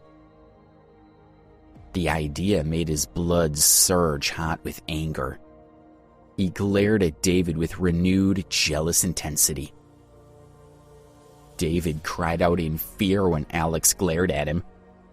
He felt his legs going soft. The room felt like it was spinning. It was like being drunk without any of the music or fun. Humiliatingly, he felt something warm and soft trickle down his leg, and knew that he had just wet himself. Suddenly, the sound of a police siren blared through the Drake family's villa. A chorus of voices shouted from the door, "Don't move!" A team of 5 or 6 people walked in slowly, each holding a rifle. Their sights were trained on Alex. When Alex had defeated Cliff, Reginald, David's father, had decided it was time to intervene. Hidden in the crowd, he had sent a message to the security captain back at his home, asking him to raise an alert and come to the villa to deal with the emergency. He was determined that this marriage go forward. This was the Drake family's path to getting established in Washington, D.C. Now, he stepped forward with a smile on his face. "Young man, you're quite the troublemaker. I think we deserve protection from someone like you." He cast a quick look at the crowd around him. "Does anyone object to me solving this situation?" No one there felt brave enough to argue with him. They were all still shocked and scared by the fight they had just witnessed. "No complaints," one person muttered. "Yeah, we need help," another person agreed. "We're all too important to die here." "No one's gonna miss that crazy kid anyway, I bet," the first person continued. Reginald gave Alex a winning smile. "Well, you heard them. We'll come up with a story to explain what happened. An accident, maybe, or a misunderstanding. With a little cleanup, no one will know the difference. Not even those people from Brunei. But what'll they be able to do?" He looked to his security team. "Ready?" But before he could order them to shoot Alex, a pink figure rushed forward, screaming, "No!" It was Lindsay. She threw herself at Alex, stretching her arms out to shield him. She glanced at Reginald desperately. "Mr. Drake, please don't shoot him. Please let him go."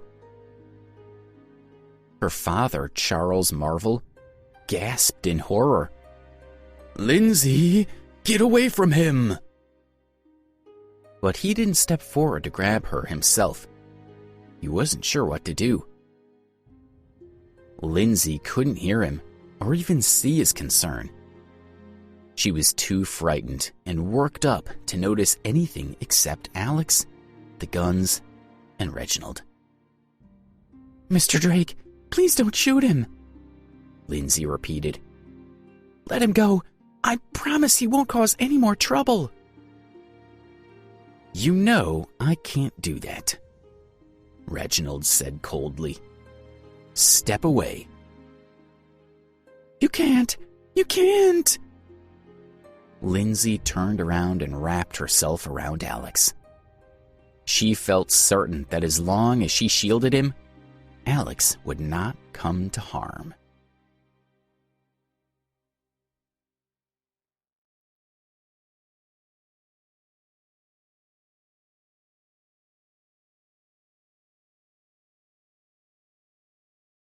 Episode 242, Surrender. Lindsay hugged Alex tightly. She hoped she could protect Alex from being killed by Reginald's security team. But even if her intervention wasn't successful, she thought she would at least be able to die in his arms, knowing she had done her best. But suddenly she felt a strong force pushing at her, trying to separate her from him. She opened her eyes and realized it was Alex trying to push her away. Lindsay felt deeply afraid. She knew that Reginald would order his security team to shoot as soon as she stepped away. She clung to Alex desperately. But then he looked down at her and glared. "Get away from me. When we spoke on the phone before, you said you were the one marrying David today. But now it's Leona in a wedding dress? You lied to me." Alex was genuinely angry with Lindsay. If his cousin Nathan hadn't accidentally told him the truth, Leona and David would have gone through with the wedding before Alex could intervene. But even though he was angry, he was moved and impressed by Lindsay's courage. She had thrown herself directly into the line of fire to protect him. He recognized that she was trying to help him, but he didn't want her to get hurt. He knew he had to get her away from him, whatever it took. "I'm sorry I lied," she cried out. "Be mad at me later. Punish me later. But right now I'm trying to keep you alive." "Get away!" Alex roared. "I don't want to hear anything else from you." He knew he needed to drive Lindsay away. He raised one hand and struck her hard across the face, throwing her to the ground. As she fell, Debbie's old jade pendant also clattered to the ground. Leona and Lindsay both knew it was meant to be kept hidden and out of sight. But Leona had wanted to have it there at her wedding, even if she couldn't wear it herself. Instead, she asked Lindsay to wear it that day. Alex's heart lifted when he saw it. He remembered the day Debbie had received it. When he looked up, he saw Leona glance at it nervously. "That's yours," he told her. "Do you remember it? It belongs to you." Leona walked over to kneel next to Lindsay. Her hand closed over the jade pendant, hiding it from sight, but she glared at Alex angrily. My sister is trying to help you, and you treat her like this? During this time, David had managed to pull himself together. Now that even Leona was talking back to Alex bravely, he stepped forward with a sneer. Alex, you're done here. Dad, do it. Reginald lifted his chin. Like my son said, you're finished. He glanced at his security team. Prepare to fire. A chorus of gunshots rang out. People in the crowd ducked, covering their eyes and ears. They thought that the trouble must be finished now.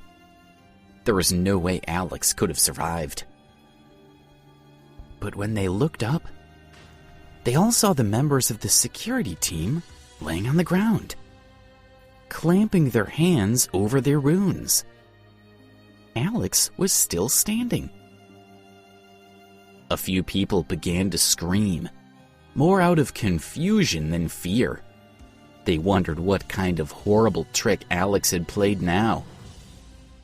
But then a new group of people began to rush into the room.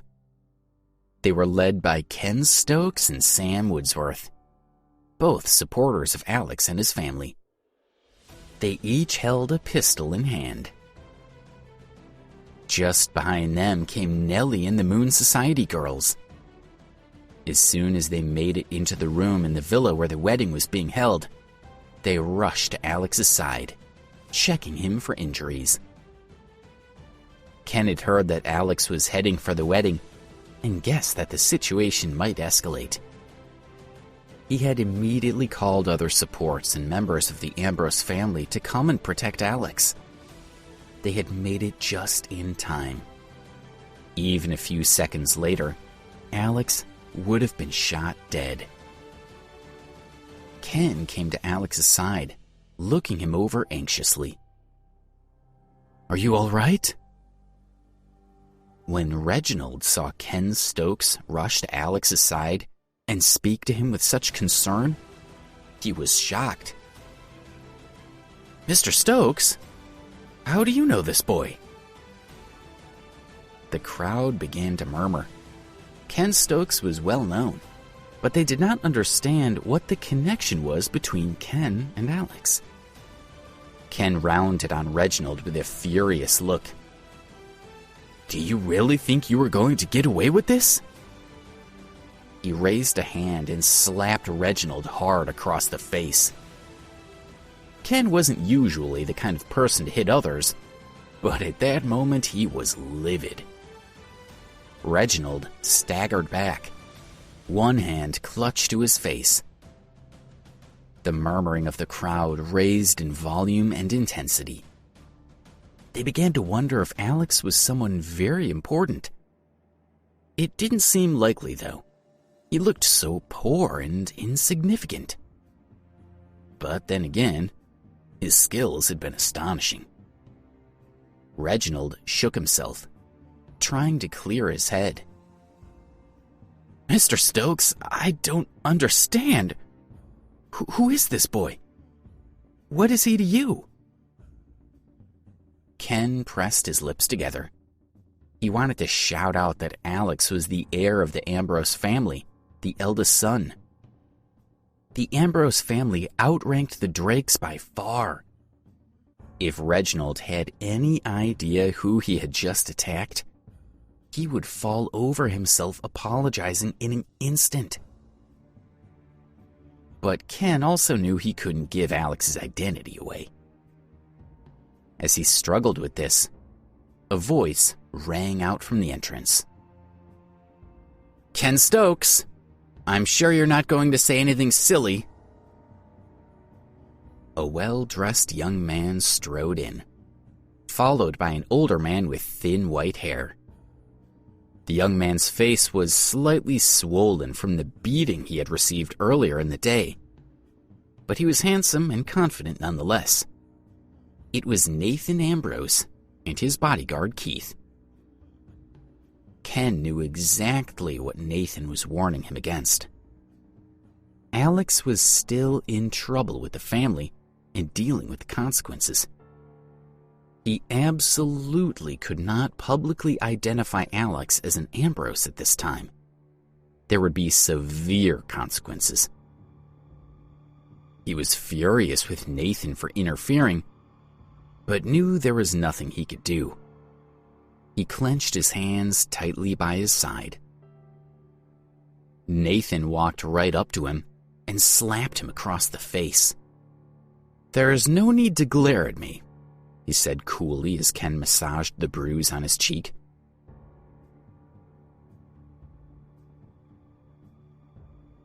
"I brought someone to help."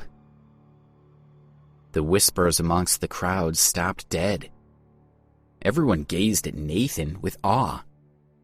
They couldn't believe this young man had just walked up to Ken Stokes, a famous businessman, and slapped him like a subordinate. They realized that Nathan must be someone very important. Nathan was not worried about the crowd. After dealing with Ken, he turned to Alex with a sneer.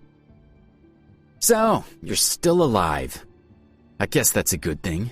You always seem to get lucky at the last second." He looked around, taking in the sight of Lindsay and Leona. He cocked his head to the side and glanced at Alex. "This isn't so lucky, though. Your girlfriend was going to have such a nice wedding. Now you've ruined it. Are you still chasing after her?" He smirked. "Let's see if she'll have you." Alex glared at Nathan, but he didn't want to argue.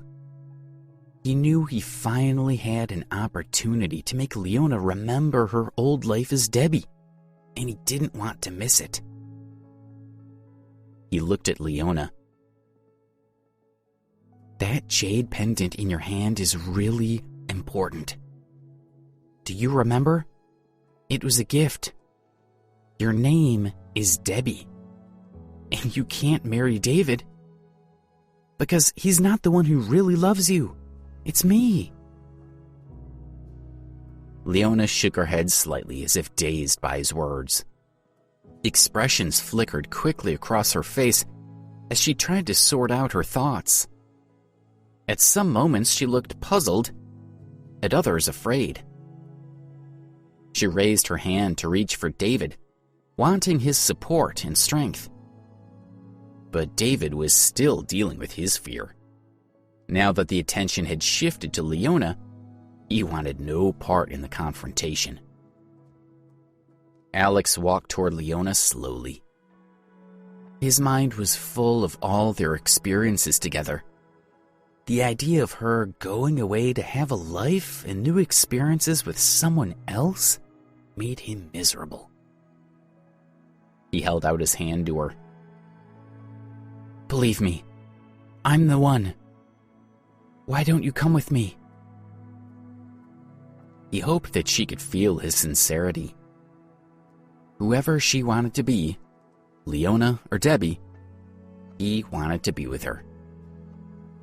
Leona wavered, her heart beating hard in her chest. She could tell Alex was being sincere. But she couldn't shake the memories of all the times David had helped her. David saves her from the lake. David taking a beating to protect her from the attackers. She had so many feelings attached to memories of David. As far as she knew, she and Alex had no such history. Finally, she shook her head. "I'm sorry, but no. David is the one I love. I've seen today that you are very strong, Alex, but please don't force me. Please don't ruin my wedding." Alex felt like he had been poisoned. He staggered back, nearly falling to the ground. It felt so unfair. Debbie had loved him so much. Tears began to well up in his eyes, and his strength faded. He began to feel exhausted as the events of the day caught up with him. "Do you really mean that?" The question hurt Leona. She knew something about this whole situation was wrong, but she couldn't figure out what. She didn't understand why her heart hurt so much when she looked at him. All she could say was, "I'm sorry I'm not the person you imagined. Please leave." Alex's legs went weak and he fell to the ground. Tears fell freely down his face. He felt as if his heart had drained of all feeling and become empty. All he could think was, "She doesn't want me. She doesn't want me." The girls of the Moon Society rushed forward to help him up. Celine looked into his face carefully. "Mr. Alex, please say something." Nellie stood nearby, watching and quietly supporting him. Although it was a sad sight, Ken Stokes couldn't help but feel a little happy. He knew Alex must be heartbroken by the rejection. But maybe this was what needed to happen for him to finally overcome his feelings so he could apologize to the family. He stepped toward Alex and said softly, "Well, she's made her feelings very clear. What do you want to do?" Alex raised his gaze to look at Leona. He smiled softly and said, "Okay. Congratulations." With a sigh, he turned to Nathan and said, "Our grandfather sent you here to get my answer, right? Now I can say it. I'm giving up on Debbie."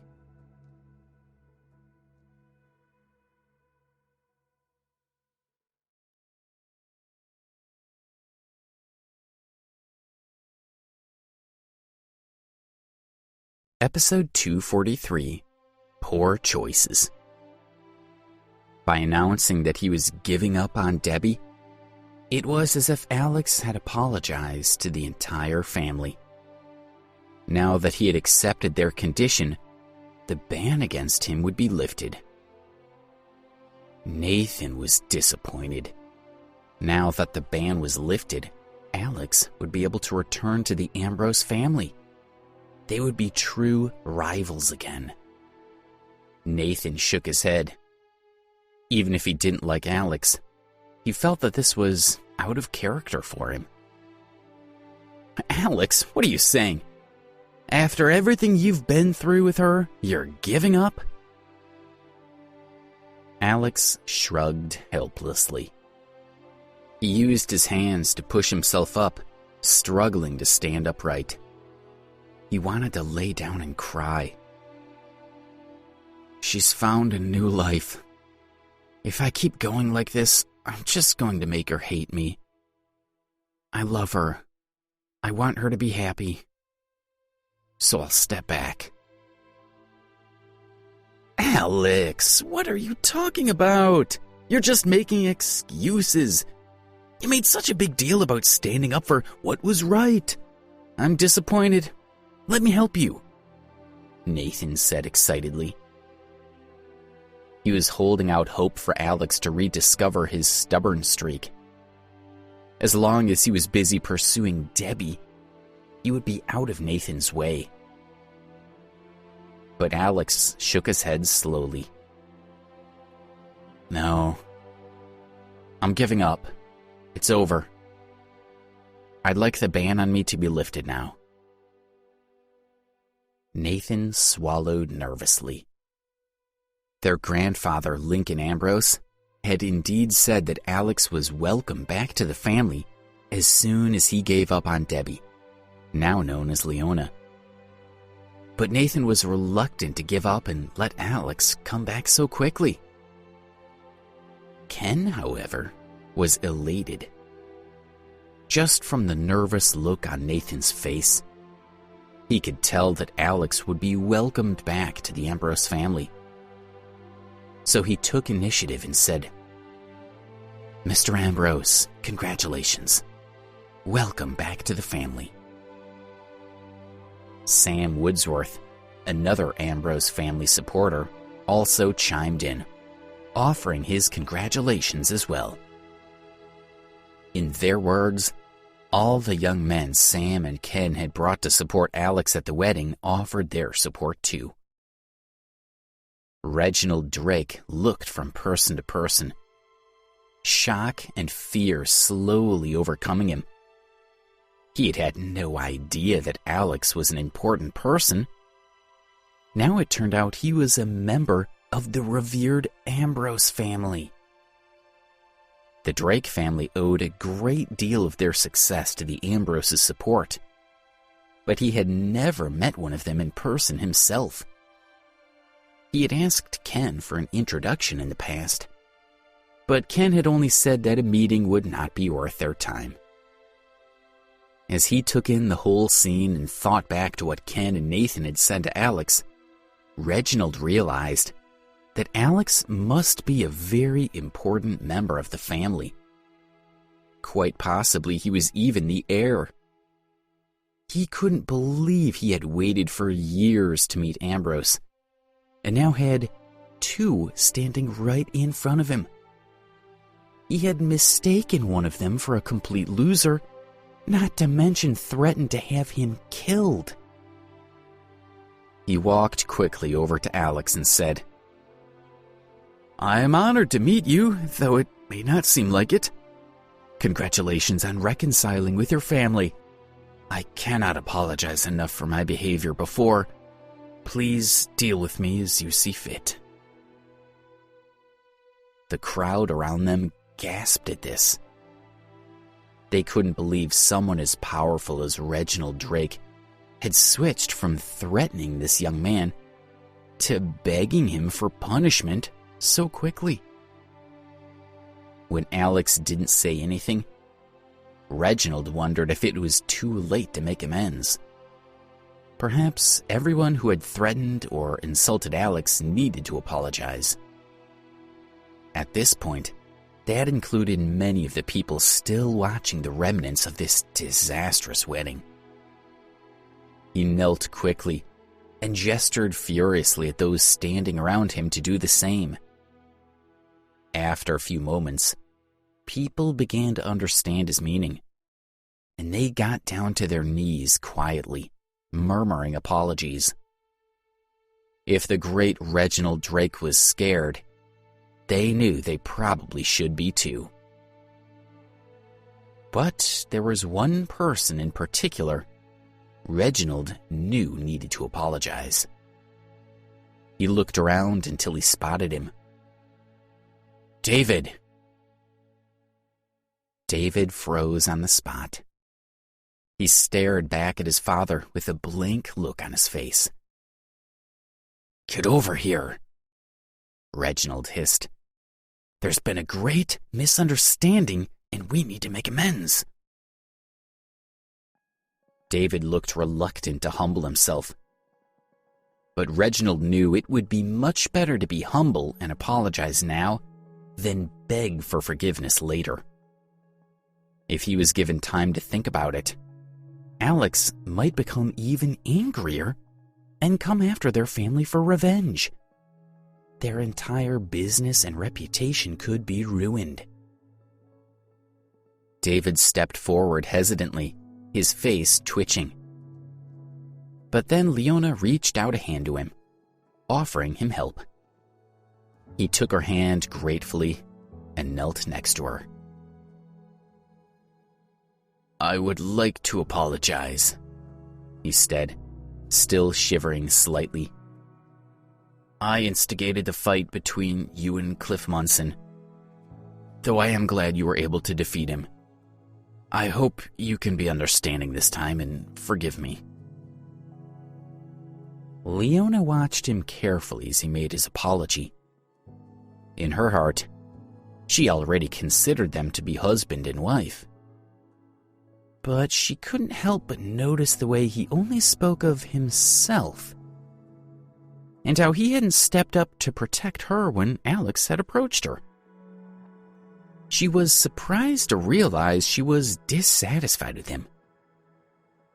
Looking at him felt like looking at a stranger. David's apology convinced the last few stragglers still standing to kneel and make their apologies too. Eventually, only Alex and his supporters were left standing. He looked around at the nervous crowd. Instead of a wedding, this was starting to feel like a funeral. He stepped toward David, who flinched. "Get up," he said quietly. David clambered to his feet. Leona helped him stand, but he barely noticed her support. Alex gave him a long, steady look. "Leona will be your wife. If I find out she's not happy, I will come back to settle things with you." David was pale with fright as he said, "Yes, of course." With one last nod in Leona's direction, Alex turned and walked out of the Drake family's villa.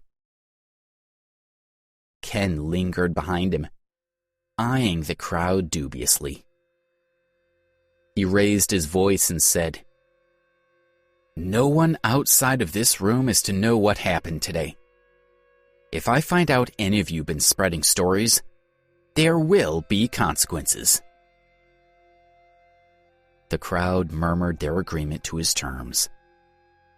With a gruff nod, Ken motioned to Nathan and the rest of his men that it was time to leave. Nathan grimaced. He was full of resentment and anger toward Alex.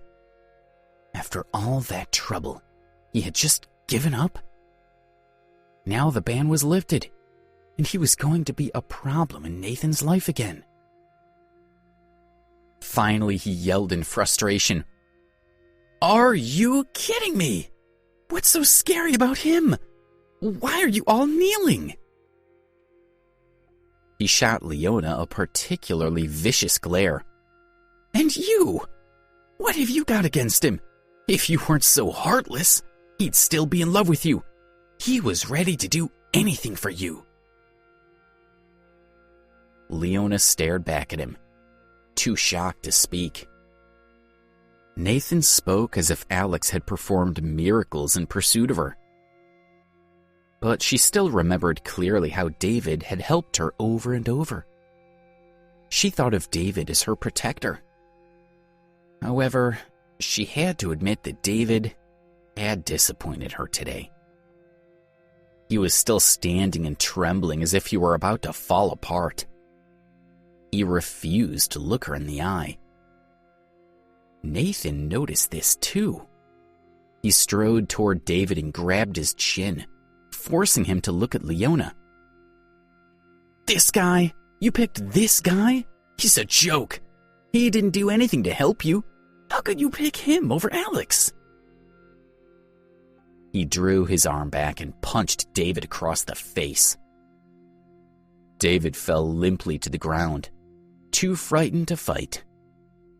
With a cry, Leona flew to him.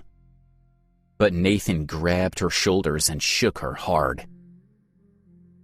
"If I had done that to Alex, he would have fought. If I had yelled at you, he would have punched me out before I'd gotten 3 words out. But the guy you chose to marry is playing dead. You gave up Alex for this." Anyone who didn't know Nathan might have thought that he was speaking out on Alex's behalf. Only those who knew the rivalry between Nathan and Alex understood that he was angry for himself. Nathan sneered at Leona coldly. "You ruined everything. You have no idea how much damage you've done." He put his hand on her neck and began to squeeze. But Keith, his bodyguard, suddenly leaned forward and said in a worried tone, "Mr. Ambrose, you're being impulsive. Even if Alex says he's given up, She's clearly still important to him. There's no benefit to killing her now. Alex may come back for revenge. Nathan froze. His grip on Leona's neck didn't loosen, but it didn't tighten either. She may be useful in the future, Keith continued. A secret weapon. Don't throw her away just yet.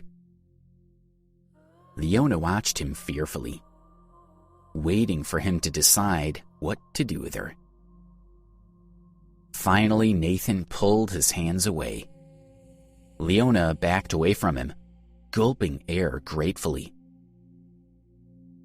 With reluctance, Nathan nodded. I see your point. Fine. No matter what, I'm still going to win. I'll just have to do things a little more carefully. With a last scathing glance in Leona's direction, Nathan Ambrose turned and walked out of the villa. His old bear of a bodyguard followed him out.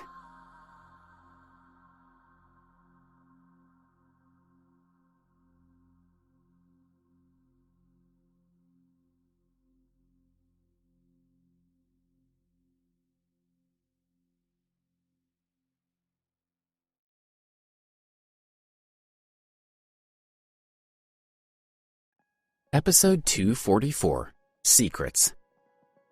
After Nathan left, no one at the wedding was sure of what they should do next.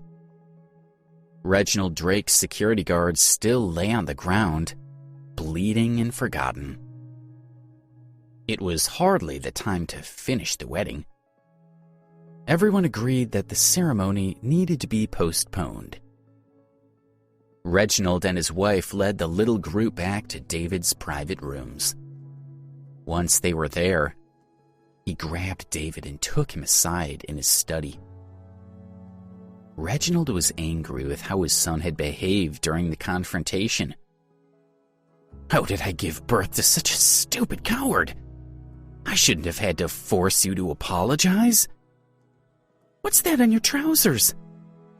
Did you wet yourself? David lowered his head in shame.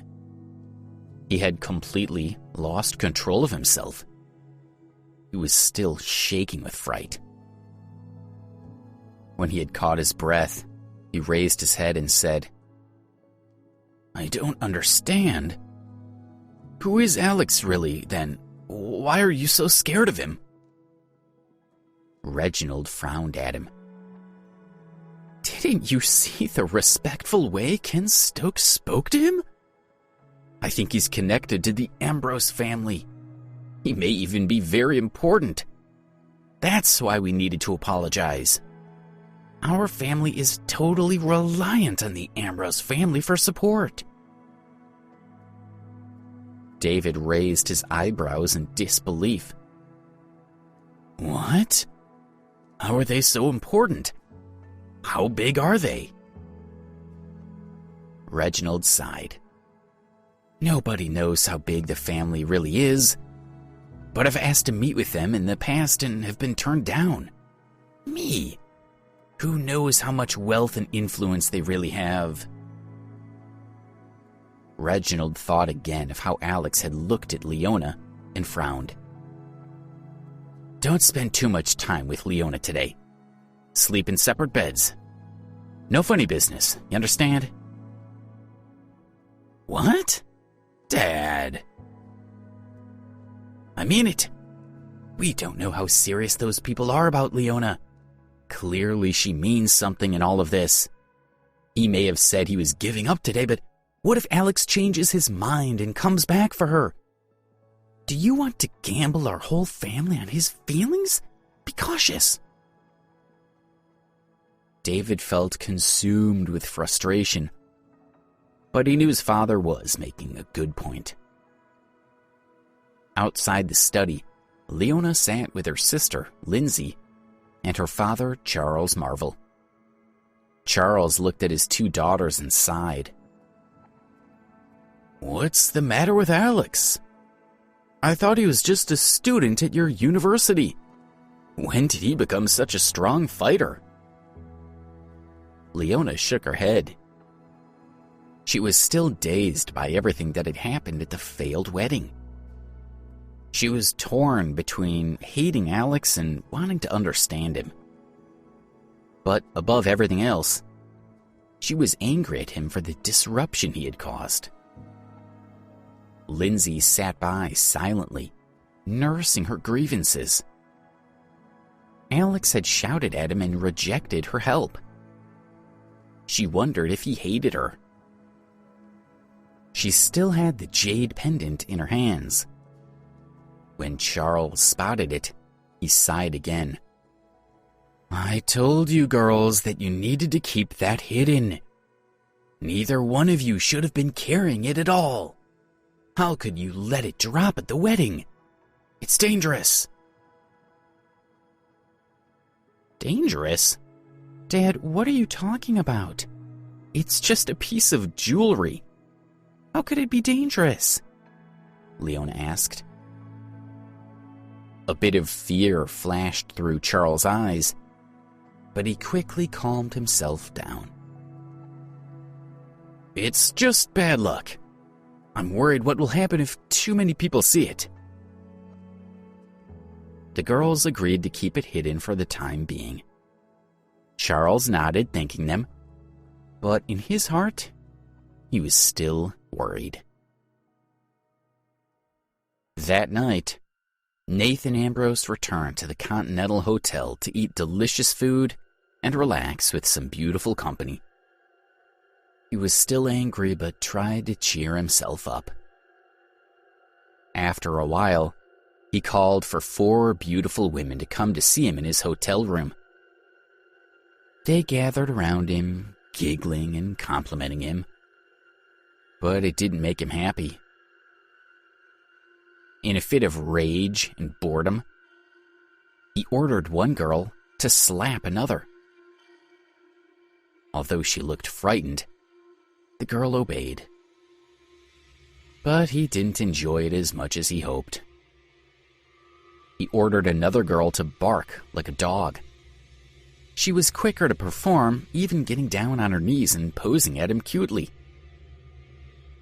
One of the girls still sitting next to him laughed at the sight of her colleague. Nathan elbowed her angrily. "Get down there with her." She dropped to her knees and barked too. He continued coming up with silly orders and games for them to play. After a while, his ego was soothed. His gloom from the ugly turn of events that afternoon began to lift. He had asked his bodyguard, Keith, to withdraw some cash on their way to the hotel. Now he threw a bundle of bills into the air, letting it scatter across the room. "You want your payment? Pick it up," he ordered the girls, and sat back to watch them scramble after the loose dollar bills. There was a stern knock at the door, which made Nathan sit up and take notice. Technically, he should have not stepped into the fight that afternoon, or brought anyone from the Ambrose family's security forces to help, since it wasn't an emergency. He thought he would get away with it since there was no way his grandfather would find out, but the knocking still put him on edge. He became a little more nervous when he saw that it was a member of the Ambrose family's security team at the door. But then the man told him that someone had come to see him, offering information. Nathan nodded. "Let him in." A few minutes later, a young man in a fashionable outfit stepped nervously into the room. It was Colin Patterson, Alex's classmate from Richmond University. Colin looked around the room. The sight of the women scrambling around for money took him by surprise, and he swallowed nervously. But when he spotted Nathan, he straightened up and focused his attention on him. Nathan reclined in an armchair, watching Colin imperiously. When he saw that he had Colin's full attention, he said. "They told me you have some information that I should be interested in." Colin nodded. "I do." Nathan tilted his head, smirking. "It seems a little presumptuous of you to assume you know what I want. What do you think you have that's going to make me happy?" He had already decided that if Colin bored him, he would kick him out. But Colin looked him straight in the eye and said, "You want to hurt Alex, right? I have information you can use to do just that." Colin had watched Alex and Nathan argue at the wedding. He didn't fully understand who they were or how they were related, but it was clear they were both of high status. Colin knew this was a good opportunity to advance his interests. He hated Alex, but had little power to act against him. But Nathan seemed to have the power to do real damage. Nathan had to admit he was a little surprised. "So you were at the wedding? All right. Tell me what you've got on Alex." "We both go to Richmond University," Colin explained eagerly. "I've been watching him for a while. You'll have to judge this for yourself, but here's what happened." "Let me just remind you that my time is valuable," Nathan cut in crisply. "If this turns out to be a bunch of nonsense, there will be consequences. Talk." Colin gulped nervously. For a moment, he had been feeling more confident, but now Nathan had set him on edge again. But he knew he couldn't back out now. He took a deep breath and began to tell Nathan about Alex's various adventures at Richmond. Nathan watched him impassively as he spoke, which only added to Colin's nerves. He could feel beads of sweat collecting on his forehead. But when he began to tell the story of Alex donating 1.5 million euros to the university, Nathan seemed excited. "Wait," he cried, cutting in. "How could he have that much money?" "I don't know all the details," Colin admitted, "but I heard something about a mysterious woman giving it to him." "Mysterious woman?" Nathan considered this carefully. "We need to look into this." 2 days later, Alex went to his family's private airport on the outskirts of the city, accompanied by Nellie and the girls from the Moon Society. He was taking a plane to visit the Ambrose family estate. It was his grandfather's birthday, and everyone was going to pay their respects to Lincoln Ambrose. In the past 2 days, Alex had sat the Moon Society girls and Nellie down to explain his identity and family history. When he told them he needed to go back to the family estate, they insisted on accompanying him. He figured it would be no trouble. The estate was large and could easily house extra guests. Ken Stokes was waiting for them at the airport. He greeted them and began to lead them to the helicopter set aside for Alex. But just then, a Rolls-Royce came up beside them. It parked, and out stepped Nathan and his bodyguard, Keith. "Alex," Nathan chirped. "Don't tell me, after suffering so much, you wanted to go back to the old homestead to take a break, huh?" His eyes swept across Alex's group, taking in the sight of the 4 members of the Moon Society. "But things are a little different at home than in the city. It's bold of you to bring your own harem on a family visit, but I don't think our grandfather would like it." He caught sight of Nellie and raised his eyebrows. "You really do have odd tastes. The other 4 are gorgeous. But who's this, your maid? She's not really up to the standard of the others." Nellie scowled at him furiously. If it had been anyone else, she would have punished them for speaking to her that way herself. but she knew Nathan and Alex were families, and that both were of very high status. This was not her fight to start.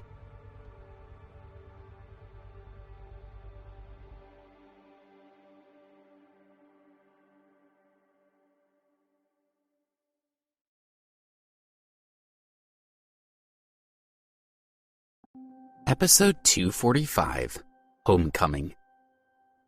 Alex noticed right away that Nathan's insults bothered Nellie. He put a gentle hand on her shoulder and smiled at her.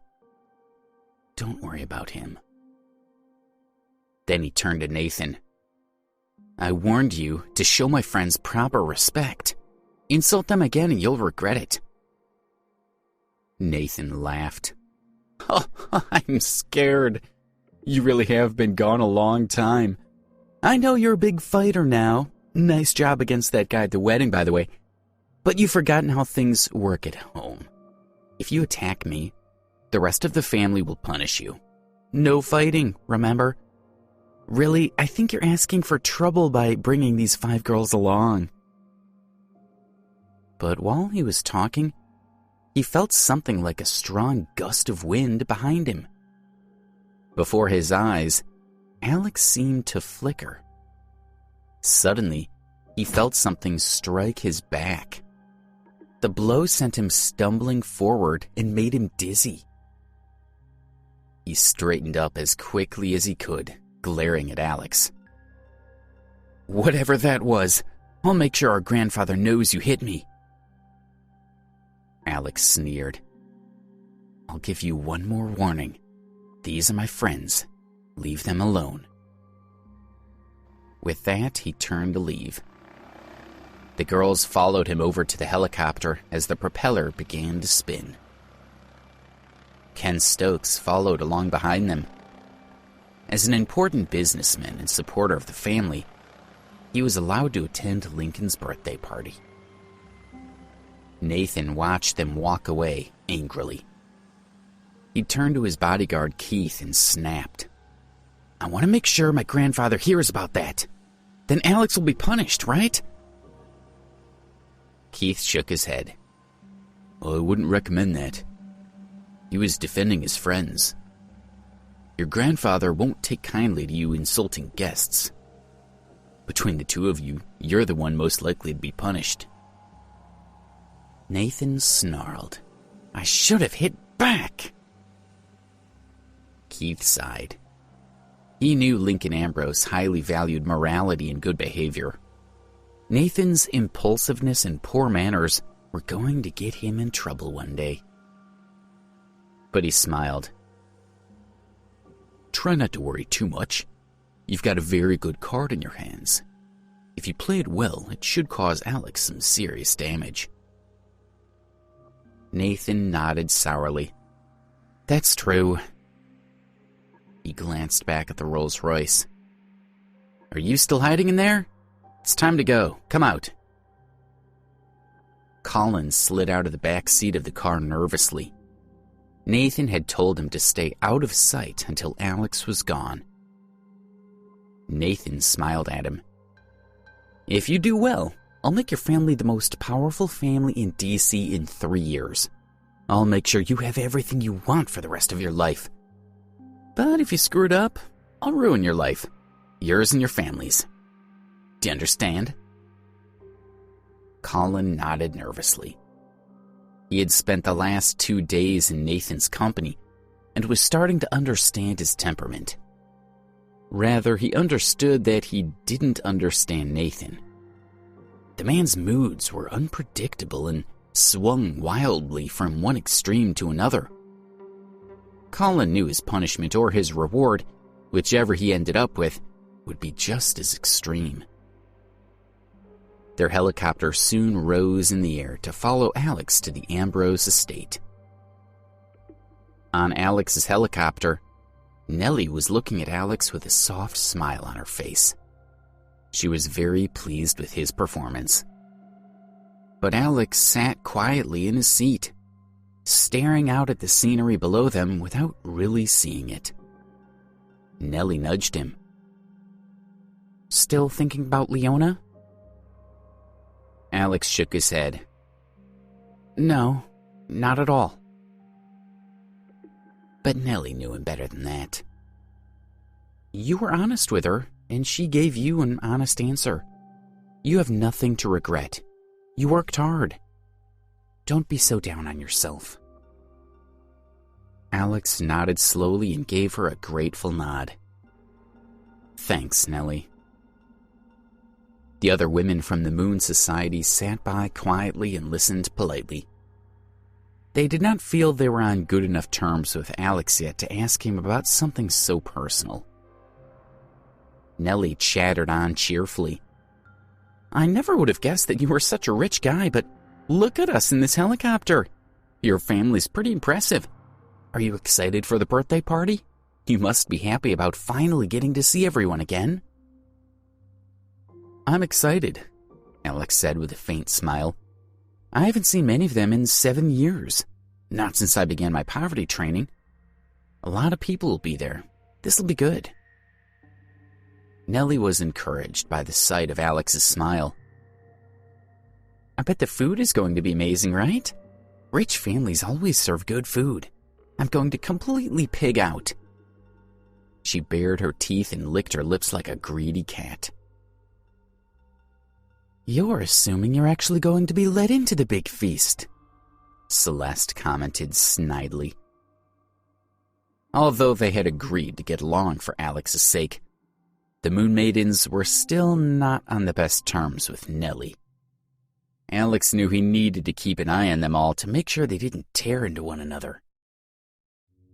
How do you know? Nellie sniffed.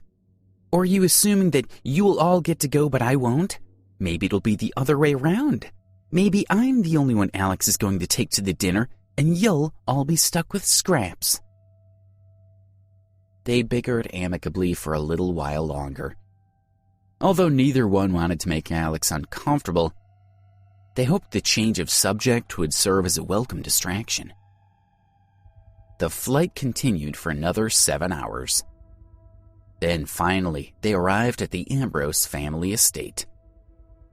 Although the estate was far removed from the other cities, it was still as luxurious and up-to-date as any city center. In addition to the latest technologies, it boasted a strong security and defense system. Its exact location was a complete secret. Much of the defense technology was designed to mess with ordinary scanners, making the estate difficult to detect. As soon as Alex and his group stepped off the helicopter, they were immediately driven to one of the estate guest houses. Nellie and the Moon Maidens gazed at their surroundings in wonder.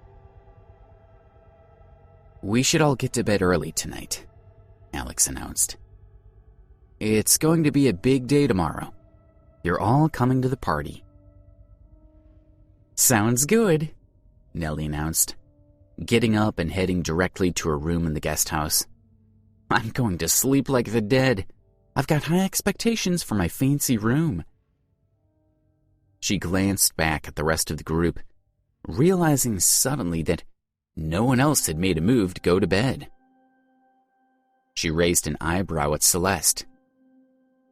Didn't you hear the boss? Bedtime. We heard, Celeste said coolly. We have our own routine for getting ready for bed. Nellie rolled her eyes and shrugged. Fine, whatever. When she was gone, Celeste and the other girls turned back to Alex. Mr. Alex, you're tense. We'll give you a massage to help you sleep. Just a few days ago, Alex had felt awkward about these massages. The first time Celeste had offered him a massage, it had sounded like she was talking about something else entirely.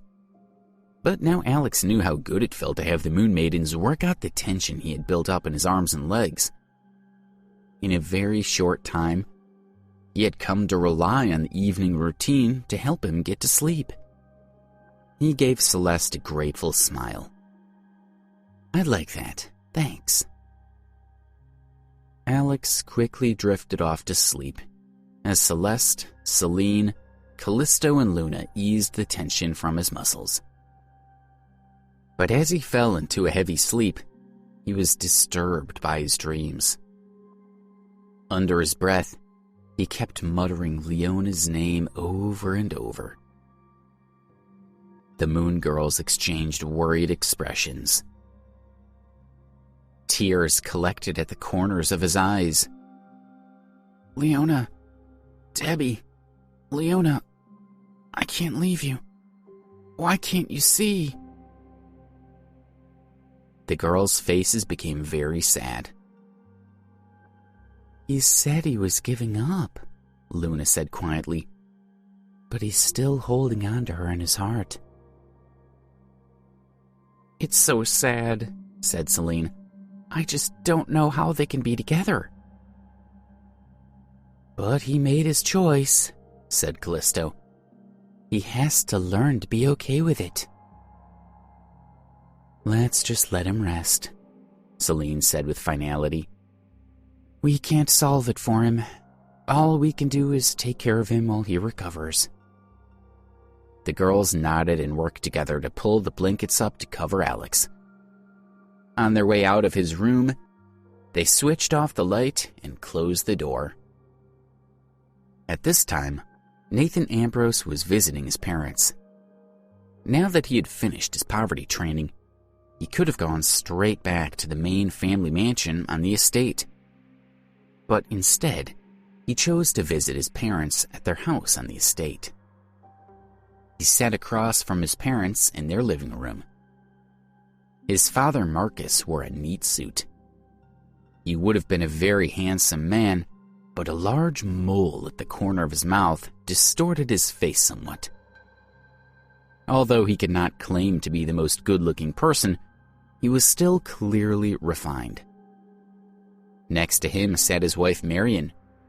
She had a lovely figure suited in purple and delicate facial features. Her neck, wrists, and fingers were covered with inexpensive jewelry. Marcus was the third son of Lincoln Ambrose, the head of the Ambrose family and Nathan's grandfather. They had very high hopes for Nathan's prospects and were concerned when they heard that Alex had been allowed to return to the estate. They had hoped that Alex's ban from the family would continue for some time. The longer he stayed away, the more Nathan would be able to establish himself and get ahead. "So, he's back already. Son, how did this happen?" Marcus asked. "When we spoke before, you made it sound like he wouldn't be able to return for some time." Nathan shifted in his seat uncomfortably. He was upset about it too, but he didn't want to show that too openly. "So what? He's just back a little sooner than expected. It's not a big deal. I'm still in a good spot." Marcus gave him a stern look. "Don't rest on your laurels. Your grandfather liked him better than you when you two were small. You have the chance to gain a more competitive edge here. Don't ruin it." Nathan had not seen his family for the entire 7 years of his poverty training. This meeting was only his second time seeing his father since his return. As a child, Nathan had had an aggressive, hard-working attitude.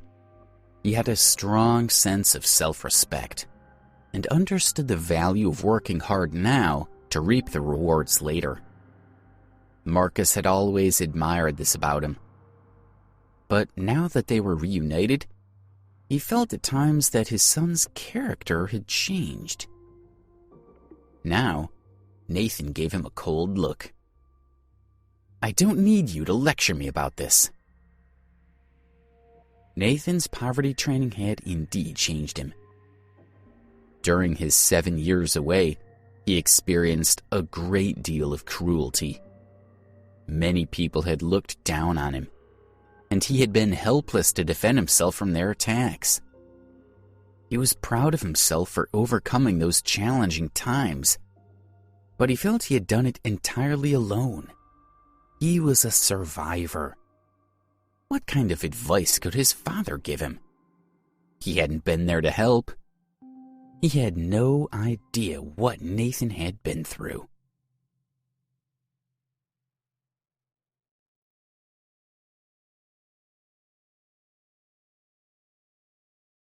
Episode 246, Family Reunion. What are you doing? Marcus looked at Nathan angrily. How could his son talk to him like that?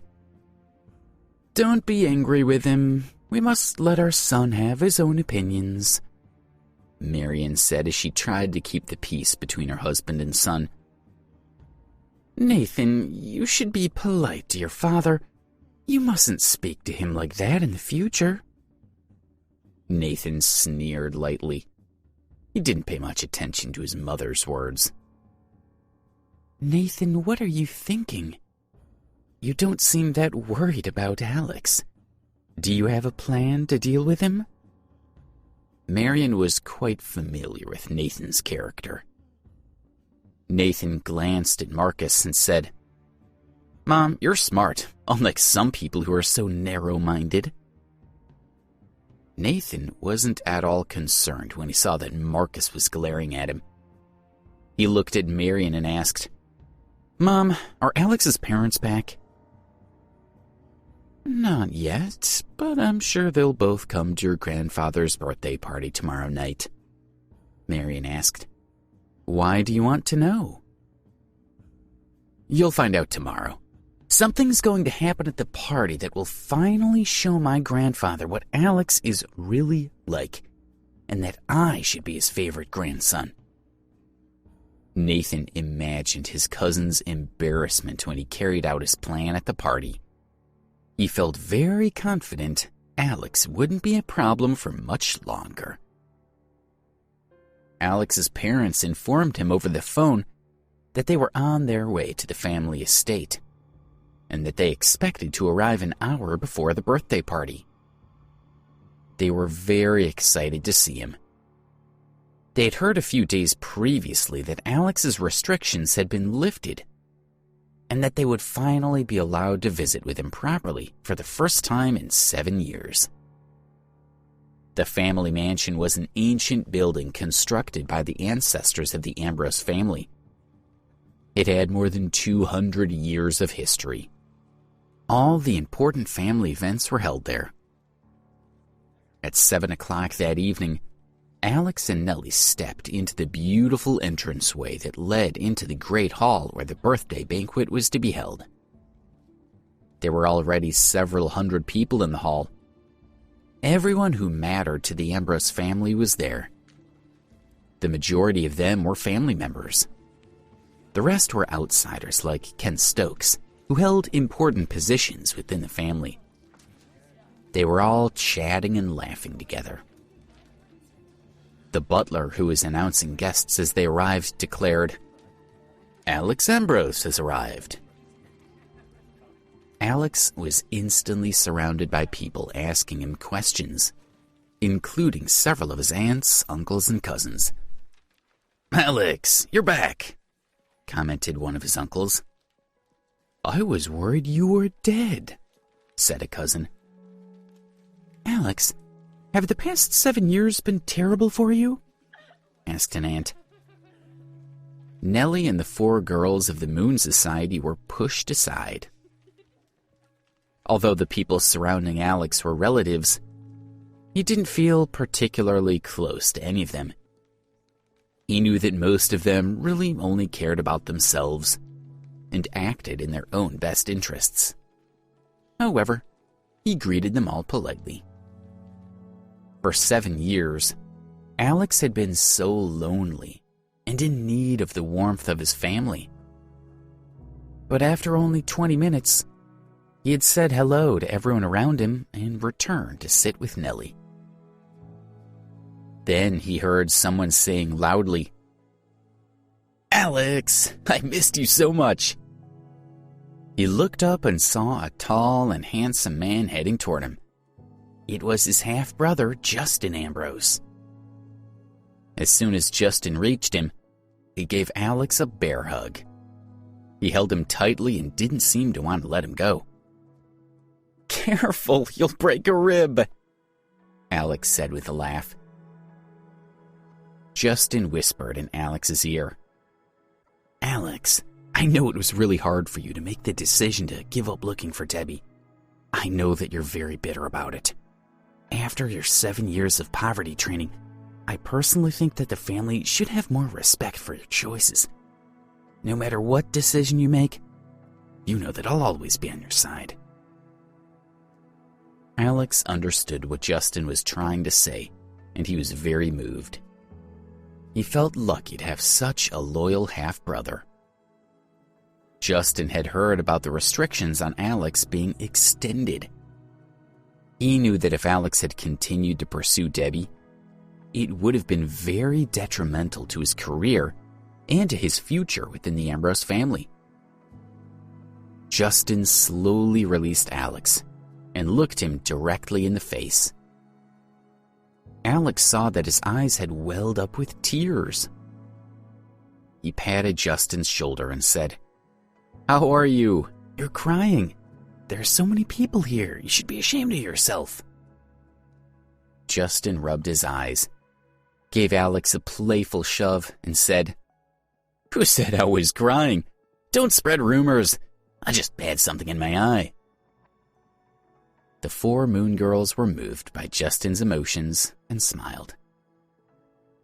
Then, Justin noticed the 4 beautiful girls, and his eyes widened with instant infatuation. He asked, "Is one of you my brother's girlfriend?" The 4 girls blushed. Celeste bowed her head and said, "We're just friends of Mr. Alex. Don't be silly." Alex shook his head and smiled. "Alex, there you are at last," a rickety old man said as he shuffled over to Alex, accompanied by Ken. The man looked to be in his late 70s, with a heavily wrinkled face, and was wearing a brown suit. Alex instantly recognized him as Mark Stevens, his family's butler. He said, "Mr. Stevens, please sit down and I'll get you a drink." He felt emotional when he saw Mark. He helped him to a chair and fetched him a cup of tea. He had not seen Mark for 7 years, and his old butler seemed to have aged excessively. Mark had always cared for Alex, and he felt heartbroken to see him so frail. Another announcement came from the door. "Gideon and Flora Ambrose are here." A gentle-looking middle-aged man in a suit walked in, accompanied by a beautiful woman of a similar age. They were Alex's parents. "Mom! Dad!" Alex called out, and rushed over to them with tears in his eyes.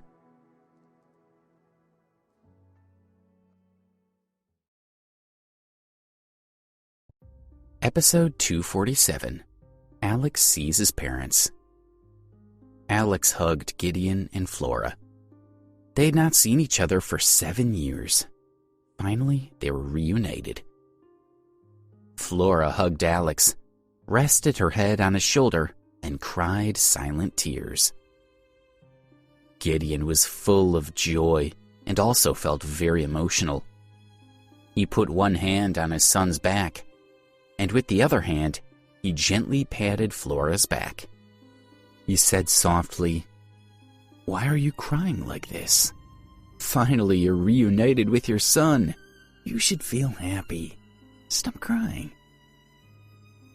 Alex looked at his parents with red eyes and said softly to Flora, "Mom." "Oh, my wonderful son," Flora said. It meant more to her to hear her son calling her Mom than all the money in the world. "Dad," Alex said as he looked at Gideon. "Ah, son," Gideon answered, and his chest filled with love. Even he felt an impulse to cry. He blinked back his tears and looked at Alex.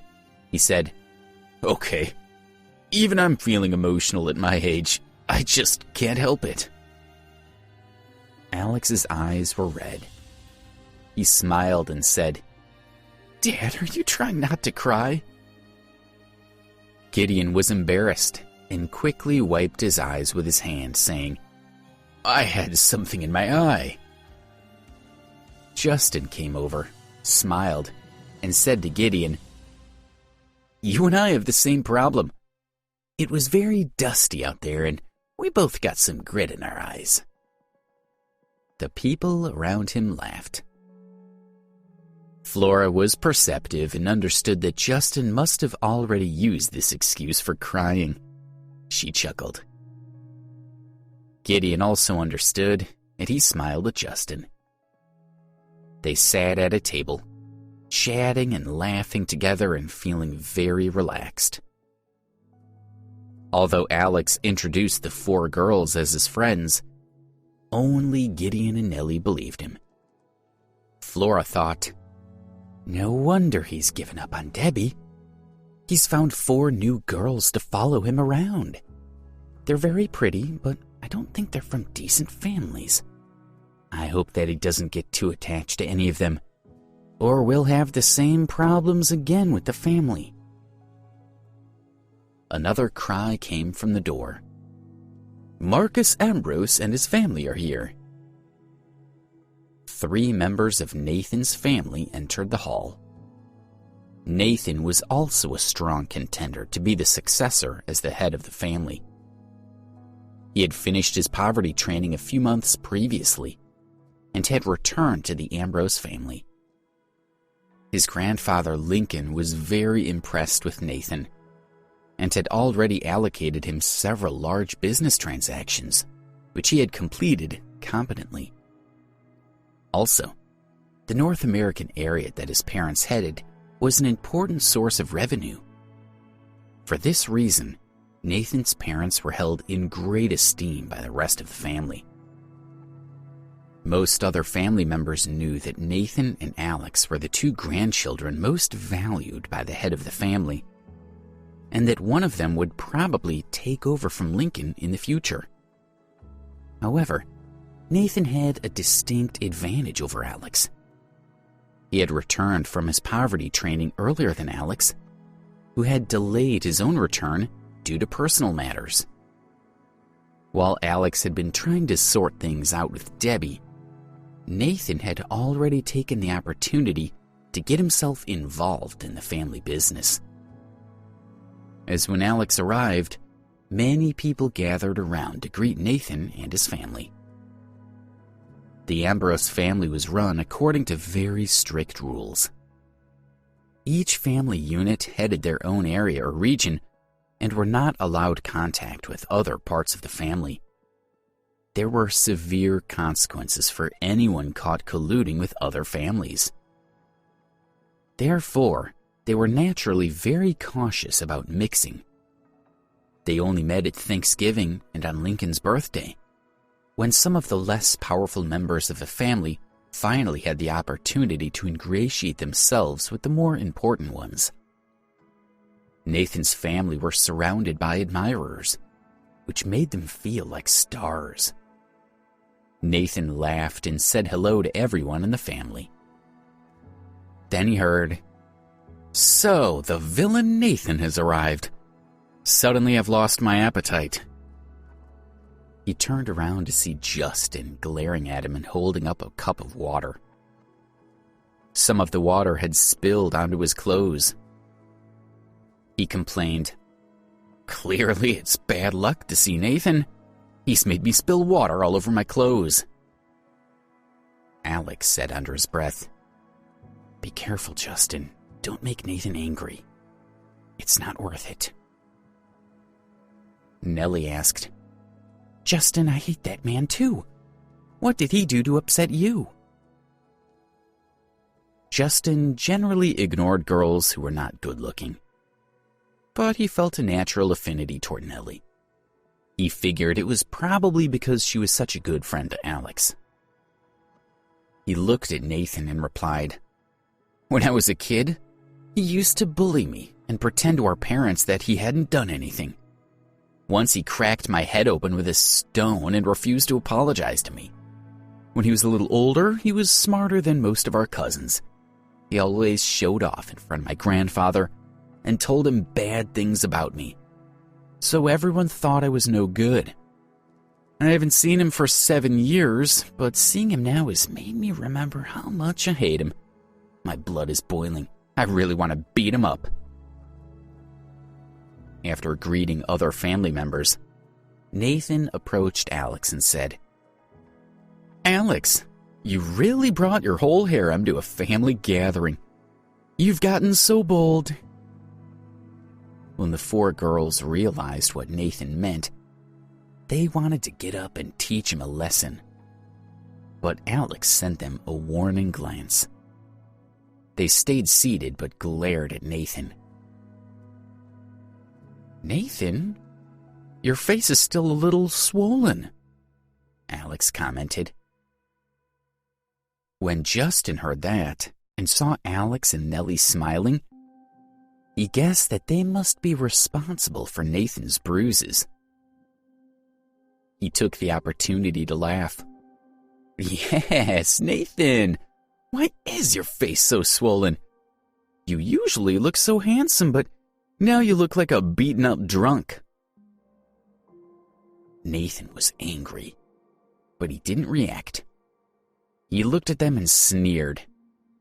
"Okay, laugh now and have a little fun at my expense. I have a feeling that you won't be smiling for long this evening." He turned to walk away, but then paused, turned back and said, "Oh, forgot to tell you. I made a good friend in D.C. I think you know him too." They all followed Nathan's gaze toward the door and saw Colin Patterson standing there. Nathan motioned the security guard to let him in. Colin walked over. When he saw him, Alex felt as if his heart was being squeezed. He guessed that Nathan must know about the 1.5 million euros that he donated to the university. If he told their grandfather, his whole family would be in a lot of trouble, particularly his mother. "Aren't you going to say hello to your old classmate?" Nathan said to Colin with a smile. "Yes," Colin said, nodding at Alex and smiling. "Hello, Alex." Flora's heart started thumping rapidly. Alex's classmate. She looked at Nathan, smiling smugly, and she suddenly understood that Nathan knew all about the money she had given Alex. Her face froze. Alex looked at Colin but didn't say anything. Everyone was watching curiously, wondering why Alex and Flora seemed so uncomfortable with Nathan's friend. When he saw Alex's expression, Nathan felt smug. It was clear that Alex and Flora understood his motives for inviting Colin. Seeing their fear made his confidence soar. He said, "Well, we won't disturb your family any further. Let's go and sit down, Colin." He led Colin to his family's table. Gideon noticed Flora's anxious expression. He took her hand and asked in a low voice, "What's the matter?" Flora hadn't told Gideon about the money, but now she was worried that he would find out. She decided that she needed to let her husband know so that he could help her decide what to do. She took Gideon to a corner of the room where they wouldn't be overheard and told him what had happened.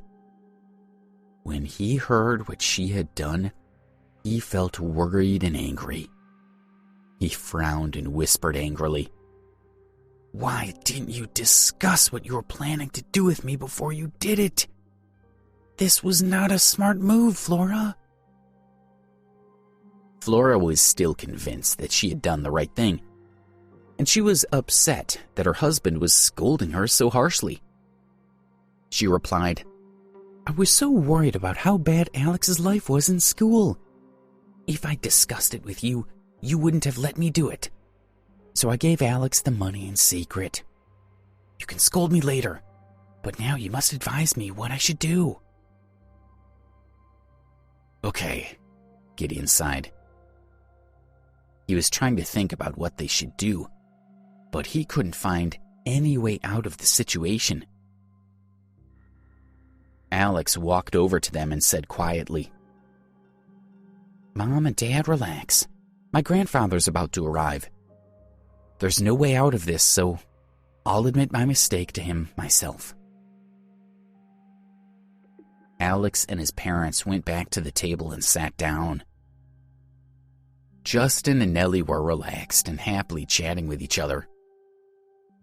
When they saw Flora's face, Ken and Mark realized that something was wrong, but they didn't ask what it was. At that moment, everyone stopped talking, stood up and looked respectfully toward the front of the hall. Lincoln, the leader of the Ambrose family, had entered the hall at the front. He was wearing a bright blue designer suit, and he went and sat majestically on a large chair with his hands clasped in his lap. A thin man was standing behind him. Alex recognized him as the same man who had been with him on Harmony Island. The head of the family usually sat at a table with his closest family members, but the Ambrose family was large, and the relationships between the different facets of the family were very complex. So, to avoid upsetting anyone, Lincoln decided to sit alone. It was a family tradition that when he celebrated his birthday, representatives from each family would approach him to offer him food, drinks, or gifts. Sometimes he would walk around the room, spending a few minutes chatting to some of the families. The families that he chose felt very honored and knew that they must be his favorites. "Well, hello, everybody. Please sit down." Lincoln glanced around at everyone and felt a satisfaction that any old man would feel to have so many members of his family present to help celebrate his birthday. The crowd responded and took their seats. Next, representatives of each family took turns to present him with a birthday gift. There were more than 100 families or individuals wanting to offer birthday gifts, and the whole process usually took a couple of hours. Although slightly dull, it was a tradition and also an opportunity for Lincoln to greet the members of his family, and for them to show him their respect. It was an essential part of keeping the family dynamics on an even keel. At the same time, David's father, Reginald, had decided not to allow his son to have a wedding party or to consummate his marriage. There were many reasons for this. The ceremony had been severely disrupted when Alex burst in with his anguished declarations for Leona. When it was revealed that Alex was a member of the Ambrose family, Reginald began to worry that a union between his son and Leona might be a mistake. Alex might return with more support and object to the match again. He wasn't sure what to do, so he advised caution in the meantime. Every day, when David visited Leona, he remembered how beautiful she was.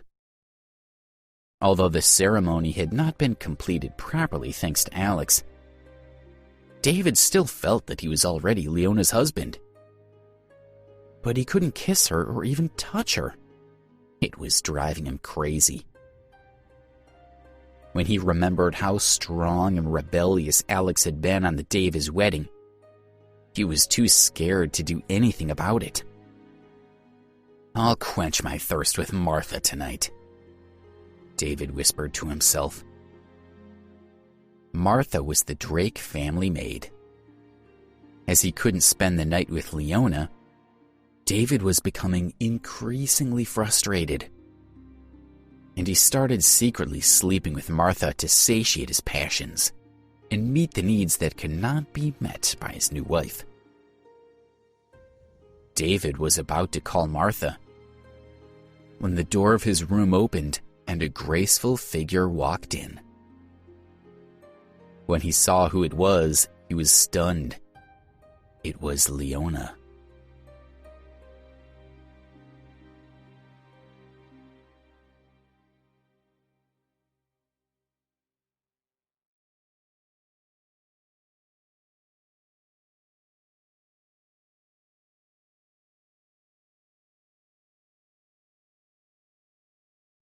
Episode 248, The Truth.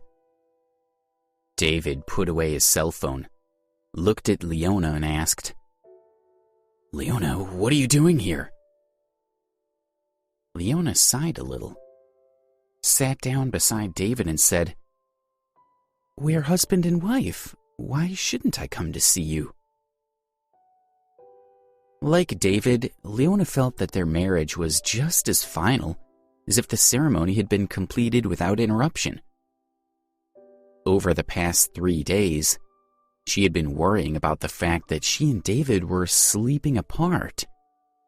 She thought he seemed very cold and awkward with her, and assumed that it was something to do with what his father, Reginald, had said to him. Leona didn't want to appear forward by inviting David to come to her room, but she felt very puzzled and anxious about the situation. That evening, she had spent a long time in her room thinking about it, and had finally decided that she needed to discuss everything with him. "David, has your father said something to you?" Leona decided to come straight out and ask him the question that was bothering her. David hesitated because he was unsure what to tell her. The truth was that his father was afraid that Alex would be angry with the Drake family because of Leona, so he had forbidden him to sleep with Leona. He thought, "How can I tell her the truth? She'll think I'm a coward." David took Leona's hand and said softly, "My father talked to me. He told me that although we're as good as married now, I still have to focus on my career. He was afraid that I would be too distracted by you. That's why I've been distant these last few days. Leona, do you hate me?" "Is that really all he said?" Leona asked softly. She had a feeling that things weren't as simple as David said. "Of course, how could I lie to you?" he replied. He rubbed her hand gently and looked at her small face, stunning eyes, long curled eyelashes, and snow-white neck. He thought that Leona was the most beautiful woman in the world. His heart skipped a beat, and he slowly stepped closer to her, hoping to kiss her plush lips. Leona's heart started to beat faster. She was worried that if she kissed David, things could get out of control. It would be her first time, and she didn't want it to happen like this. Just as he was about to kiss her, she said, "David, I'd like some coffee. Can you help me make some?" She wasn't ready. She needed to give herself a little time to prepare. "Of course. If you sit here, I'll go and make it." David was so impatient that he almost kissed her again. He knew that once they'd kissed, he could move things to the next stage, which he'd been anticipating for so long. For now, he had to contain his desire for a little longer. "You wait here and I'll make you a cup of coffee," he reiterated, then gave her a loving smile and walked out of the room. He walked into the kitchen and checked with Martha that his father was not currently at home. He was sure that he had gone to deal with the aftermath of the wedding, as he had done every day since his marriage. He couldn't help feeling happy about the situation now that Leona had come to see him. He had decided that he would consummate his marriage to Leona that night. He would simply make sure that she didn't tell his father. He thought, Leona is so uptight that she might be too reserved in bed.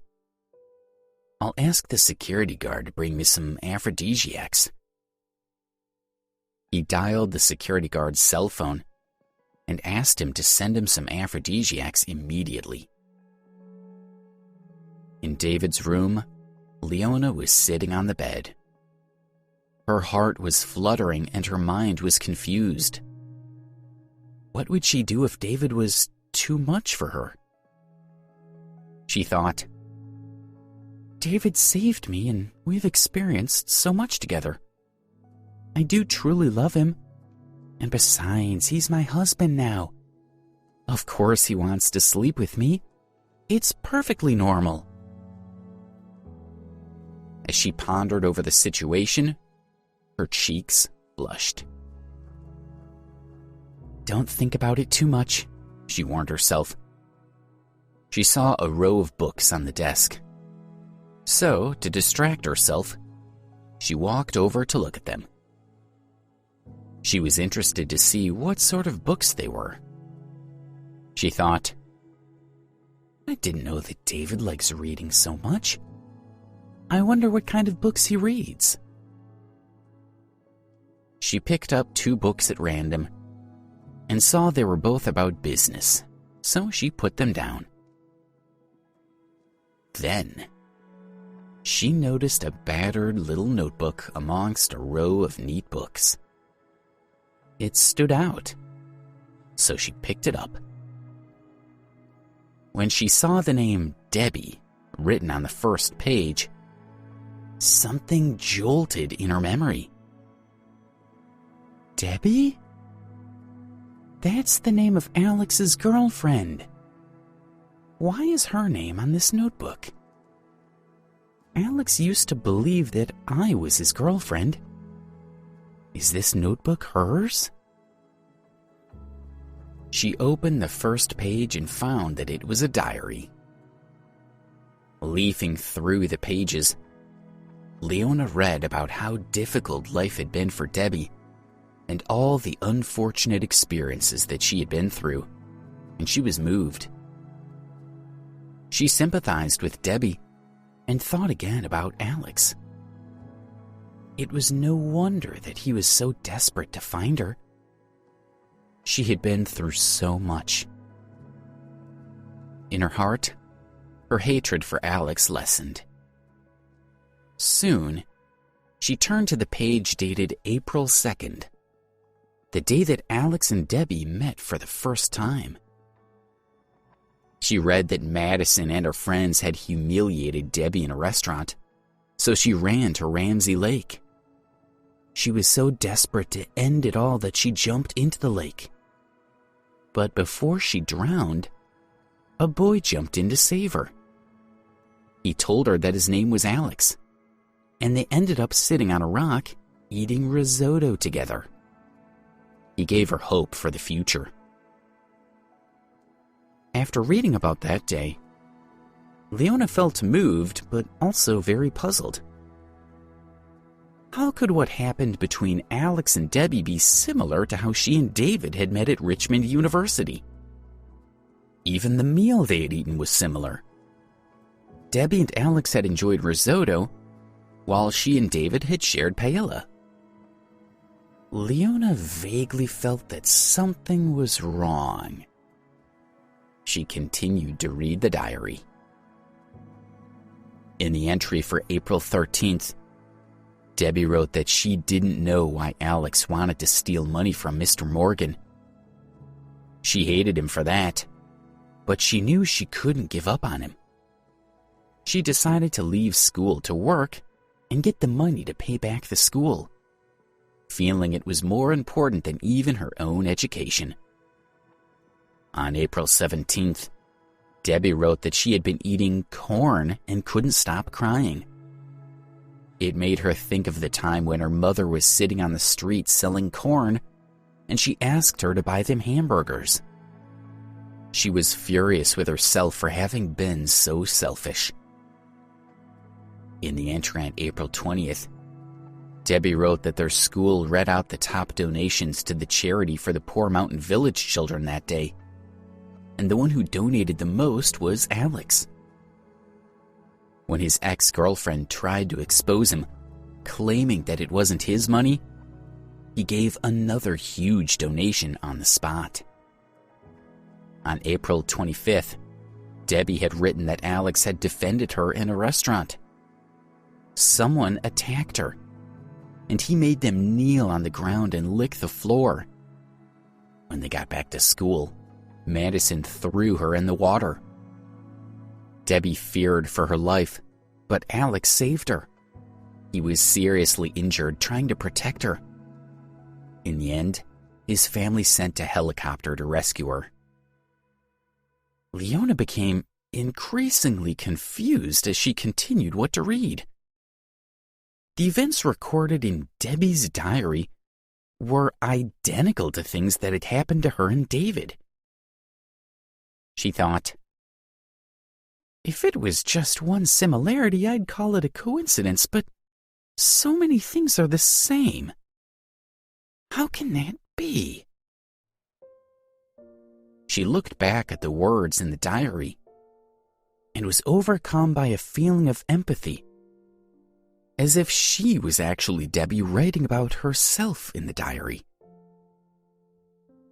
A complex feeling of melancholy and familiarity rippled through her body, and an image of Alex appeared in her mind. He was saying, "You are Debbie." Leona held her head in her hands and thought, "No, that can't be what's happening." Her head started to ache.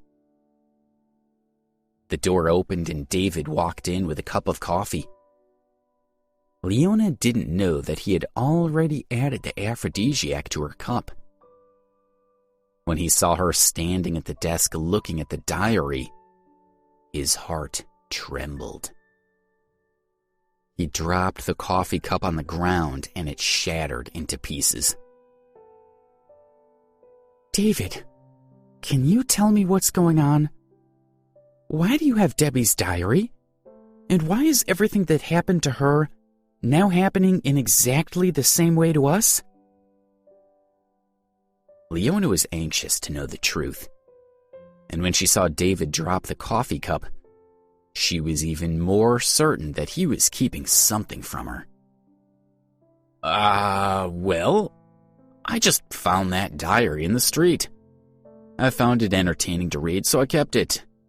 I've finished with it now, so I'll chuck it out," David replied. He walked over to the desk, intending to get the diary and throw it in the trash. But Leona quickly grabbed the diary, looking at David, and then ran out of the room. She was convinced that David was hiding something.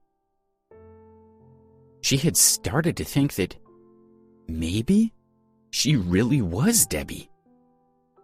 According to her diary, Debbie only knew her mother, and she had died a few months previously. If she was Debbie, then what relation was she to Charles Marvel? She had so many questions that she needed answers to. She felt she couldn't save her life until she found out who she really was. Leona left the house and took a cab to Arlington Heights.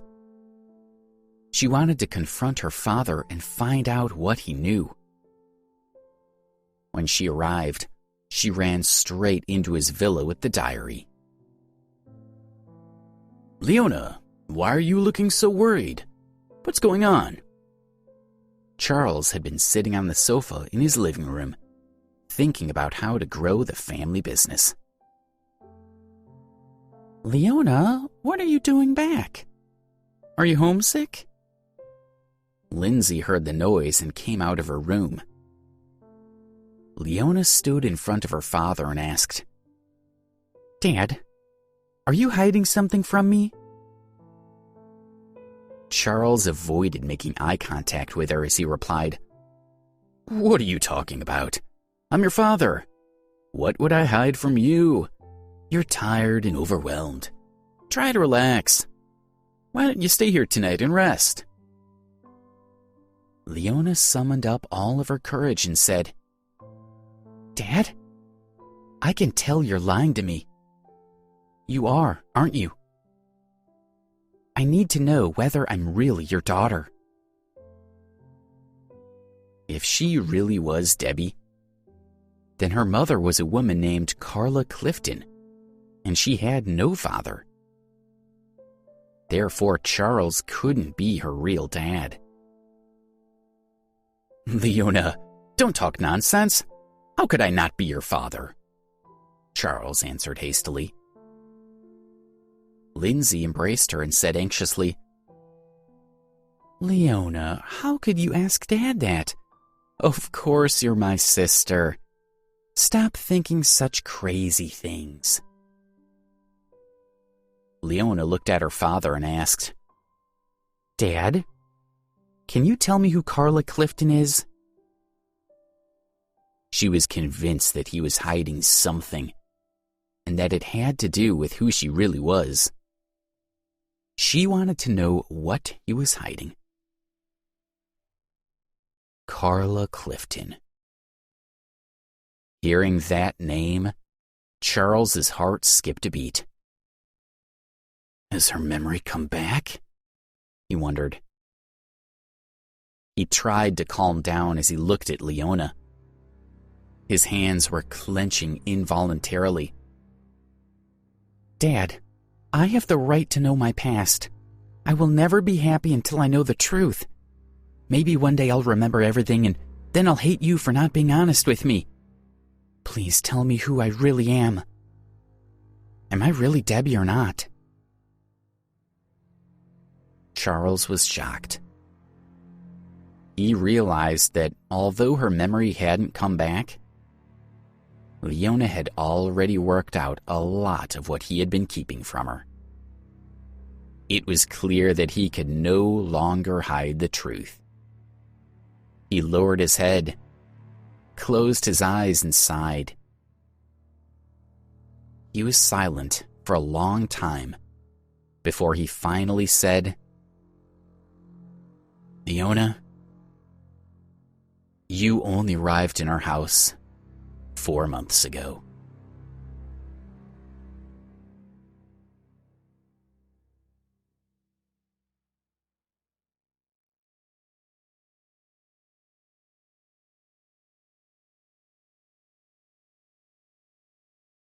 Episode 249, I Want Him Back.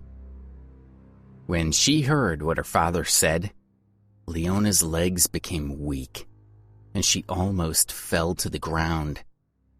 Lindsay supported her. She summoned the courage to ask, "Then I'm not your daughter?" She was afraid to hear the answer, but she also needed to hear the truth. "Yes, of course you are," Charles replied. Then he stood up and walked over to her.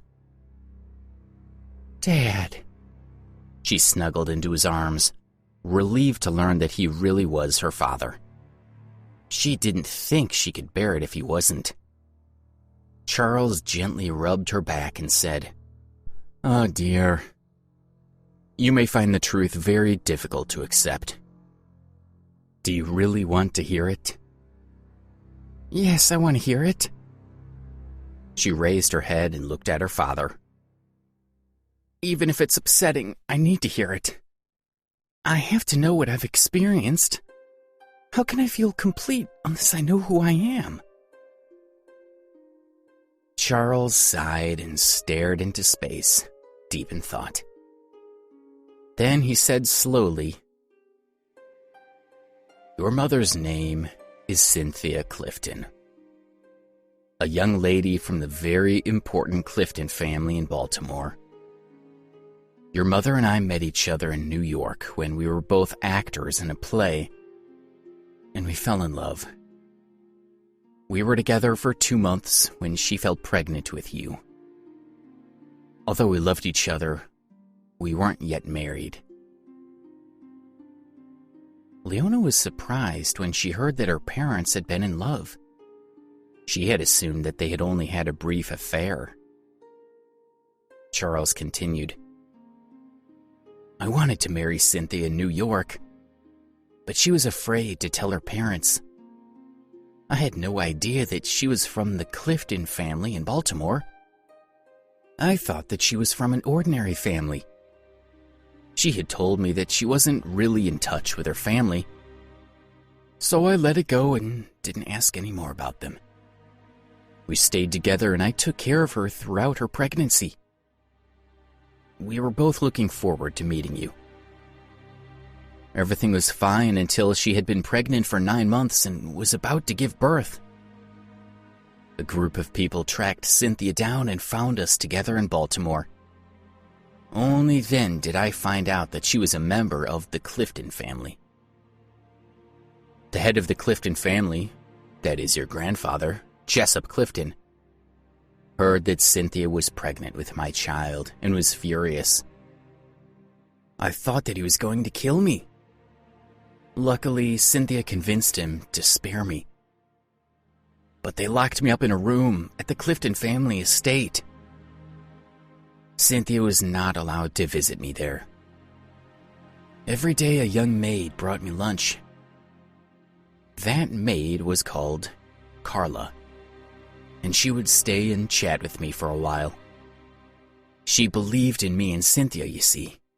She believed in love and faith. I would ask her to send messages to Cynthia for me, and she would tell me what was going on in the house. She told me the child growing in Cynthia's belly was very restless to get out. After I'd been locked up for about 10 days, Carla came to tell me that I had a daughter, and that Cynthia had named her Debbie. She also told me that Cynthia was planning to help me escape, so that we could run away together with the baby. Only then did Leona realize that her name was neither Leona nor Marvel. Her true name was Debbie Clifton. Charles continued, "The day after the birth of the child, I was driven out by the Clifton family, but I stayed in Baltimore and secretly watched them. I believed that Cynthia would find a way to be reunited with me." His eyes became sad and his voice dropped as he said, "However, it turned out that it was only Cynthia's death that I was waiting for. At the memorial service, the Clifton family said that I was responsible for her death. I asked Jessup where my daughter was. He pulled away from everyone else and told me that if I mentioned my daughter again, he would kill me. I could never disclose my relationship with Cynthia to anyone, or the Clifton family would have me killed and my family destroyed.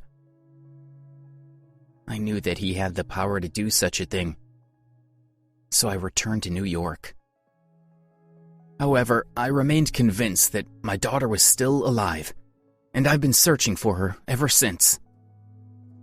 At first, I traced every baby I could find that didn't have parents, but that led nowhere.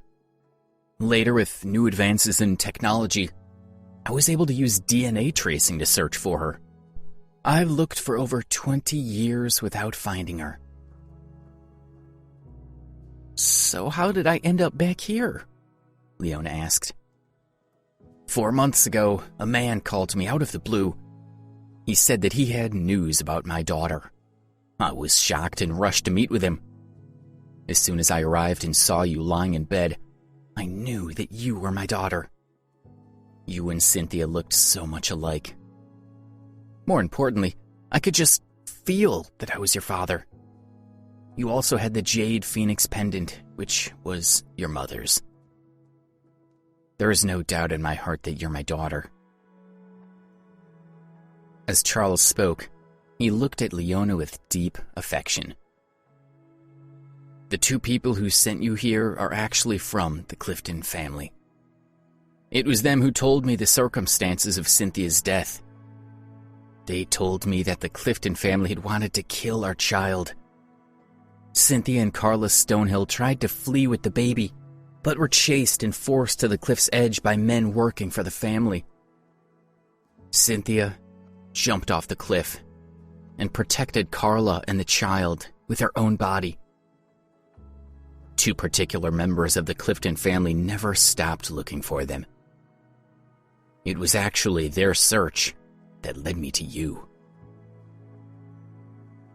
Leona lowered her head and started sobbing. Her mother had died to save her. "Please don't cry," pleaded Charles. He wiped away her tears, but he was unable to stop crying himself. He continued his story. Cynthia had been very close to those two people before she died. Years later, when they found you, they knew that if they sent you back to the Clifton family, you would be killed. So they sent you to me. You had been seriously injured, so I sent you to the hospital. After 10 days, you woke up, but you had lost your memory. Did they tell you anything else about my life before my accident? Leona asked. She wanted to know all about Debbie. Was she really Debbie in the diary? They only said that you had an accident at a hotel in New York. They didn't know anything else about you. The only other thing they told me was that on the night they found you in New York, there was an underground force looking for a girl named Debbie. Your name must have been Debbie before you lost your memory. Also, when you were in the hospital, you were wearing a necklace. The doctor had to remove it to treat you. When you woke up and we discovered that you had lost your memory, I thought that it would be better for you to not remember your past or your true identity. So I made the decision not to return the necklace to you, in case it triggered your memory. I kept it safe though, and I'll give it to you now. Charles walked to the study and quickly returned holding a necklace, which he held out to Leona. It was the octagonal diamond necklace that Alex had placed around Debbie's neck that day at the banquet that Graham Sterling had organized. Leona took the necklace and it felt very familiar to her. Some images flashed through her mind, but they disappeared too quickly for her to see clearly. It felt as if something was awakening in her brain. She sat at the table, picked up a pen and opened the diary. On the first page, under the word Debbie, she wrote Debbie. It was clear that the handwriting was identical. Leona, this is your diary, Lindsay said in surprise. Leona didn't speak. She opened the diary again and looked at the words written inside. The images in her mind began to become clear.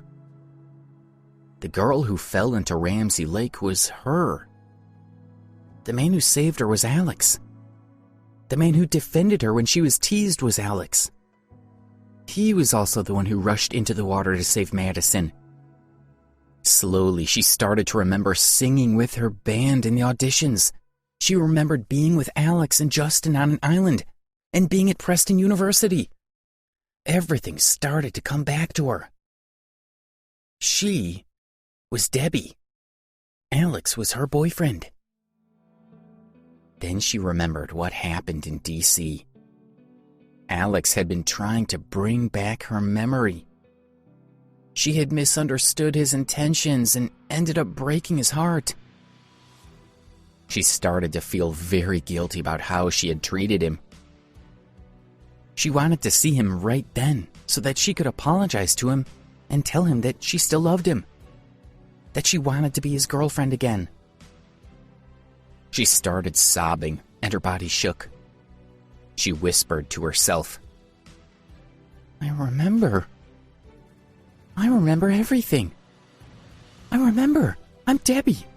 He didn't lie. I'm his girlfriend. Lindsay saw that she was crying and she was worried. She asked, Leona, do you remember?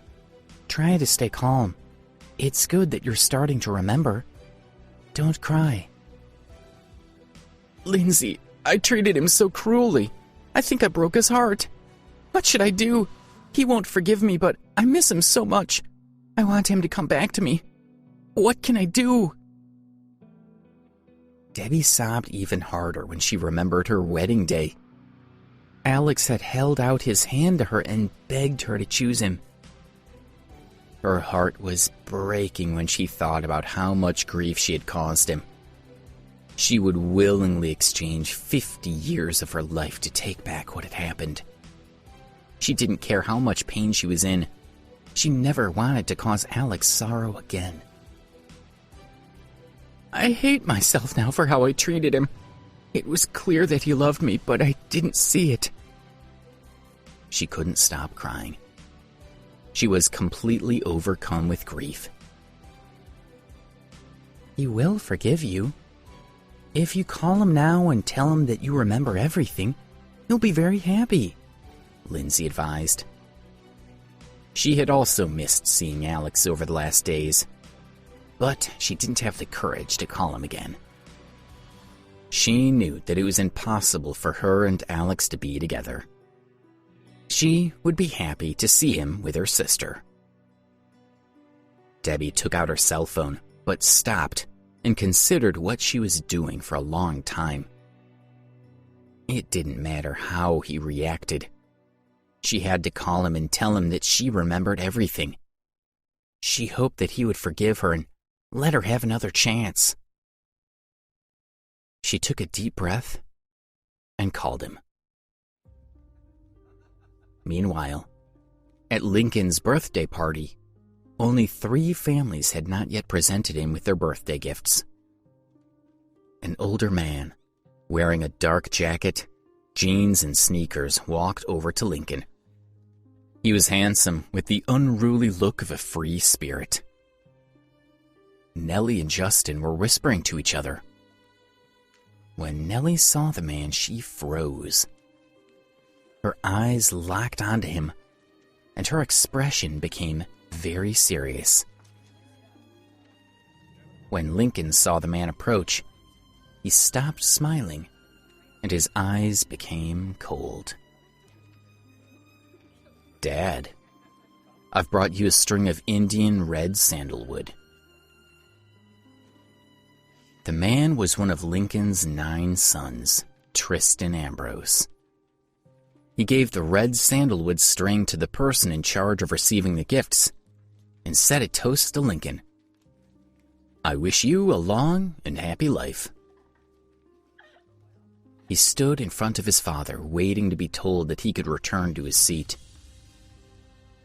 Although Tristan's gift of the red sandalwood string was valuable, it was nothing compared to some of the other gifts that Lincoln had received, such as jewels, designer watches, and famous paintings worth over $1 million each. In comparison, Tristan's gift wasn't very impressive. Although Tristan looked as if his only desire was to please his grandfather like everyone else, he was not sincere. His real motives were a long way from those that he portrayed.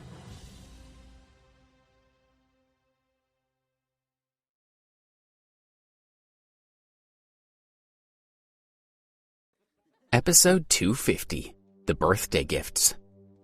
Lincoln looked at Tristan and told him, "What would please me the most is for you to finally get married." He looked around at his other sons and daughters. only Tristan had not married and produced grandchildren for him. "Oh," Tristan said in a low voice. "Remember that it was you who separated me from my one true love. Now you're urging me to get married again." "What are you talking about? We are the Ambrose family. Do you really think I could let a woman like that join our family?" Lincoln yelled. He was furious. His body was shaking and his face was contorted with rage. When he stopped speaking, the hall was quiet enough to hear a pin drop. Tristan wasn't concerned. He had been on the receiving end of Lincoln's fury many times before. "Just get out of my sight," Lincoln sighed. Today was his birthday party, and it was supposed to be a happy day. He didn't want to get angry. Tristan walked away and quietly sat back in his seat. Nellie whispered to Justin, "Who is he? Why does he seem to resent your grandfather?" "He's one of my uncles, and my grandfather wants him to get married, but he's refusing," Justin whispered back. He didn't elaborate. Nathan approached Lincoln with his birthday gift of a jade sculpture of the Longevity Star. He explained that the base was made of high-quality agar wood. The Longevity Star was sculpted from the best white jade, golden silk jade, and jadeite. It had taken an older, expert craftsman 2 years to create. Although Nathan didn't mention the value, everyone was astute enough to know that it was worth at least $5 million. The Ambrose family had always specially sought out such rare treasures, and it was the perfect gift for Lincoln's birthday. He was extremely happy. His face softened and he looked very satisfied with his gift.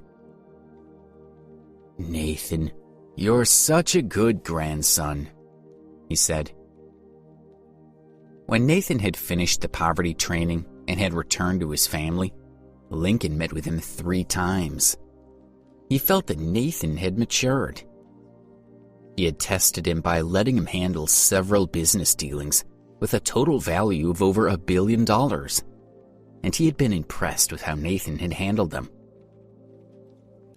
Nathan looked at Lincoln and said sincerely, "Well, grandfather, I have not been here to celebrate your birthday for 7 years. I feel bad about this, and I promise that in the future, I will make up for the birthday gifts that I've missed." Lincoln was moved by Nathan's words. He said, "Good boy. I'm aware that during your 7 years of poverty training, you suffered bullying and discrimination. Do you really not feel any hatred toward your grandfather for that?" Using his family's intelligence agencies, Lincoln had maintained a good understanding of what Nathan and Alex had each gone through during their poverty training. He knew that Nathan had been bullied and despised by countless people. From junior high school to university, he had been a poor loser in the eyes of all his peers. The pampered young men who he had been surrounded by had found him despicable. "No," Nathan answered. He shook his head and said with a smile, "Grandfather, you're wrong. How could I hate you? On the contrary, I'm very grateful for that experience. It gave me an understanding of the hardships suffered by menial workers. Our wealth comes from their toil.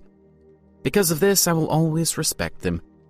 This is what you hoped I would learn from the training, isn't it?" "Yes, it seems that you really understood the lessons from the training," Lincoln nodded, with his eyes full of pride and joy. Nathan's words had touched his heart. "Grandfather, Alex is also back. You must have missed him very much," Nathan said. He looked at Alex's table and said, "Alex, come and present a gift to your grandfather." Lincoln looked over to Alex. 3 days ago, Nathan had told him that Alex was willing to give up Leona, and as a result, he had lifted the restrictions from him. He was very happy that after 7 years, his two favorite and most respected grandchildren were both there to celebrate his birthday. Alex approached him with the gift that his parents had prepared. Lincoln smiled as he watched him approach. Once Alex settled back into the Ambrose family, Lincoln planned to give him some businesses to take care worth of billions of dollars to see how he handled them, just as he had with Nathan. He had every confidence in Alex, because he believed that he had always shown himself to be an intelligent and responsible young man. Alex and Nathan were his hopes for the future of the Ambrose family. As Alex presented him with an exquisitely crafted European painting portraying the Sabine women of Roman myth, Lincoln nodded. He really didn't care what Alex gave him. It was enough that he was there on his birthday. Good boy. I'm so happy that you're back," he told him. Although he would have liked to continue chatting with his grandchildren, there were traditions that had to be followed. So he looked at Alex and Nathan, raised his hand, and told them they should return to their seats. Nathan suddenly stopped Alex and said, "Alex, hang on a minute." Alex's heart tightened. He looked at Gideon and Flora, who were sitting nearby with anxious expressions. They all realized what Nathan was going to say next. "Nathan, is there something else?" Lincoln realized that something was wrong.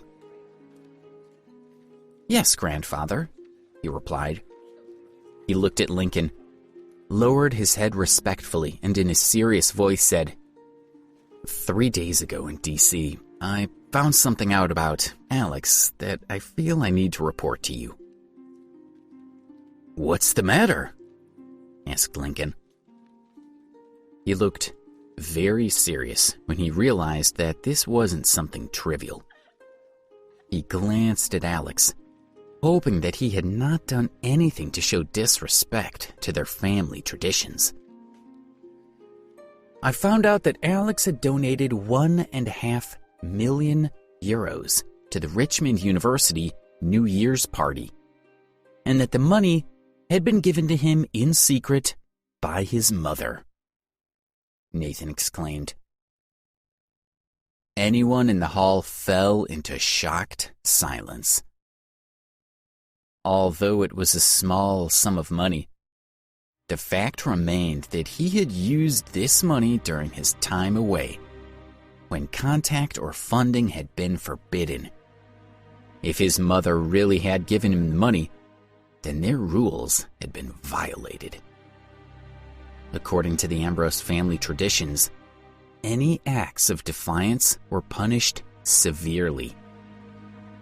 Lincoln felt that for the Ambrose family, taking away money or demoting someone's status in the family were not punishment enough. He believed that physical pain was the most suitable punishment. His face darkened, and he asked in a deep voice, "Is there any evidence?" Usually, when a family member made a mistake, Lincoln would not ask for evidence. Instead, he would question the accused party directly, confident that they would tell the truth. No one in the Ambrose family dared to lie to Lincoln. Now, however, he did not ask Alex directly. He wanted to give himself some time to think. Nathan was unsettled. He noticed that his grandfather's approach to the issue this time was unusual. This was the clearest evidence he had ever seen that his grandfather preferred Alex. "Yes, I have evidence," he answered. He turned and looked at Colin, who was sitting nearby. Colin stood up nervously and walked up to Lincoln. Nathan said, Colin, please tell my grandfather honestly everything you know. Yes, Colin replied timidly.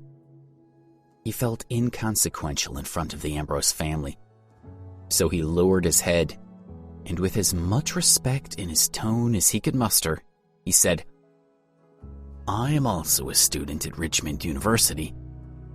I'm here to tell you that Alex definitely donated €1.5 million to the New Year's party over a month ago. I was there and took a photo that I can show you. Colin opened his cell phone and found the photo of the party. The photo showed the president thanking Alex for the money, and a big screen behind them described what was happening. Colin showed it to Lincoln. He told everyone that a middle-aged lady took pity on him when he was making pancakes and gave him the money, Colin added. Lincoln stared at the photo on the screen. Then he slowly lifted his eyes and glared at Flora. Flora jolted and knocked over a cup that was on the table in front of her. The cup rolled to the ground and smashed into pieces. She stood up quickly and walked over to Lincoln, kneeled on the ground in front of him, and said in a trembling voice, Lincoln, I admit I made a mistake. I gave Alex the money. Please punish me. Gideon also walked over to Lincoln, kneeled down beside Flora and said, Dad, it was actually my idea. I didn't want my son to suffer any longer, so I asked her to give him the money so that he would have the opportunity to return home. I take full responsibility. Flora was surprised by Gideon's words. She was touched that her husband had chosen to take the blame for her actions. For a moment, she felt proud to be married to such an honorable man, but she knew that she couldn't let her husband take responsibility. It would ruin his future.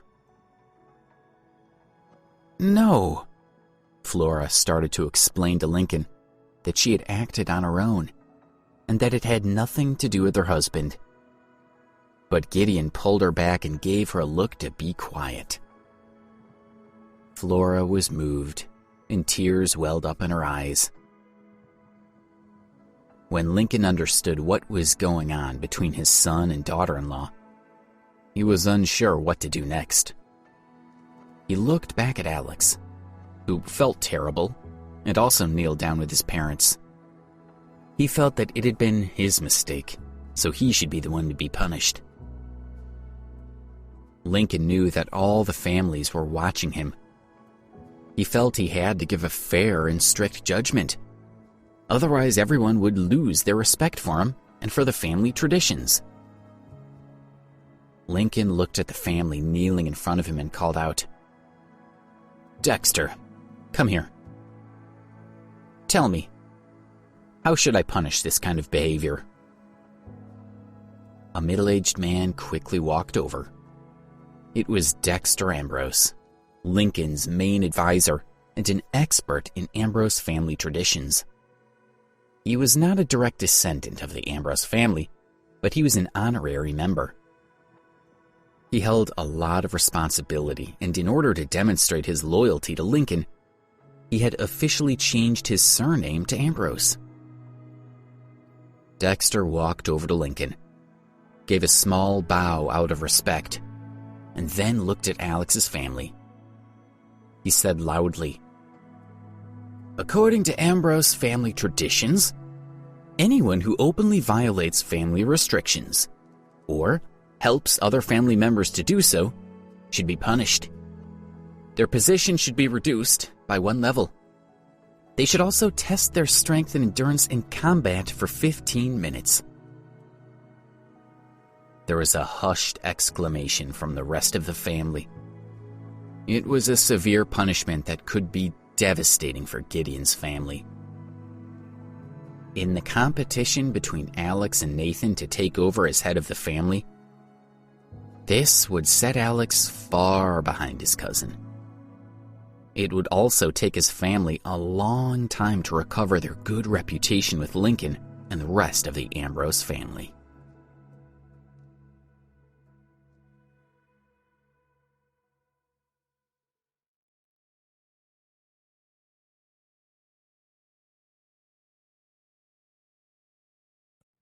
Episode 251. Is that you, Debbie? The punishment for Gideon Ambrose and Flora Ambrose is decided by family tradition. It will be implemented now, Lincoln Ambrose said. The other people knew that Lincoln took the matter with Alex's family seriously. If the punishment were delayed for a few days after the rest of the family had left the estate, they may wonder if there had been favoritism toward Alex's family, which wouldn't be conducive toward Lincoln's management. It was best to punish his parents and make an example out of them in front of everyone right away, to prevent other people's censure and establish prestige. Yes, Dexter said. He hurried out of the hall, and he soon came back with 6 strong men. Everyone felt a chill at the swiftness of their movement. Dexter and the men walked towards Alex's family. Although he kept a solemn expression on his face, Nathan Ambrose was happy to watch the situation play out. When he was a child, he had seen other people being punished. Alex's family was about to be made into an example for their disobedience. His family had lost their reputation in front of the whole Ambrose family. Grandfather? Alex looked up at Lincoln and said solemnly, I'll take my parents' place. As soon as he spoke these words, everyone was surprised and began to whisper. If Alex took his parents' place, he would withstand a 15-minute attack by the Ambrose family's guards, all skilled martial artists by himself. The punishment was not for fun. It could be very painful. No, it must be your parents, Lincoln said. Grandfather, according to our family's traditions, if someone is willing to replace them, it can be allowed, Alex stated calmly. The punishment is still valid. It will not weaken the ties that bind our family together. Alex could feel his grandfather's pain at having to enforce such a strict rule, but he also understood why his grandfather could not back down. He wanted to do everything possible to bring this matter to a satisfactory conclusion, but he couldn't watch his parents suffer. Grandfather, I'll take my parents' punishment. Please, I beg you for permission. Alex firmly looked at Lincoln. You're only a child. Lincoln had a worried look in his eyes. But Alex had spoken up and offered to take his parents' place, and he was right that there was precedence for him to take his parents' place. Lincoln was forced to command Dexter. All right, the punishment falls to Alex alone. Flora and Gideon didn't want their son to take their place, and they actively tried to persuade Alex to stop. He shook his head and said frankly, I've never paid you back for all the years you took care of me. It's my turn to do something for you. Mom, Dad, don't worry. I'm in good health. It'll be nothing. Alex, you're so funny. You want to show your respect for your family in front of your grandfather, but this could be the last honorable thing you do, thought Nathan.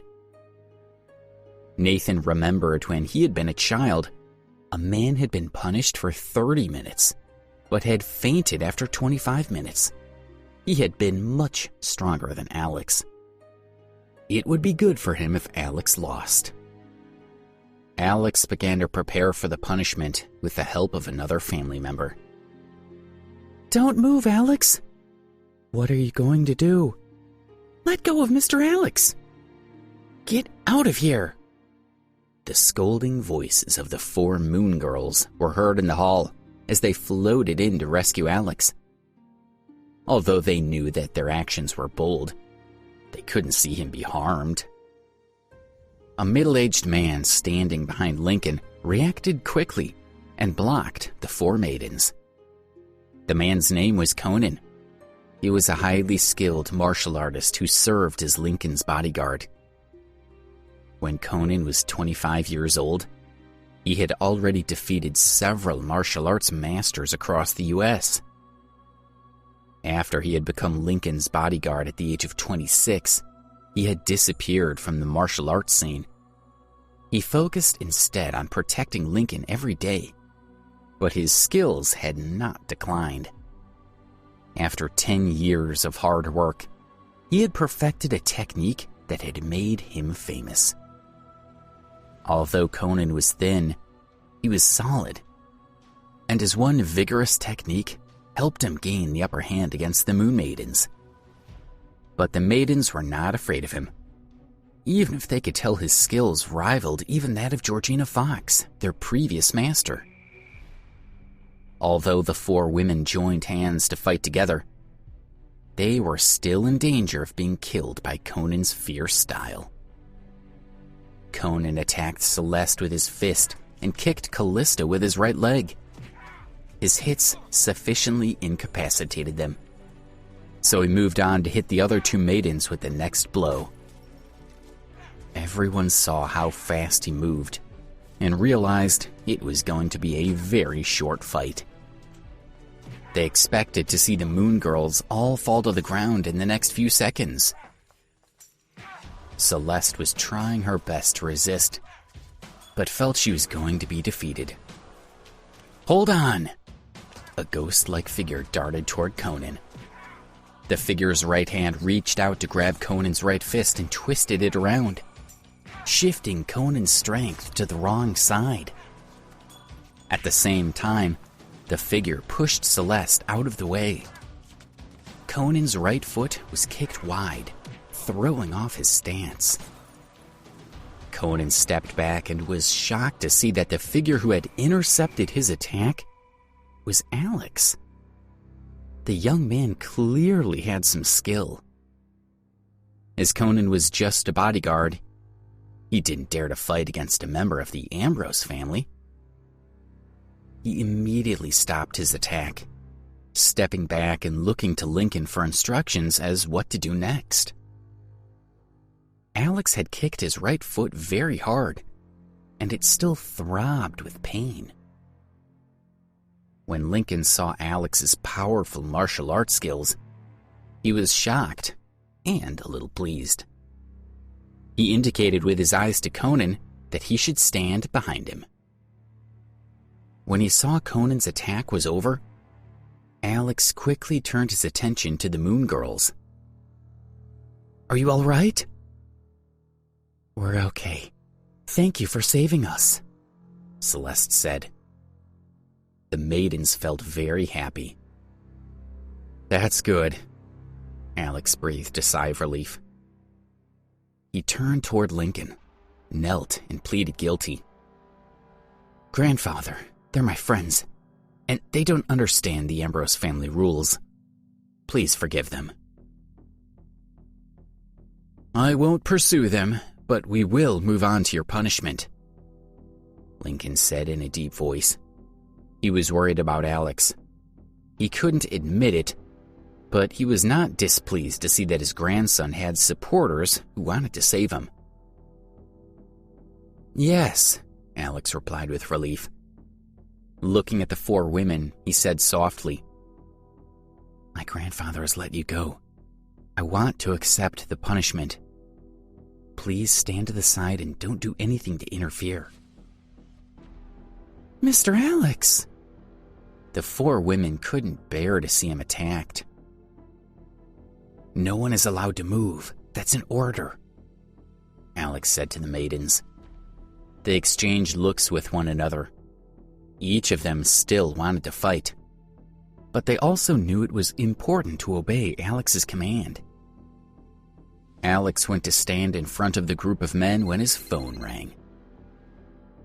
Although family events at the Ambrose estate were important affairs, everyone always kept their cell phones on and were allowed to step away and take incoming calls. It was understood that with so much business constantly going on all over the world, it was important to keep the flow of communication going smoothly, even through parties like this.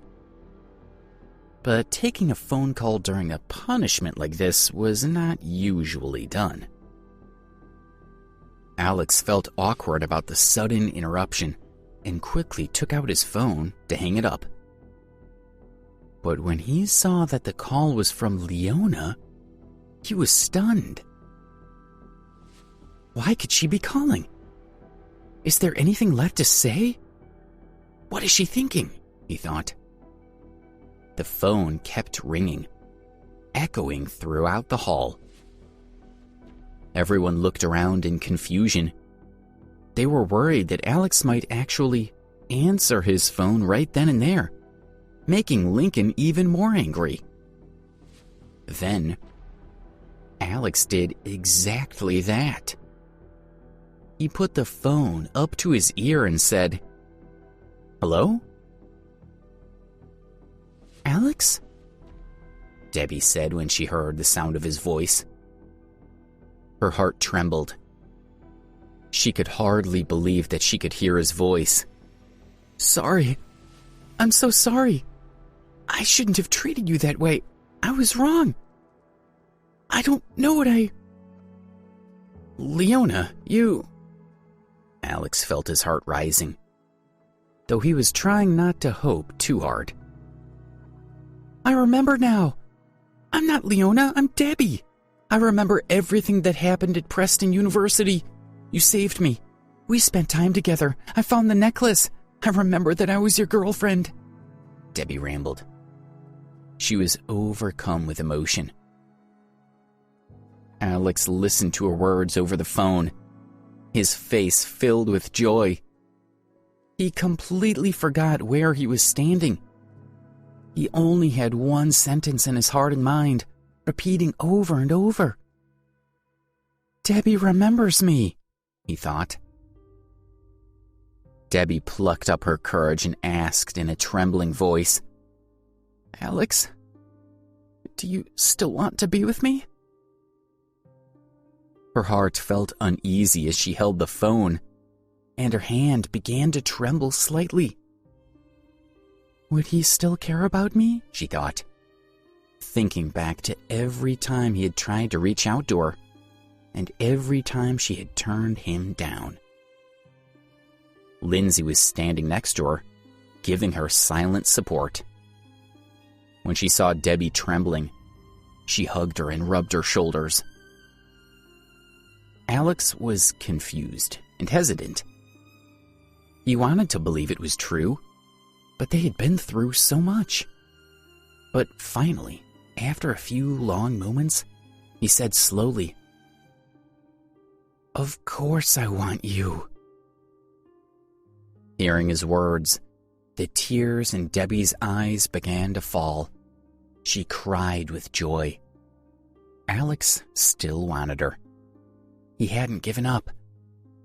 Lindsay hugged Debbie.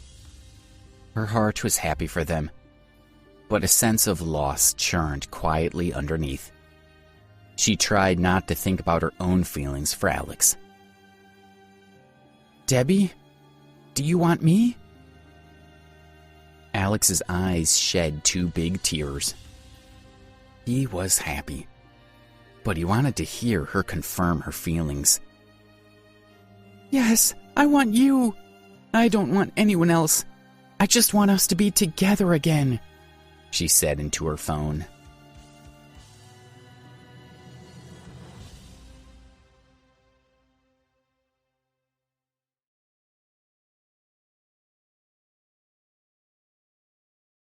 Episode 252, Family History. Good. You wait for me in Washington, D.C. I'll come back to you soon. Alex realized that, even though he was overjoyed that Debbie had finally remembered him, he was still at his grandfather's birthday party, about to accept the family's punishment.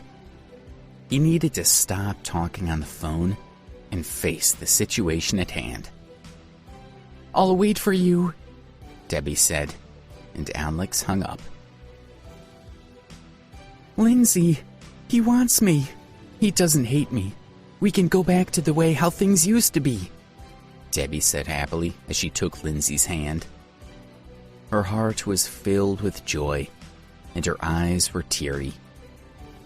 Lindsay responded with a smile, even as she tried to push away her own envious, bitter thoughts.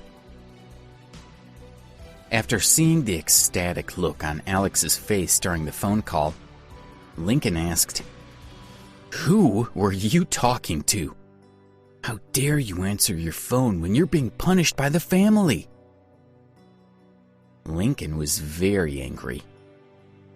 He felt as though Alex had forgotten the family rules after being away for 7 years. "Yes, I understand.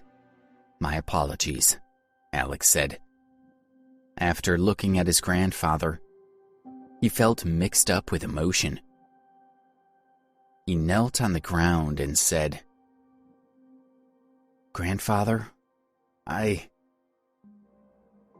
can't give up Debbie. Please punish me."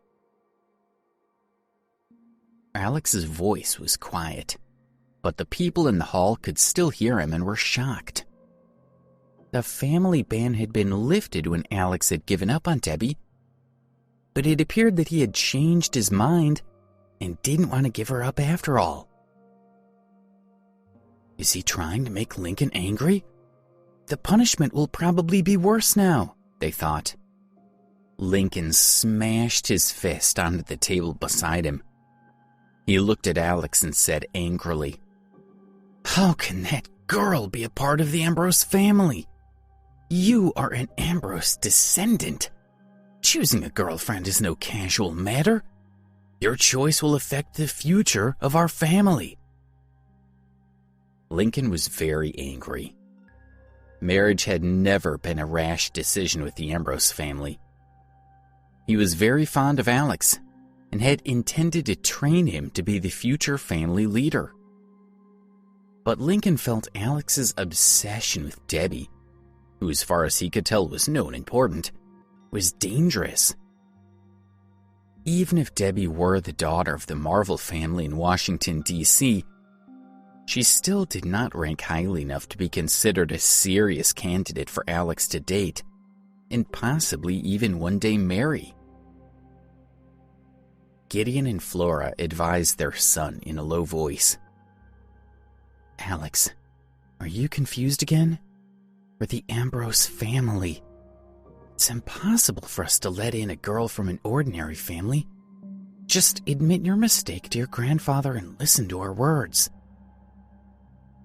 Their family was in a very unfavorable situation. Bringing up Debbie again just added fuel to the fire. Alex shook his head slowly. He understood his parents' pain, but without Debbie in his life, he knew he would never be happy. To him, it was worth the risk of not becoming the head of the family. "Sorry, Grandfather, I can't give her up. Please, allow us to be together," Alex said firmly. Nathan was secretly pleased. He realized that this might be his opportunity to defeat Alex once and for all. He went to Alex and said, "You really are too small-minded. You may not know that just 2 months ago, George Ambrose, the owner of Harmony Island, betrayed our family and ran off to the Mitchells with a large amount of our information. They've used it to rob us for the past 2 months. They've gained a lot of ground, and now their rank is becoming close to ours. If anything like this happens again, the family will surpass us. The Mitchells were another family with immense hidden wealth and influence across the world. Although both families were extremely powerful, the Ambrose family was still the more powerful of the two. But if there was more family betrayal, the Mitchell family would have a chance to beat them. Alex was surprised to hear that George had betrayed his family. But this did not change his mind. He knew what he wanted to do.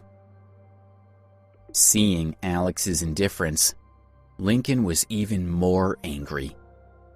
He was disappointed that Alex's priorities had become so misaligned with the rest of the family. "We will follow the Ambrose tradition," Lincoln glared at Alex and exclaimed, "This is the most difficult period for the Ambrose family. I think we need to create a new precedent for situations like this. Those who openly oppose the head of the family's orders like this will be punished for 60 minutes. We'll start today. Dexter, did you hear me?" "Yes, I wrote it down," Dexter said as he quickly nodded. As soon as Lincoln had finished speaking, everyone in the hall gasped in shock. The longest punishment in the family tradition had only been 30 minutes of attack. "Alex, let me ask you for the last time. Will you give up Debbie?" Lincoln glared at Alex. He felt that Alex had forced him into a desperate situation. He hoped that his grandson would give up the girl. Alex shook his head slowly and said, "Grandfather, I'm sorry. I've let you down." Lincoln's eyelids trembled, and his fists tightly clenched together. He angrily said, "Dexter, get ready!" Dexter hesitated a little as Alex prepared to face the attack by the group of strong men. Alex had once been considered so promising. Did Lincoln really want to be so cruel to him?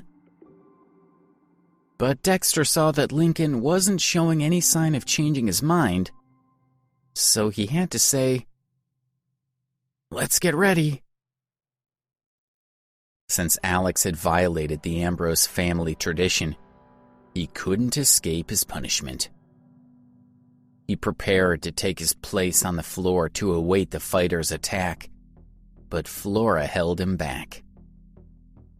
Flora looked at Lincoln with tears in her eyes and begged, "Dad, Alexei is your grandson. 60 minutes of fighting might nearly kill him. Please let him go." Lincoln slightly clenched his hand on the table. He still looked at Dexter and said, "What are you waiting for? Do you not want to do it anymore?" The strong men prepared themselves and began to circle around Alex. "What's wrong with Alex's pursuit of the woman he likes?" A voice came from below. The speaker was Lincoln's 9th son, Tristan Ambrose. He stood up, walked to Alex's side, and said, "Alex, you've done nothing wrong. You don't need to be punished." "Tristan, are you really sticking your nose into this?" Lincoln was furious. After hearing Tristan speak, Nellie trembled all over and looked at him in surprise. Lincoln glared at Tristan and exuded fierce anger. He said, 20 years ago, you fooled around with some woman, and now you want Alex to learn from you? I didn't give you my blessing 20 years ago, and I'm not giving it to Alex now. I'm putting a stop to this. I do it for the sake of the Ambrose family." Was it really that important to split us up? You said it was for my own good, but how did it help me? 16 years ago, she came from Brunei to Baltimore to look for me. but you made him lock me up." Tristan pointed toward Gideon. "You let the mother and daughter stay in their house and wait for 10 days until they finally left. You didn't let me see them once. Am I supposed to thank you?" Tristan looked at Alex and said, "Alex, don't listen to him, or you'll regret it for a lifetime, like me." "Conan!" Lincoln commanded as he clapped his hand on the table. Conan, who was standing behind him, rushed out toward Tristan. He grabbed his shoulder, stretched out his legs, and slapped him to the ground. Tristan cried out in pain as he fell to the ground. He roared, "It was you who broke us up. Now I'm dying inside, and it's all because of you." Alex took the initiative to roll up his sleeves. He felt the situation had dragged on for too long. He was confident he could deal with the punishment. Even if he had to let Lincoln's men hit him a few times in order to satisfy his grandfather's anger, he knew he was strong enough to survive. He called out, "I'm ready. Let's fight." Two of the strong men began to approach Alex. They would reach him in the next second. "Stop it!" Another charming voice shouted, and a figure quickly rushed toward Alex. It was Nellie. Tristan's heart moved as he saw Nellie, and he stood up. Something about her seemed very familiar. "Get her!" Conan pushed Tristan toward the two men and ran to Nellie. He knew she wasn't an Ambrose, so he used a move to hit her right shoulder. Nellie's martial arts skills were very weak. Conan's palm hit her right shoulder. She snorted and fell to the ground, with a trace of blood flowing out of her mouth. Conan rushed to Nellie and held her down. "Who are you?"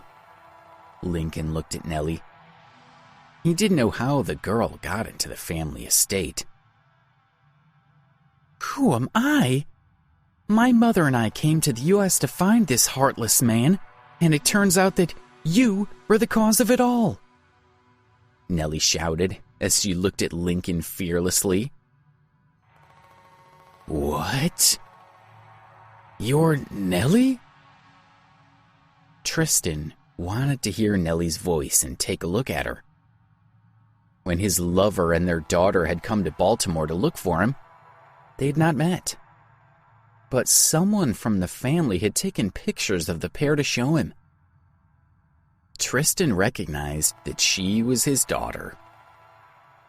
20 years ago, when Tristan was a younger, less responsible man, he had visited Brunei.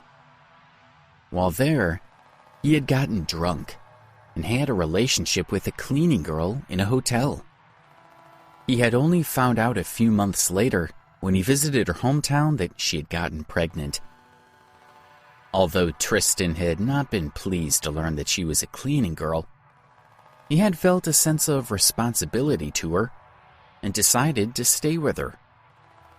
After several months together, he had fallen in love with her. The family had learned the news before the woman, Tallulah, had given birth.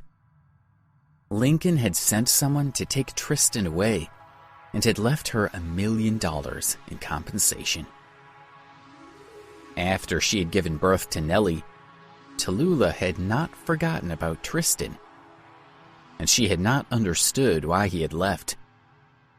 When Nellie was nearly 4 years old, she had taken Nellie to the U.S. in search of him. Tristan had once told her that he was from the Ambrose family in Baltimore. As soon as Tallulah had arrived in the U.S., she had found the family's house. But they had said there was no Ambrose family there. She had not believed them, so she had sat in front of the gate and waited, but nothing happened. Later, a man had taken them in to stay at his home. That man was Gideon. Alex's family had its own independent villa in Baltimore. Tallulah had continued to wait in front of the gate all day for 10 days. But she had still not seen any sign of Tristan. Discouraged and frustrated, she had taken Nellie back to Brunei.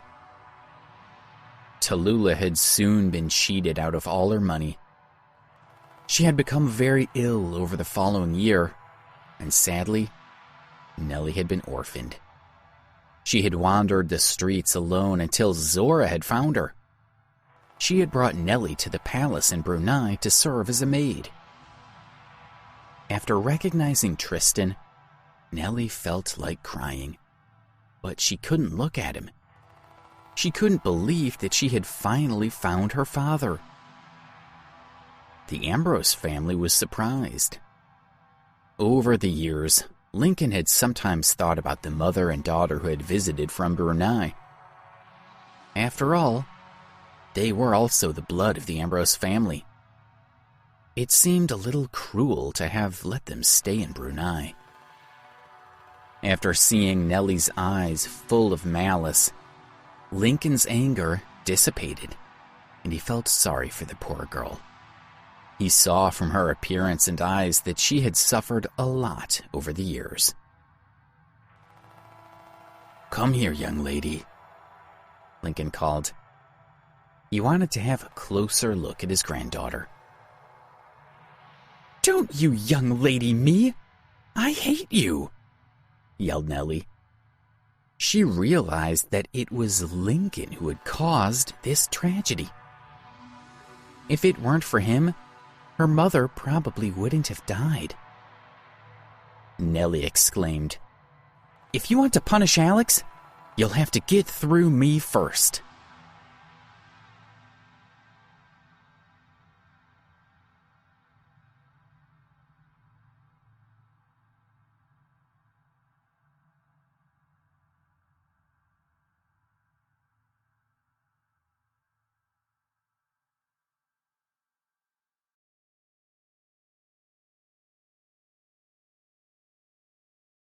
Episode 253, You're Out.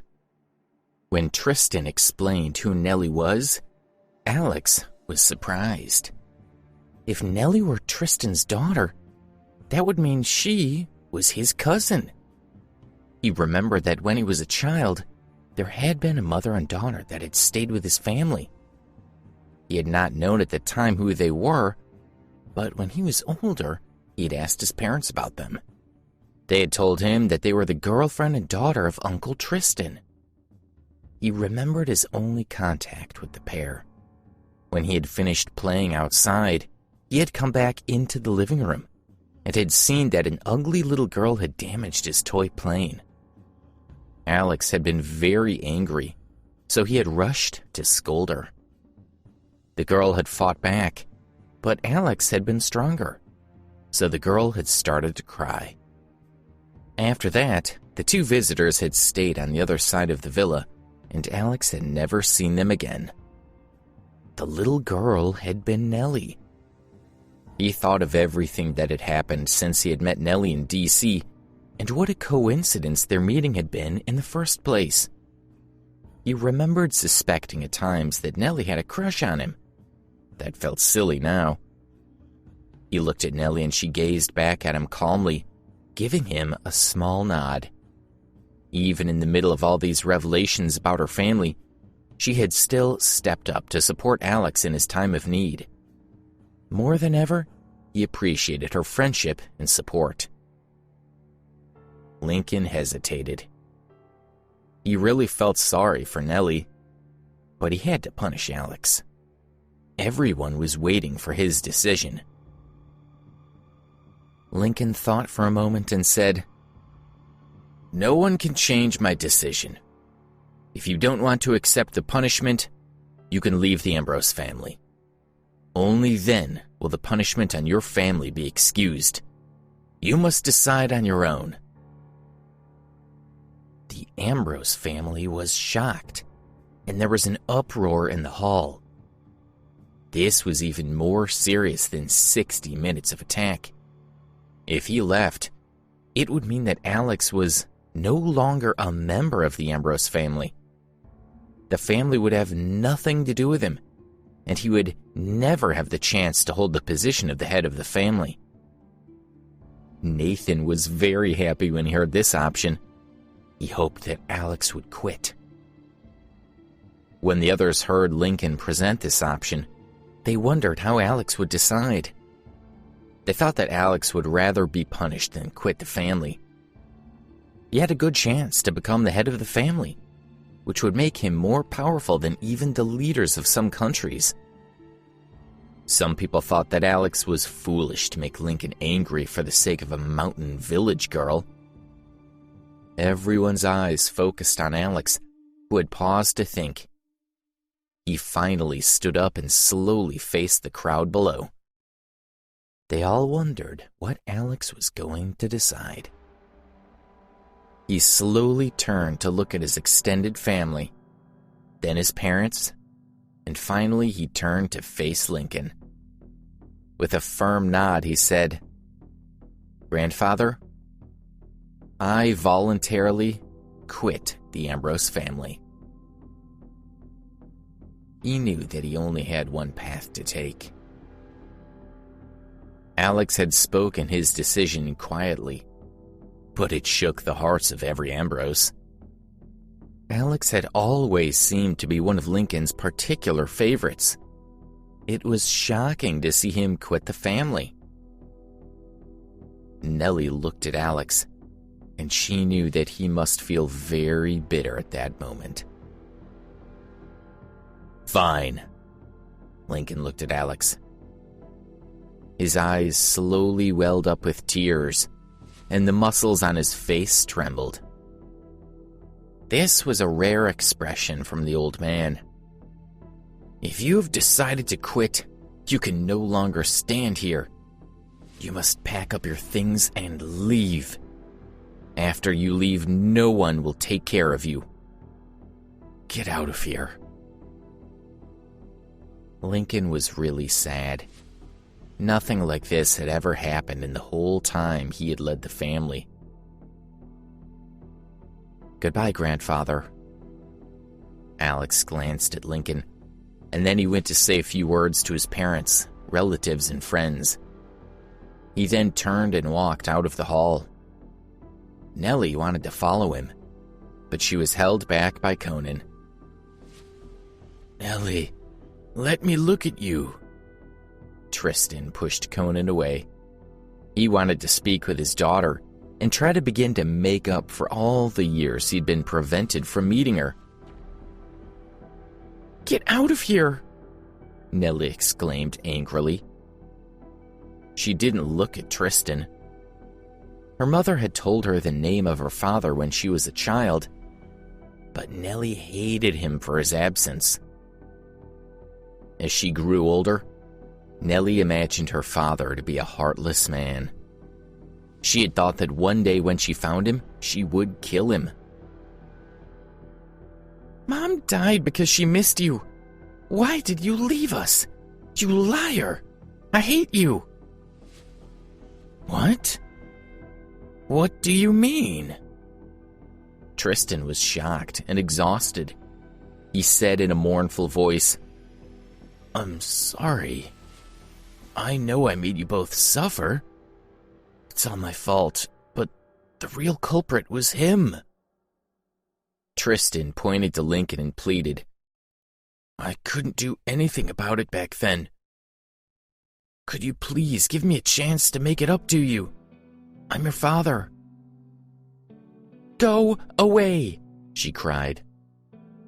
Nellie hit Tristan with her fist, and then she raised her teary eyes to look at him. When she saw the deep love in his eyes, she couldn't bear it any longer. She threw herself into his arms and cried loudly, "Why didn't you want us? We were so miserable in Brunei with you." She had desperately wanted to have a father when she was a child. It was only now that she learned he had been in love with her mother, but Lincoln had been the reason they had been apart.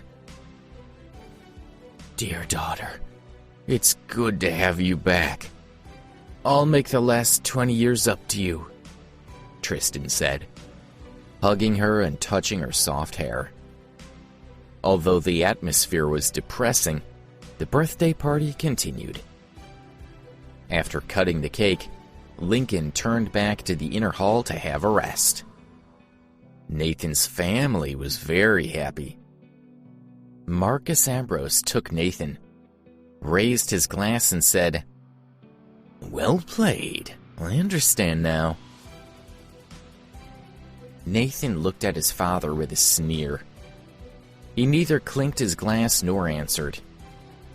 In his opinion, his father just wanted to boast about his victory. He wasn't a useful ally, and Nathan didn't want to talk to him.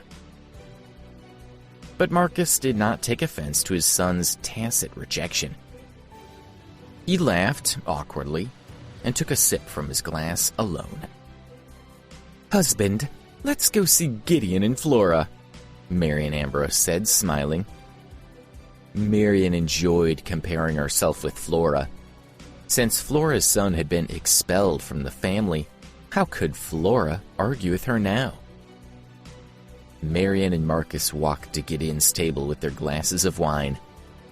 Marian said, "Today's a good day. Let's toast it together."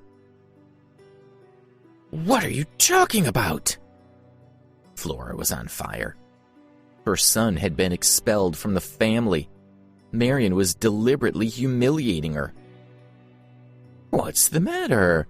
I said it's a good day because it's Dad's birthday." Marian wasn't willing to be outdone. Flora looked at Marian angrily. Gideon gently hugged her and whispered in her ear, "Don't be impulsive." If they caused any more trouble at the party, it would be very harmful to Lincoln. Marian smiled with pride. She sipped from her glass and said with a leisurely smile, "I like Alex very much because he competes with Nathan, which makes my son become better. But I didn't expect Alex to have so many problems. I'm just grateful my son is still on the right track." Flora looked very unhappy at Marian's words. "Marian, be reasonable. Alex can't be entirely blamed for this problem. You adults have some responsibility in it too. You should have taught him to prioritize his career over chasing some strange girl." Marcus laughed at Gideon. "Thank you for reminding me, but no one knows what's going to happen until the last minute, do they?" Gideon said. Although he was smiling, his heart felt mixed feelings. "Are you hoping that Alex can come back to the Ambrose family someday? You should give up that fantasy. No one has ever returned to the family after a scandal like this." Marcus grinned casually, and then looked at Gideon and Flora. He continued with a wretched smile. "But there's no harm in trying, I suppose. Maybe there's still a chance." Marcus and Marian just walked away smugly after they finished talking. Many family members gathered around Marcus and Marian. Before, they had been careful not to show too much preference to either Alex or Nathan. Since it was now clear that Nathan had the best chance of taking over the family, he naturally wanted to please them. Person after person toasted and flattered them. "Marcus, what a son you've raised." "Marian, you look beautiful today. By the way, don't you like jewelry? I bought a precious diamond in South Africa. I'll give it to you later." "Nathan is really capable. He's handled several orders of more than $1 million in a row, which is much better than us." Gideon and Flora didn't go over to their table to toast them. Only Justin Ambrose, Ken Stokes, and the butler, Mark Stevens, sat with them to try and comfort them. Finally, the banquet ended. Flora dialed Alex's phone and learned that he was at the airport. She rushed out to meet him. Alex had been waiting at the airport for 2 hours. Because he was no longer a part of the family, he had to leave that evening. The Moon Girls accompanied him, so he wouldn't feel so lonely. "Alexei!" His mother finally arrived. When Flora saw Alex, she threw herself into his arms with tears streaming down her cheeks. "You foolish boy! How could you do this?" Flora criticized her son. If Alex had been smarter, they wouldn't be in this situation that day. "Don't scold him now," Gideon said. Flora looked at her son with tears in her eyes and said, "Oh, I am proud of you. I'm just sad at how this has all turned out." "I know, but this is better than the other punishment," Alex joked. Although they couldn't laugh, their mood was a little calmer. "Whether you're recognized by the rest of the family or not, you're still my brother." Justin gently patted Alex's shoulder. "You're a good brother," Alex said with a faint smile.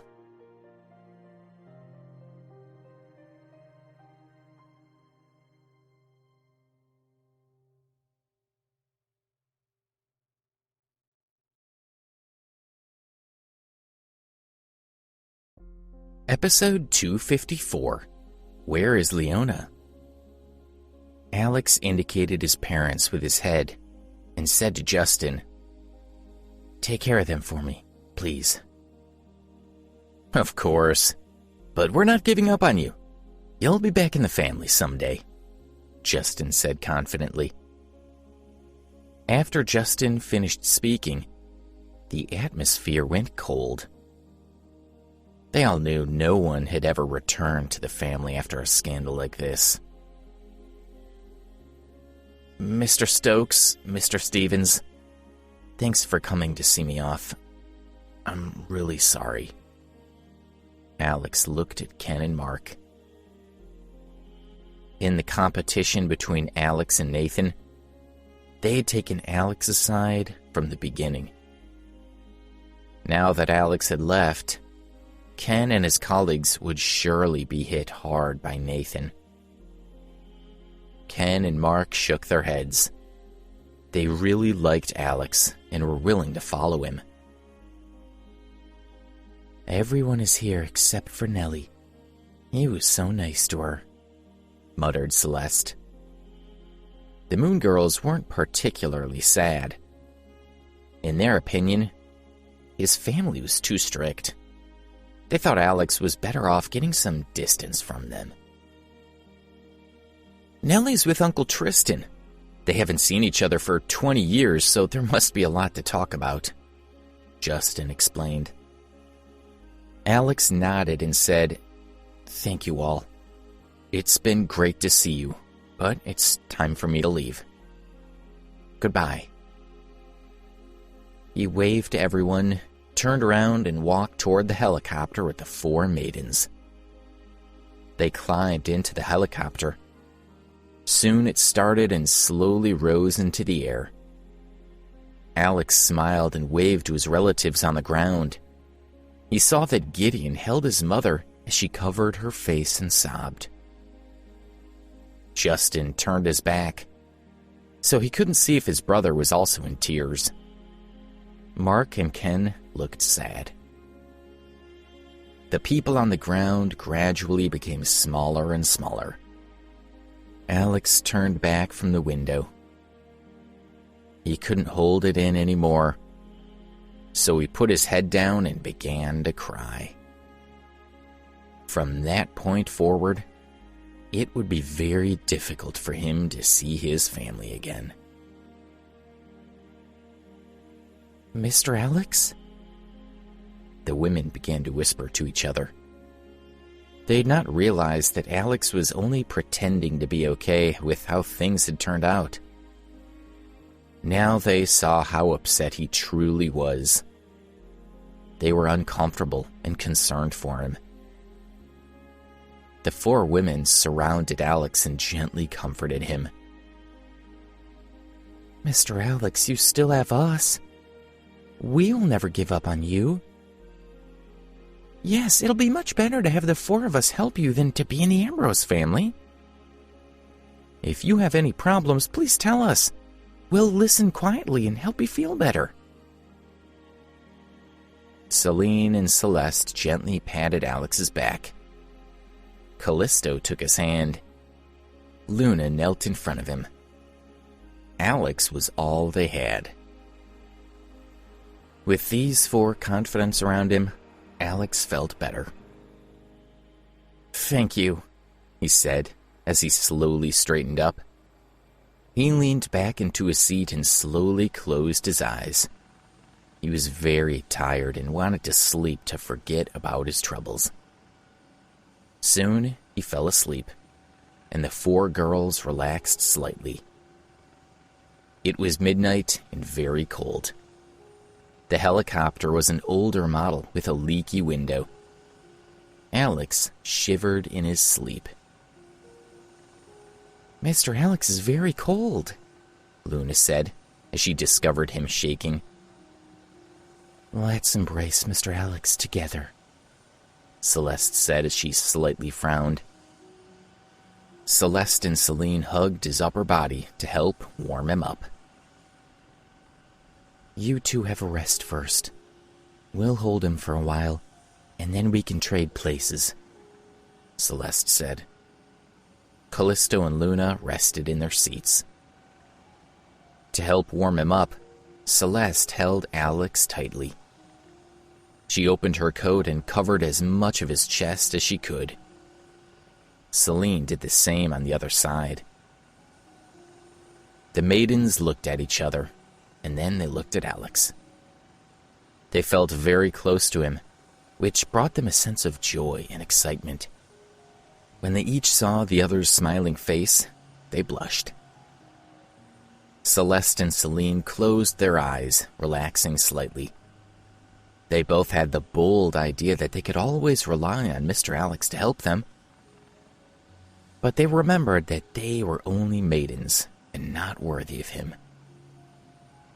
After the 7-hour flight, the helicopter landed at the airport. They were back in D.C. When the helicopter landed, the seats shook slightly. Alex opened his eyes and felt very warm. He noticed that Callisto and Luna had been hugging him and had covered his body with their coats. Alex was deeply moved by their gesture. Callisto and Luna also woke up. Their heads had been resting on his shoulders. They stood up right away, and their hearts were pounding with excitement. Looking at the women, Alex felt slightly happy. He had already regarded the Moon Girls as his family, especially since he no longer had other relatives. Celeste was the closest one to Alex. "Let's get out of here," he said as he looked at the four smiling women. Alex and Celeste stepped out of the helicopter. It was 7 in the morning, and the morning air was chilly. They had been flying all night, so they all felt cold and hungry. "Mr. Alex, let's have something to eat first," Celeste said, as she thought Alex must also be hungry. "I want to see Debbie as soon as possible," he said. But he realized the women must be hungry. He said, "But you're right, we should get some food first." "You're in a hurry to see Miss Debbie. We won't dare delay you," Celeste said. She saw a nearby breakfast shop and asked Callisto and Luna to buy enough for all of them. They soon returned, and Celeste said lightheartedly, "We can eat on the way there." Alex called for 2 taxis, and they left for Arlington Heights. In the taxi, Alex dialed Debbie's number and told her that he would be arriving soon. Debbie was worried. "I don't know what to do when I see Alex," she thought. At the same time, Reginald Drake finished his night shift and returned to the Drakes' home. A few days ago, he had paid $1 million in medical fees to the families of the security guards who had been injured at the wedding. He still had more people to visit and apologize to. It was becoming difficult to discuss the incident without mentioning the Ambrose family, but he knew it was important to keep their involvement a secret. But with the support of the other powerful families in Washington, D.C., the matter was finally becoming resolved. The government only knew that someone had sabotaged the Drake family's wedding. The Drake family had ended the violence as quickly as possible. The public didn't know about these events. They all thought that the wedding between the Drake and Marvel families had gone well. The 20 Washington, D.C. families kept quiet. They were afraid if some news about the terrible Ambrose family were leaked, they would suffer dire consequences. Reginald went into the villa. He was very tired these days, but fortunately, everything was done. He wanted to take a good bath and sleep. "Dad, you're back. I called you last night. Why didn't you answer?" Seeing that his father was finally back, David rushed to Reginald. David's handsome face was full of panic and worry. "Yesterday I was having dinner with some important people and turned off my phone." Reginald's relaxed nerves tightened again. Why did his normally calm son look like this? He frowned and asked, "What's the matter?" David wanted to blurt out that Leona had found out her old diary and remembered her old life as Debbie. But when he tried to speak, he swallowed his words. After the botched wedding, Reginald had warned David to keep his distance from Leona. He had worried about the Ambrose family's interest in Leona and felt it best that David not get too entangled with her, in case they needed to drop the whole marriage idea. But then Leona had come to David's room, wanting to spend time with him. He should have sent her away, but he was too tempted by her. He had not only let Leona into his room, but he had also wanted to take advantage of his father's absence to finally consummate their match. If he had not left Leona alone in his room while he went to get prepared, she wouldn't have seen the diary. "What's the matter? Just spit it out." When Reginald saw David's mood, his uneasiness sharply increased. He was acutely aware that it might be related to the Marvel girl, so he asked in a low voice, "What about the Marvel girl? You didn't touch her, did you?" "Dad, I'm sorry. Leona, she left," David finally said. His face looked even more depressed. "What? Why? What did you do?" Reginald said angrily. "No, Dad, I didn't touch her. She saw the diary, so she left," David said quickly. He felt uneasy and afraid of his father's anger. "Diary? What diary?" Reginald couldn't understand, so he roared, "What's going on? Tell me, right now." "Yes, the diary." His father's roar made David feel like an earthquake hit his heart. He said in a frightened voice, "Daryl Brennan gave me Leona's diary, the one she wrote in before she lost her memory. I used information from it to get closer to her. But she found out, and now I'm not sure what to do. David knew that if he went after her, she wouldn't listen to his explanation anyways. If Leona broke up with him, Alex might come back to take revenge on him too. When he remembered the battle at the wedding, David's heart shook with fear. He was flustered, so he had decided to discuss what to do with his father when he returned home. "You little bastard!" Reginald scolded.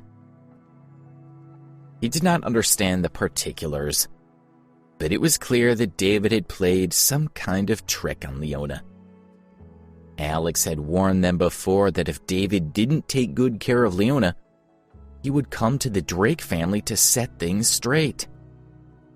If David and Leona's entire relationship had been based on some lie, then Alex was sure to return to wreak havoc on them. Reginald glared at David and said, "Do you have a head full of mush? This is a disaster. How could you have gone with such a stupid plan? If you weren't my son, I would kill you on the spot."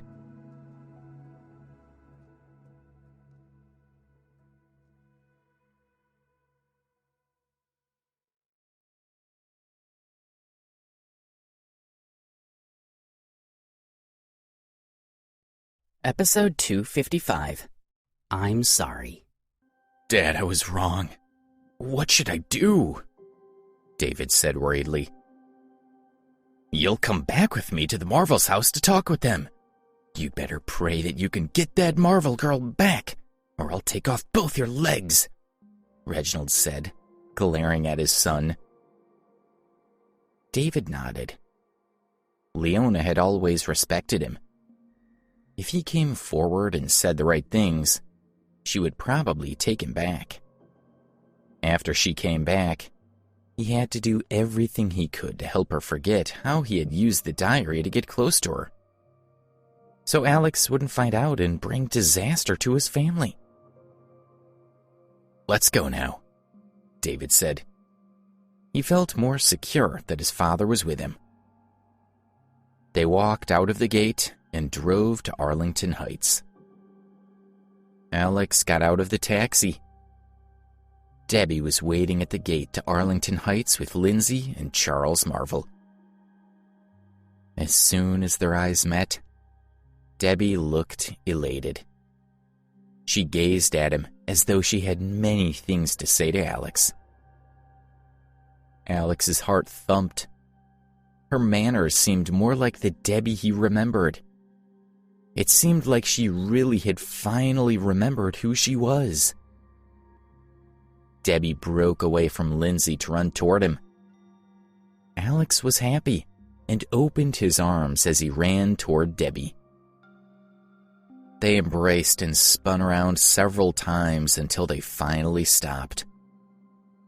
Looking at his familiar face, Debbie thought about what she had done to him. Her heart was filled with remorse. She whispered, "I'm sorry. "No need. You don't have to say anything," he interrupted her. He was so happy that she could finally remember the past and that she recognized him again. He looked down at her and thought she had never looked more beautiful. He slowly bent down and kissed her lips. She closed her eyes and slowly returned his kiss. It felt comfortable and familiar to her. Another lost memory recovered. Watching Alex and Debbie kiss each other, Lindsay felt envious. She remembered that when she had first met Alex, she had also stood up on tiptoe to kiss him, but he had rejected her. It would be impossible for her to try to kiss him again. Lindsay suddenly realized that she had started to tear up. Although the four maidens were also envious, they were happy for Alex. Several of the security guards standing nearby were still under the impression that Alex was just some poor boy of no importance. They looked at him and were puzzled and jealous. "Alex is a little loser that sells pancakes. How did he catch a girl like Miss Marvel?" they wondered. These security guards had met 7 or 8 famous young men from Washington, D.C. that had tried to pursue Miss Marvel, but she had rejected them all. "What does she see in him?" they thought. A Porsche stopped at the gate. Reginald and David got out of the car. The 2 men rushed to the Marvels' house. They had to persuade Leona to return home with them. If Alex found out that Leona had run away because of David's deception, it would be a disaster for the Drake family. On the way to the Marvels' house, Reginald had even told David that if Leona wouldn't agree to return home with him, he would have to kneel and apologize to her. No matter what method he used, he had to get her to come back. When they got out of the car, they saw Alex and Leona kissing each other. They were stunned. When the pair stopped kissing, the men took a step towards them, fearing the worst. They wondered how much Leona had already told Alex, and what he would do to take revenge on them. Alex was from the Ambrose family, who were immensely powerful. If he wanted to punish the Drake family, it would be easy for him. Alex and Debbie barely noticed them. They looked at each other for a long time and felt a special happiness. Charles Marvel walked towards Alex and Debbie. He touched them both gently on the shoulder, drawing their attention over to Reginald and David. When Alex turned to look at them, both of the Drake men trembled. David's knees buckled, and he fell to the ground. Alex was quite puzzled. He took Debbie's hand and walked over to them. Lindsay and the 4 Moon Maidens followed behind him. "Mr. Drake?" Alex saw that Reginald and David were looking at them. He had been so happy that he had forgotten about the interrupted wedding ceremony between Leona and David just a few days ago. He was just about to ask them why they were staring at him. Reginald said to Alex, "The Drake family has done something wrong. David and I must apologize to you and Miss Leona. We are happy to accept whatever punishment you think is necessary." Reginald glared down at David. Looking up at them all, David said, "Mr. Alex, I was wrong. Daryl gave me Debbie Stonehill's diary. It was his idea to use details from the diary to get close to Leona. Please forgive me. Please." It was a complicated story, and David was too scared and upset to explain himself fully. Debbie pulled on Alex's sleeve and told him that she had seen her diary in David's bedroom the previous day. Alex realized that she wasn't angry with David. "David, stand up," Alex said. Reginald and David looked at each other. They didn't understand what Alex meant. They knew their actions had caused the pair a great deal of harm, yet Alex sounded so calm.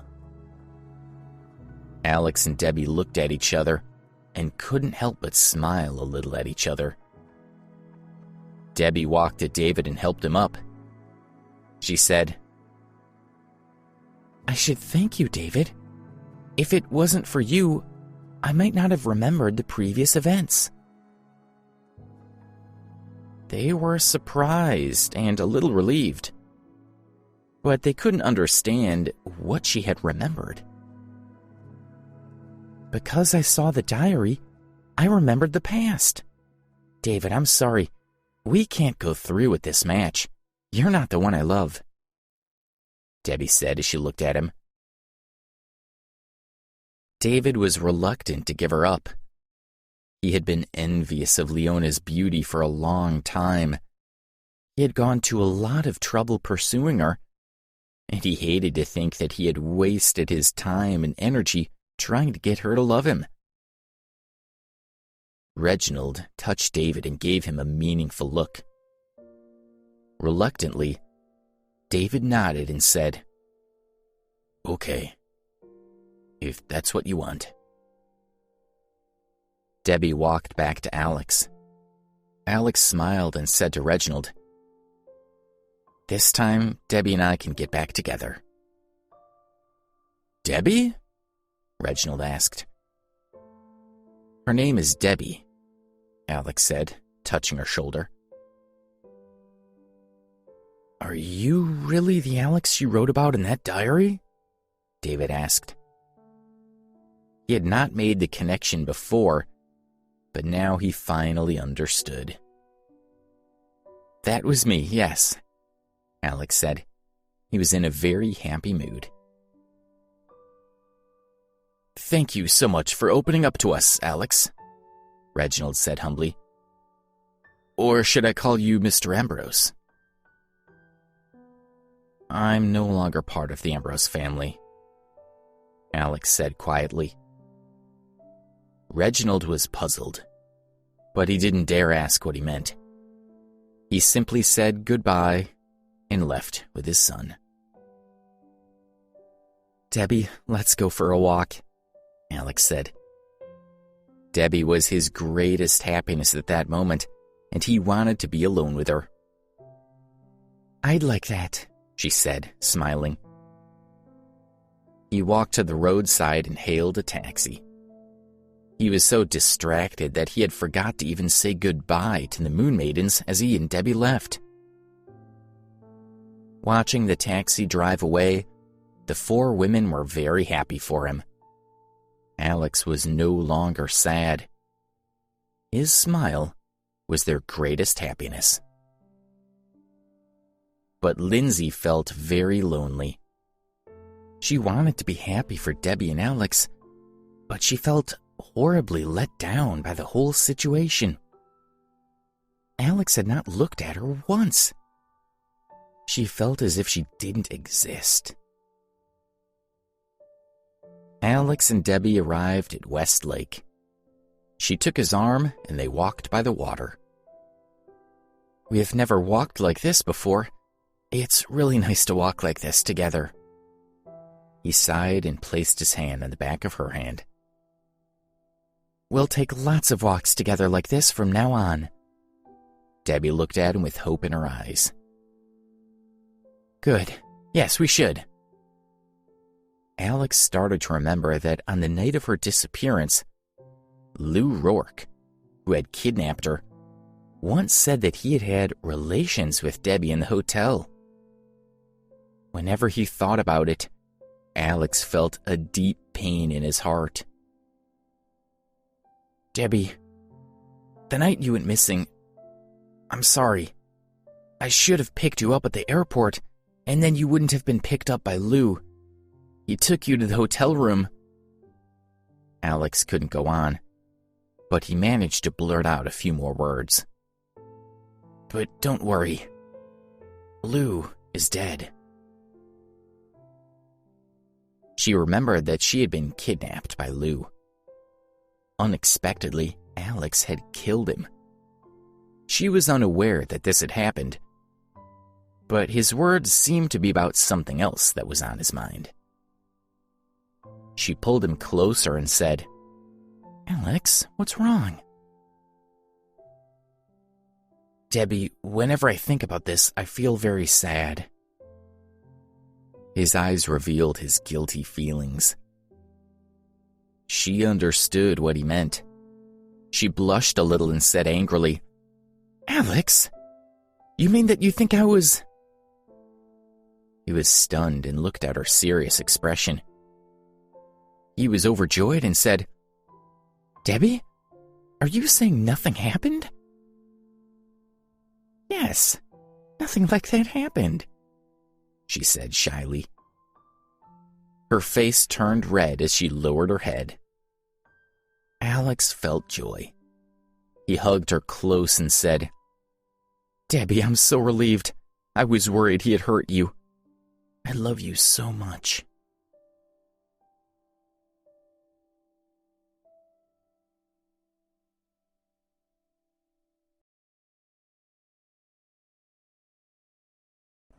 Episode 256, The Proposal. Alex was so happy, he picked Debbie up and swung her around in his arms. Several tourists noticed Alex and Debbie and remarked on how happy they looked. Put me down, Debbie said, giggling. Alex glanced down at her, his hair brushing over her cheek. She blushed, and Alex thought she looked adorable.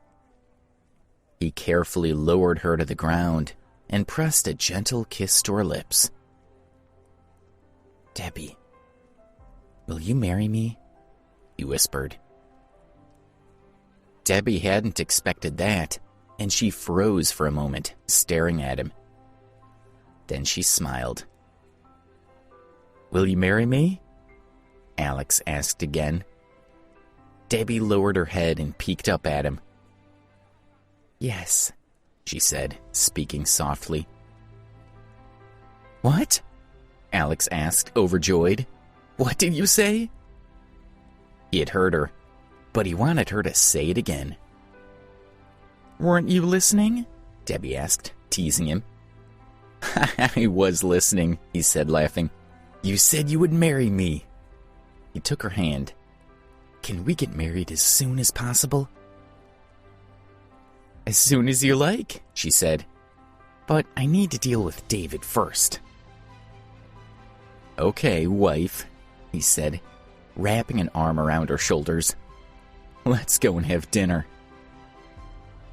At the word wife, Debbie blushed even harder, but she was thrilled. They ate dinner and spent time together until 7 o'clock in the evening. And then Alex took Debbie back to her home in Arlington Heights. Charles and Lindsay were sitting in the living room, waiting for them. Hello, Alex said, leading Debbie to sit on the sofa. Lindsay met his gaze, and Alex remembered how she had stood in front of him to prevent Reginald's security team from shooting him.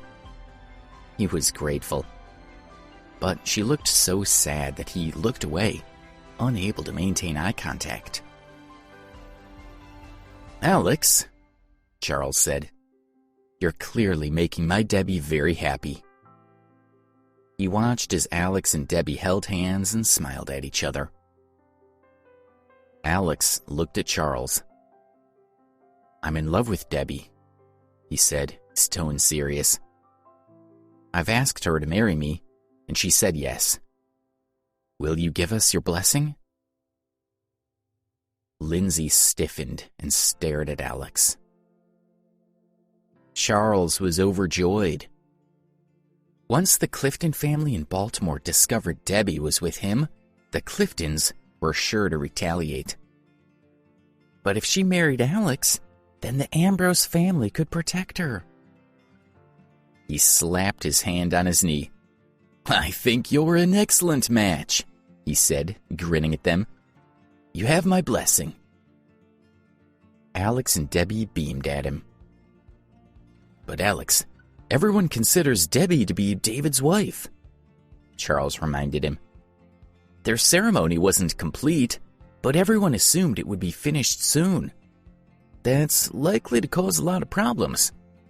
So I hope your family will be able to shield you from that. If the Drake family kicked up a fuss, the news would soon reach Baltimore. Oh, Alex frowned.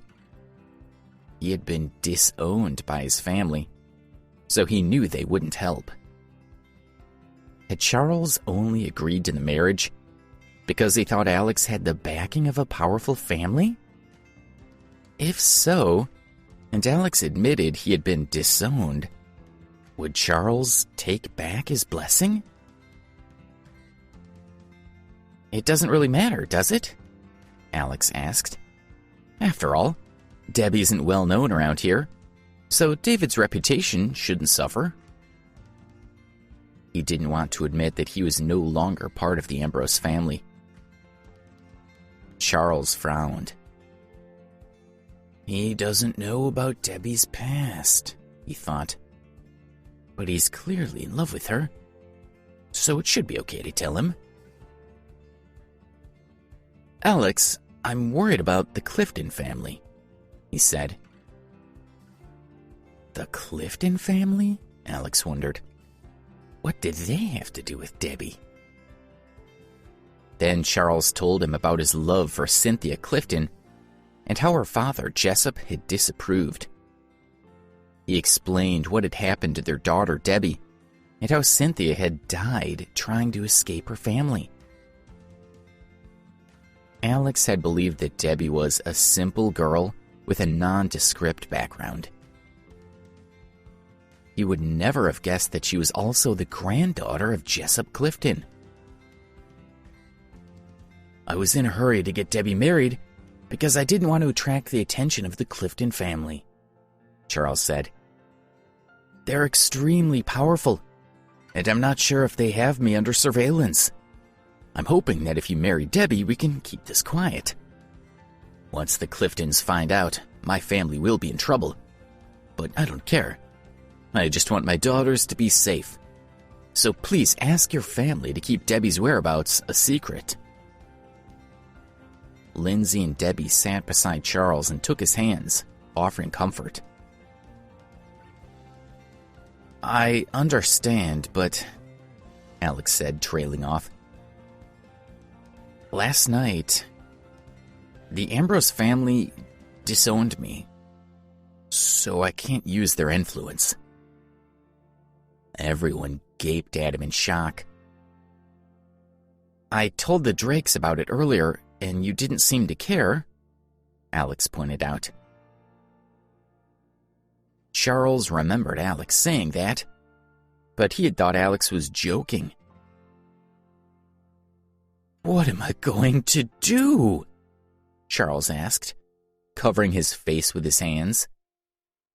Debbie was already the talk of Washington, D.C., and if no one had the power to suppress the stories, then the Clifton family would soon become aware of her whereabouts.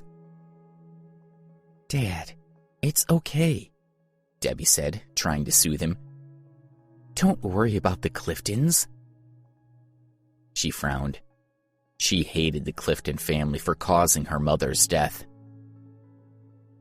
"Yes, we'll protect you," Lindsay whispered. Jessup Clifton sat within the family mansion in Baltimore. His son Rufus knocked on his office door and rushed in, holding a picture. Jessup didn't even look up. "Dad?" Rufus said, placing the picture on the desk. Jessup glanced at the photo with a complete lack of interest. But then he looked closer and saw a jade pendant, and he snatched up the photo to examine it. His breath came quicker as he grew excited. "Look at the fourth person from the right," Rufus prompted him. Jessup's eyes widened. "It can't be," he said, his voice trembling. "Dad, it's not my sister," Rufus said with a sad smile. "It's not Cynthia. It's her daughter. The baby we thought was dead." The picture had been taken at David and Debbie's wedding, and it showed Debbie about to pick up the jade pendant that was lying on the ground. "It's her," Jessup exclaimed. "Did you find my granddaughter? Where is she?" "She's with Charles Marvel," Rufus said. Jessup stared at him, clenching his fist in anger. I've only just received this picture, and I'm not sure what happened, Rufus said. It appears that David Drake, the eldest son of the Drake family, married Leona Marvel, who's actually Debbie. She arrived at Charles Marvel's house at least 4 months ago, but we don't know how she got there. Bang! Jessup slapped his hand down on the desk, knocking several objects to the ground. Does Marvel have a death wish? He asked, cursing. In the 20 years since Cynthia had died, Jessup had never stopped searching for information on Debbie. He had thought Carla would take Debbie to Charles, and he had sent someone to watch the Marvel house, but Debbie had never arrived there. Jessup had demanded that Charles inform him immediately if Debbie turned up, warning him that failure to do so would result in retaliation. Jessup had never shared any information with Charles. For the first 5 years, he had sent people to monitor the Marvel family, but they had found nothing. But now he only sent people to Washington, D.C. for a few days every 6 months. The last report had stated that there was no sign of Debbie. So Jessup hadn't realized that Debbie had been with Charles for 4 months. Send some people to Washington, D.C. to deal with Charles, Jessup ordered, staring at Rufus. And then bring Debbie back. Dad, I heard that the wedding didn't go well, Rufus said. Many people were injured, including famous fighters like Ryder Dixon, Marco Marino, and Damian North. And there was another martial arts expert, Cliff Munson, at the wedding. He was also badly hurt, but no one knows who beat him. Oh. Jessup was surprised. Are you sure your information is accurate? Yes, I'm certain, Rufus said. Even if the Drake family are trying to suppress the news, people talk, and the other powerful families must know what happened. Which makes me wonder, why are we only hearing about this now?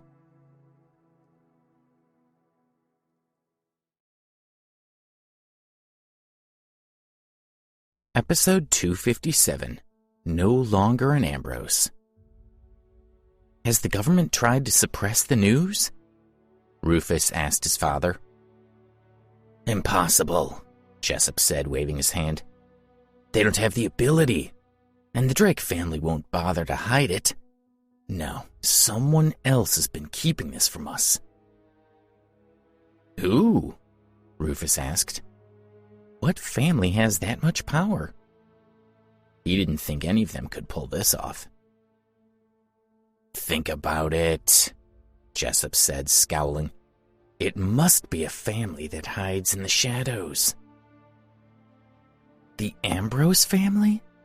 Rufus asked, shocked. Only they could do this. They're the only ones secretive enough to go about it in this way, Jessup insisted. But why would the Ambrose family involve themselves in this? Rufus asked. What do they have to do with us? In the past, we didn't have the same resources as them, Jessup said. We were not short of money, but we couldn't match their power. 30 years ago, Lincoln, the head of the Ambrose family, invited me to their estate. He wanted to recruit me, so he offered me a lot of money, but I refused. The Ambrose family had been going through a difficult period, and Lincoln had wanted to boost their strength by recruiting the Cliftons.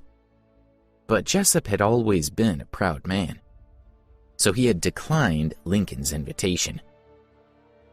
Later, Jessup had learned that the Ambrose family had been growing more powerful with every day.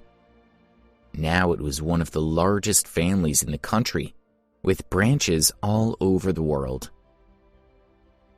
Jessup didn't regret his decision to refuse Lincoln Ambrose. Instead, he was proud of it. Other families begged to join the Ambrose family, while Jessup had turned down their offer. Charles must die, Jessup announced. "He ignored my instructions and kept Debbie from me." He looked at Rufus. "Every one of our children should remain within the family." "I'll take Edgar Grady with me," Rufus said. Edgar was a well-respected figure in the world of martial arts. "No," Jessup said, shaking his head. "You said that Cliff Munson was defeated.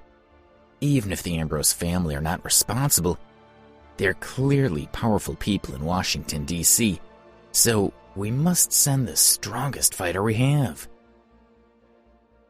"You mean Paul Novak?" Rufus asked. Paul was one of their most powerful martial arts experts and was more famous than Cliff Munson, the man Alex had defeated. "Yes, take Paul to Washington, D.C. to kill Charles and get Debbie," Jessup ordered. "But you must do it without drawing any attention." He held Rufus's gaze. "Yes, I know what to do," Rufus assured him, leaving the study. Once Rufus had gone, Jessup lifted the picture and looked at Debbie. "If it hadn't been for you, my precious Cynthia would still be alive," he murmured. "Oh, Cynthia, why didn't you listen to your father? Why couldn't you have stayed away from Charles Marvel? I warned you it would end in tears." Reginald collapsed on the sofa and breathed a sigh of relief, but his mind was still spinning. What did Alex mean when he said he was no longer a member of the Ambrose family? He wondered. His phone buzzed with an incoming message. Reginald sat up straight, recognizing the number as belonging to the Ambrose family. He had never called the number, and even if he had, no one would have answered. The Ambrose family only used the number to provide information to those who needed to know something. As the head of a powerful family in Washington, D.C., Reginald was one of the few to receive such messages. He opened the text message and read it. "The Ambrose family has disowned Alex. From this point on, if Alex asks for help, you should ignore him." Reginald now understood what Alex had said. "Dad, what's the matter?" David asked, puzzled by his father's shocked expression. "Alex was thrown out of the Ambrose family," Reginald said. "What?" David asked, incredulous. "Alex is no longer a member of the Ambrose family," Reginald said. "He's on his own now, and the Ambrose family won't help him." David was shocked. "Then we don't have to worry about him," he said, "which means that I can take Debbie back." He couldn't forget Debbie, no matter how hard he tried. "No," Reginald said. "Why not?" David asked, frowning. "You just said that he's an ordinary man now, so why can't we deal with him?" "Have you forgotten how strong he is?" Reginald asked. "You can't possibly take Debbie back by herself." He was annoyed at David, who had always been more concerned about his love life than the family business. David didn't dare argue. He knew he couldn't beat Alex, but he was sure he could find someone who could. "David, I have many years of experience with these matters," Reginald said. "The Ambrose family have disowned Alex for now, but they could take him back in the future. And I suspect that if he does return to the family, then he may end up running it one day. Right now, Alex is at the lowest point in his life.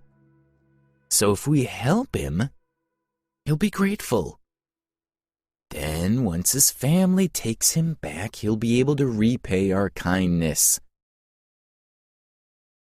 But that all depends on Alex returning to his family," David complained. "If that doesn't happen, then our efforts will be in vain." David didn't care about helping Alex. He just wanted Debbie back. Reginald was sure Alex would eventually be allowed to return to his family. But he didn't know that the Ambrose family had never taken back anyone they had thrown out. Alex took Debbie to shop for a wedding dress. They had agreed to have a low-key wedding the following night. Charles hadn't invited any friends or relatives, so his only immediate family and the 4 Moon Maidens would be there. The wedding would take place in the Marvel Villa, and no one would see what took place inside. Alex helped Debbie to pick out a plain white wedding dress, and they asked the clerk to wrap it for them. Then they left the shop and took a taxi to the Drake house. Alex hoped to persuade David to stay quiet about what had happened. If everyone thought he was still married to Leona, then no one would know the truth about Debbie. Alex walked into the living room and spotted Reginald and David.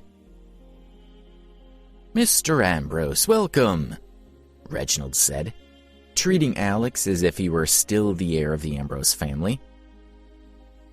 "Alex," David corrected him, feeling jealous. Now that Alex had been disowned, he had no right to the name Ambrose. "Mr. Drake," Alex said. He glanced at the maid who was dusting the living room.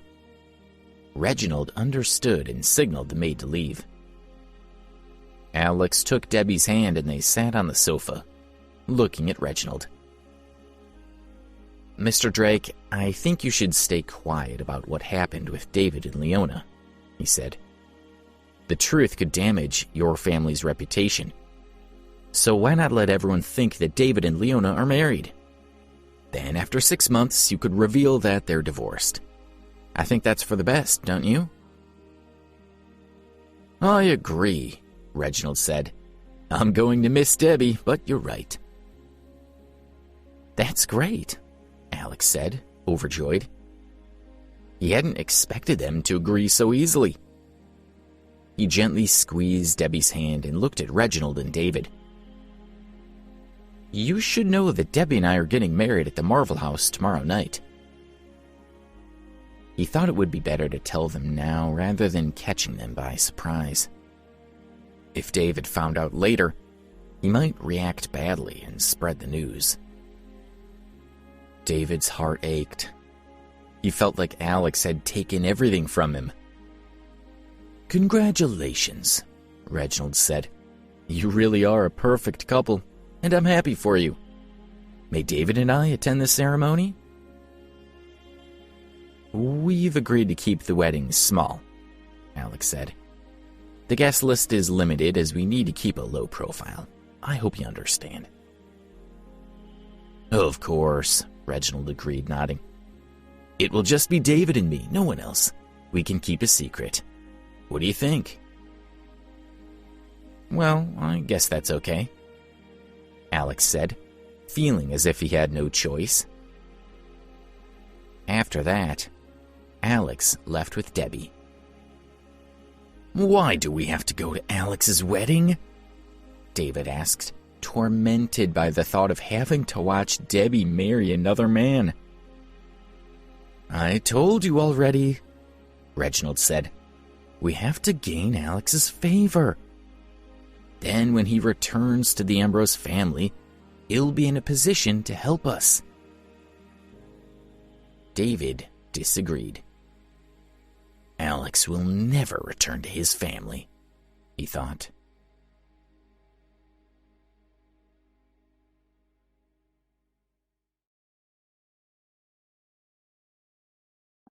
Episode 258, Seeking Revenge. While Alex and Debbie prepared for their wedding, Rufus went to fetch Paul Novak. He took a taxi to the martial arts retreat where Paul lived.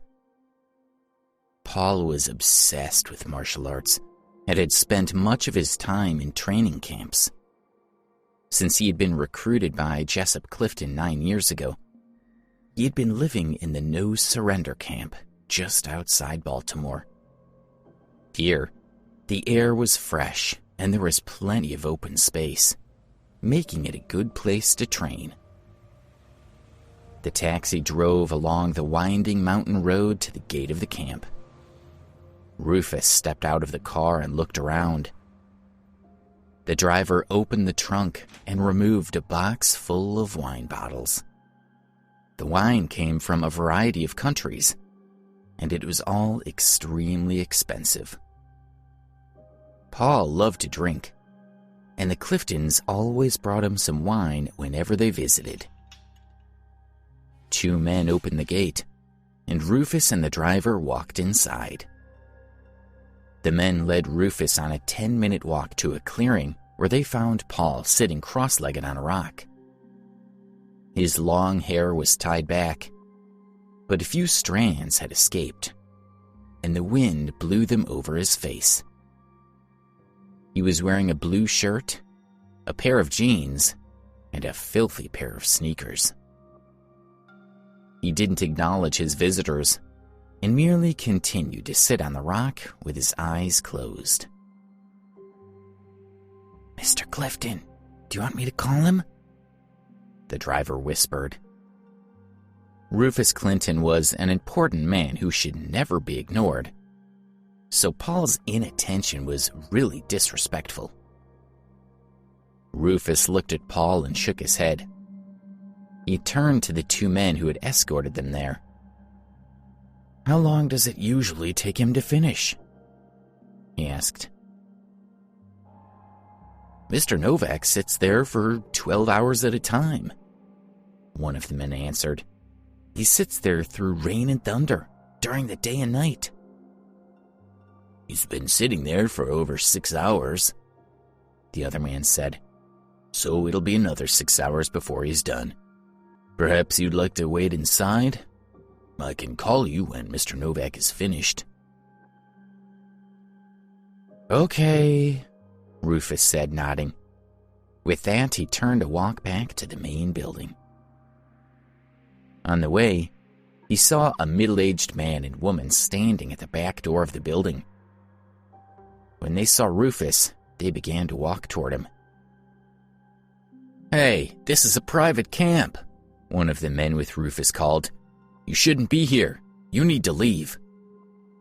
The 2 men approached the couple, determined to eject them from the camp, but when they drew closer, they recognized the intruders. "You!" one of the men exclaimed, gaping at the couple in fear. "Flynn and Josie Gibson." "So, you remember us?" Josie said, sneering at them. She stepped forward and hit out at him, breaking his nose and sending him falling to the ground. Flynn struck at the same time, and the other man collapsed in a heap. The men lay there, looking at the couple, not daring to get back up. Rufus stared in shock as the scene unfolded. Flynn and Josie walked over to Rufus, and then they spotted Paul sitting on the rock. Flynn scowled. "There he is," he said. "Exactly where we knew he would be." The driver was terrified, and he fell to his knees, begging the couple not to hurt him. "Please let me go," he pleaded. "I haven't done anything to you. Please don't hurt me. I'll do anything you want." Rufus stayed calm, but his hands were clenched into fists, and his heart thudded within his chest. "I'm not interested in you," Flynn said, smiling at the driver. "I'm here for him." He pointed at Paul.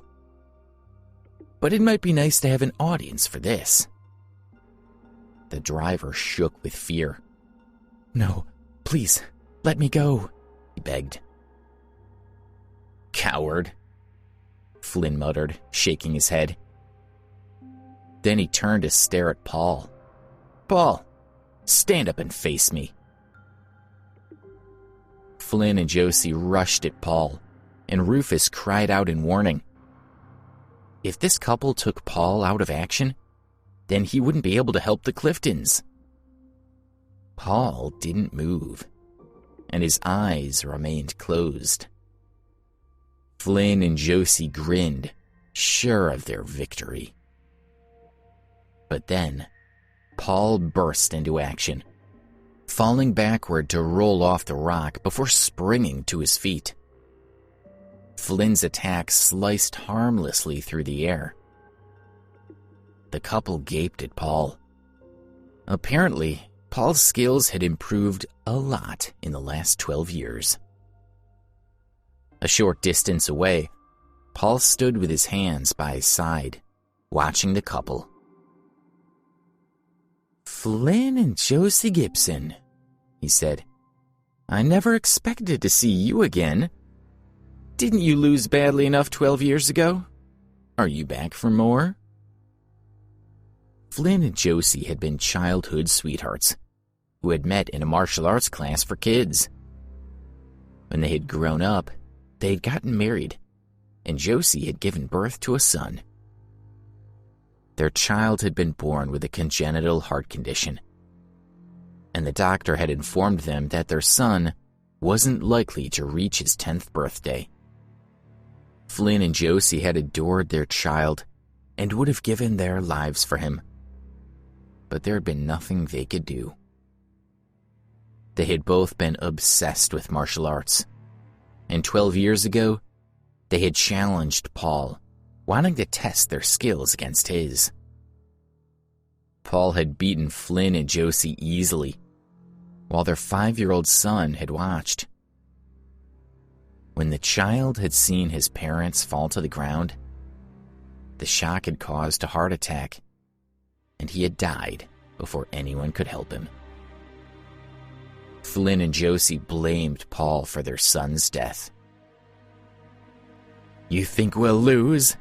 Flynn asked. "We were no match for you 12 years ago, but things have changed. We've spent years studying, and now we're here to avenge our son's death." "You'll pay for what you did," Josie yelled. Flynn and Josie dashed forward. They had planned out every move, determined to get their revenge. They flew at Paul, and their hands moved so quickly they were practically a blur. Strike after strike was aimed at Paul as they fought to bring him to his knees. But Paul easily evaded every attempt, and none of their blows landed.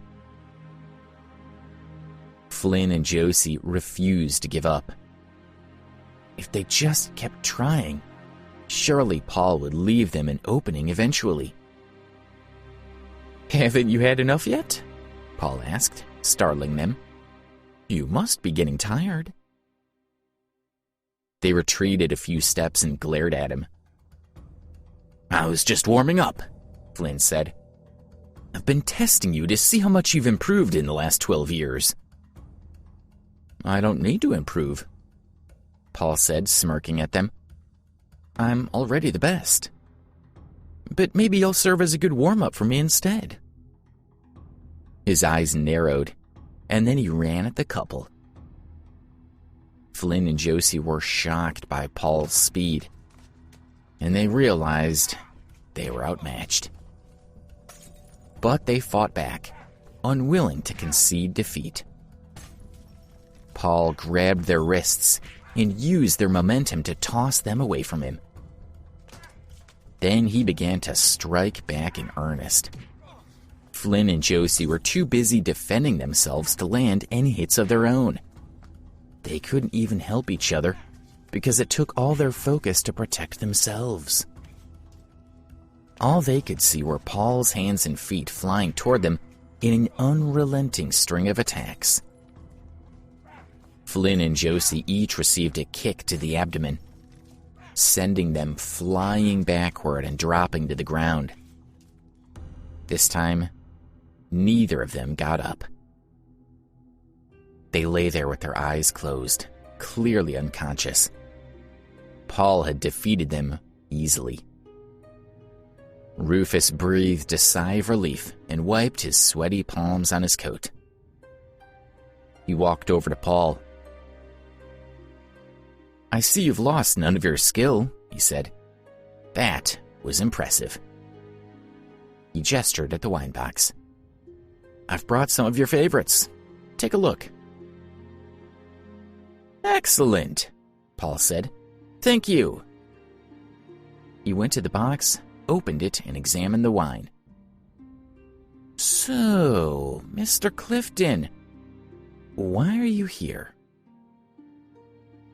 "I need your help with something," Rufus said. "Let's go inside and talk." He led Paul into the building.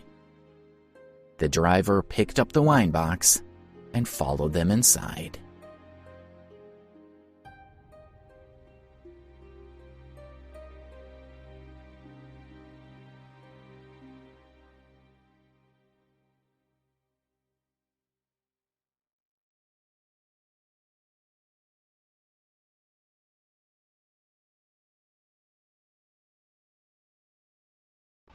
Episode 259. Do you have an appointment? Rufus sat and drank his tea, while Paul opened the wine and poured himself a glass. "I need you to go to Washington, D.C., and deal with a businessman called Charles Marvel," Rufus said. "He's the head of the Marvel family." "Washington, D.C.?" Paul asked, taking a sip of wine. "To deal with a simple businessman? Surely someone else can take care of that." Sending Paul to deal with such a small matter was overkill. Paul wasn't sure what was going on. "Charles has insulted the Clifton family, and my father is furious," Rufus said. "Also, we believe there may be a strong martial arts expert in Washington, D.C., who could cause us some trouble. To ensure our success, my father wants you to come with us." "A martial arts expert?" Paul asked, interested. "How good is he?" "He defeated Cliff Munson," Rufus said, watching for a reaction. Paul raised his eyebrows. Cliff Munson was well known in the martial arts world, and few people dared take him on. The mere idea of someone defeating him was difficult to believe. "Someone beat him?" Paul asked, incredulous. "Why haven't I heard about this?" Even living in the retreat, he paid attention to what happened with other fighters. If someone had really defeated Cliff, then Paul should have known about it. "A powerful family has suppressed the news," Rufus said. He looked at Paul. "So, Mr. Novak, who do you think is the better fighter, you or Cliff?" Paul stared at Rufus, and a smile slowly formed. "I've never fought Cliff, but Flynn Gibson challenged him a year ago. It took Cliff half an hour to defeat Flynn. But, as you saw..." He trailed off and gestured outside. "I dealt with Flynn much quicker than that." He tipped back his head and drained his glass of wine. Rufus was thrilled. Paul had defeated Flynn and Josie much faster than Cliff had, so Paul must be a better fighter than Cliff. Rufus raised his cup to Paul and then took a sip of his tea. "I'll go back to Washington, D.C. with you," Paul said, putting down his glass. His eyes strayed over to the window. "I really want to meet this mysterious martial arts expert. We'll see how good he really is." "Thank you, Mr. Novak," Rufus said. "But I don't know the identity of this expert, so we don't know whether he's an enemy or a friend. Of course, if he stands against us, you'll have to get rid of him. If he gets in your way, I'll deal with him, Paul said, shrugging. That's not a problem. Rufus nodded. Rest up, he said. I'll pick you up tomorrow, and then we'll go to Washington, D.C. Okay, I'll see you then, Paul said, pouring himself another glass of wine. At 10 o'clock the next morning, Rufus and Paul took a taxi to the airport and got on a flight to Washington, D.C. In Washington, D.C., the Marvel family home bustled with activity. Charles had arranged for several family members to go away for a few days. The fewer people who knew about Alex and Debbie's wedding, the better. The gardens looked the same as always, but inside the mansion, it was a different story. A red carpet had been laid on the floor of the large hall, and the walls were adorned with colorful balloons, streamers, and flowers. To keep the wedding secret, the Moon Maidens had dealt with the decorations themselves. Charles had stationed bodyguards and security guards around the house, closely guarding each door. Alex and Debbie left to get ready, leaving only the Moon Girls, Charles and Lindsay, in the hall. The doorbell rang, and Reginald came in with David.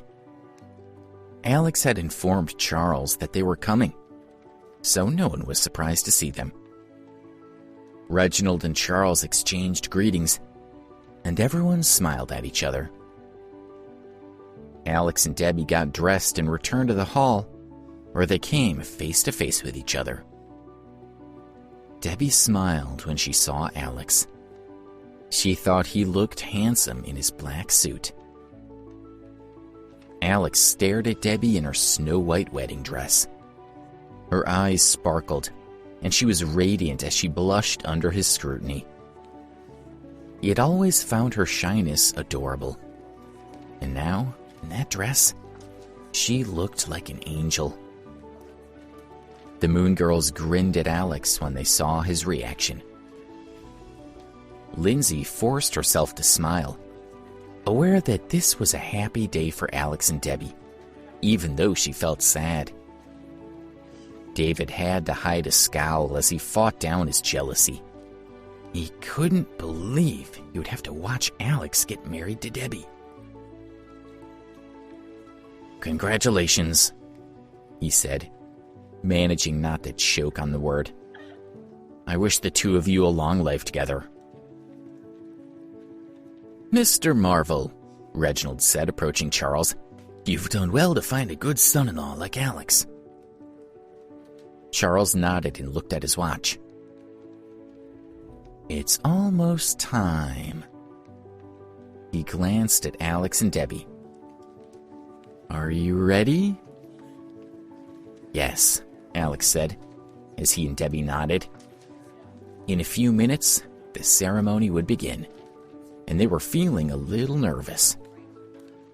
Alex had explained how he and the Moon Girls had met, and the nature of their connection to Debbie, and she was happy to have them here. The Moon Maidens had never been to a wedding before, and they were curious. They sat next to Alex, whispering to each other. Isn't Mr. Alex really handsome today? And Debbie is so beautiful. She looks just like an angel. We serve Alex now, so we'll never get married. Next to Debbie, we're all just ugly ducklings. Alex turned to them and smiled. You're not ugly ducklings, he said. You're all pretty, and I'm sure you'll get married someday. The women all shook their heads. Celeste looked at Alex and said, We don't want to get married, she said. Our greatest wish is to stay with you and Debbie. Alex was touched, but he didn't know what he was going to do with the four young women. Did they really plan to stay with him for the rest of their lives? Rufus and Paul arrived in Washington, D.C., and made their way to the Marvel family's home. The car stopped in front of the house, and Rufus and Paul got out, followed by two men. Shania, one of the Marvel family's guards, saw four men walking toward the house, and she knew they would be trouble. She took two men and went to meet their visitors. "Can I help you?" she asked, keeping her tone respectful. From the man's appearance and his fancy car, she knew he must be someone important. "Do you have an appointment with Mr. Marvel? I'm afraid he's not available to see anyone today. But if it's urgent, then I can pass on a message." She glanced at Paul, and she could tell he was dangerous. "No, I don't have an appointment," Rufus said, "but I'm going inside to speak to him anyway, so get out of my way." Rufus hated Charles and blamed him for his sister's death. Charles was a mere bug, and one he intended to crush. "I'm sorry," Shania said. "Mr. Marvel is not receiving any guests at this time. Please come back another day." She was tempted to teach this arrogant man a lesson, but she restrained herself. Rufus was annoyed by her attitude. He had never been very tolerant, and when faced with someone from the Marvel family, he began to lose his temper. The woman was standing in his way, and Rufus had had enough. "Andy, Tim," he called to the two men behind him. "Get me inside." "Yes, Mr. Clifton," the men answered, and then they ran at Shania. Shania stepped back, shocked at the sudden attack. The two men were good fighters, and Shania hadn't paid any attention to them. She had been too busy watching Paul, who had appeared to be the greatest threat. The other guards saw what was happening, and 10 of them rushed over to help. Rufus's two men fought fiercely, their movements fast and furious. They seemed to be everywhere at once, and there was no one stopping them.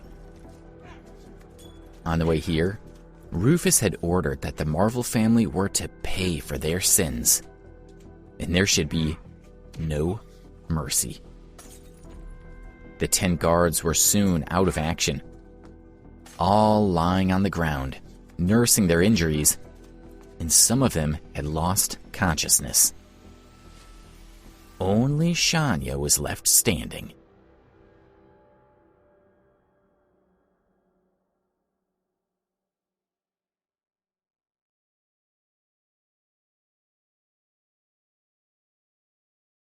Episode 260.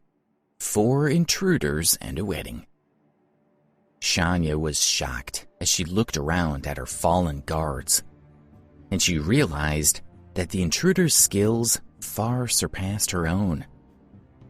She fought down a wave of fear. "Take us to see Charles," Rufus demanded, staring at her. Everything was going the way he had planned, and it should be easy to kill Charles. Shania was loyal to the Marvel family, but she knew she had no choice. She would have to let the man inside.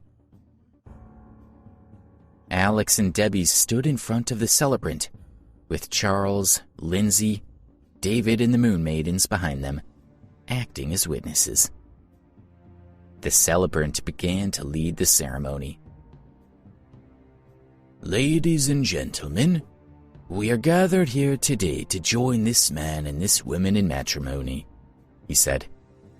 "If anyone knows of any reason why this wedding should not take place, then speak now or forever hold your peace." He paused for a moment, waiting for any objections. Both Lindsay and David wanted to speak out, but they resisted the impulse. The celebrant smiled. Then we can continue. He looked at Alex and Debbie. Before your family and friends, I will now ask you to affirm your willingness to enter into the covenant of marriage. He turned to Alex. Alex, do you take this woman to be your lawfully wedded wife? To have and to hold, for richer or poorer, in sickness and in health, and forsaking all others as long as you shall both live? I do, Alex said. The celebrant looked at Debbie. Debbie, do you take this man to be your lawfully wedded husband? To have and to hold, for richer or poorer, in sickness and in health, and forsaking all others as long as you shall both live? I do, Debbie said softly. The celebrant nodded. Now it's time to exchange the rings, he said. And then you can officially become husband and wife. Celeste handed the rings to Alex and Debbie, who looked into each other's eyes, ready to continue. Alex held the ring over Debbie's finger. Bang! The door flew open as Shania stumbled inside, falling to the floor. Alex and Debbie gaped in shock. They had no idea what was going on, but they knew it wasn't likely to be good. Mr. Marvel, Shania called out, looking horrified. They broke in, and I couldn't stop them. Two young men walked in first, and Rufus and Paul followed behind them. Rufus was surprised to discover he had interrupted a wedding. He hadn't expected Debbie to be here. Charles's legs buckled, and Lindsay had to hold him up. Rufus stared at Debbie. She was so beautiful, and she looked almost exactly like her mother, Cynthia. Rufus was shocked, almost convinced he was looking at his sister. He looked at Debbie's wedding dress, and then he stared at Alex standing beside her. His chest felt tight, and he clenched his fists, forcing himself to breathe. Mr. Clifton, Reginald called. I didn't know you were in Washington, D.C. He smiled and walked forward to meet him. He knew how powerful the Clifton family was in Baltimore, and he wanted to ingratiate himself. Hopefully, a good relationship with the Cliftons would help the Drake family in the future. He knew nothing about the history between the Marvel and the Clifton families, and he had no idea why Rufus would be here now. Rufus didn't bother to answer.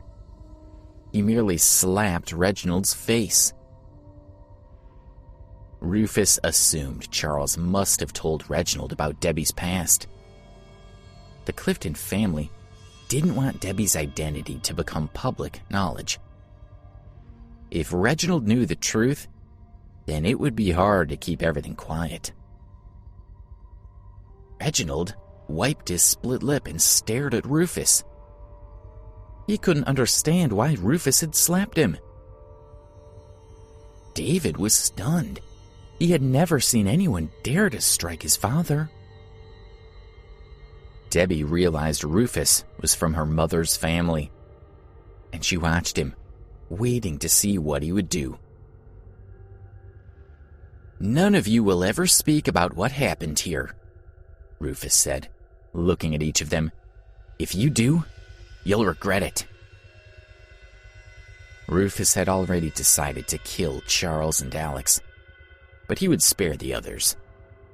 After all, the Drake family were important in Washington, D.C., so killing them would cause too much trouble. Who the hell are you? Celeste asked. How dare you speak to us like that? Well, I'm not afraid of you at all. Alex raised his arm slightly, motioning to Celeste that she should stop speaking. He had sized up the intruders and believed that, other than Rufus Clifton, They were all martial arts experts. "Then you will die with the others," Rufus said. Everyone stared at him in shock. Charles knew he would die today, and all he cared about was protecting his 2 daughters. He pushed Lindsay and Debbie behind him, keeping his eyes on Rufus. "If you get a chance, run," he whispered. "Run quickly and don't look back." Lindsay and Debbie clutched at him. How could they possibly leave their father? "Do as I say," he urged them, his tone firm.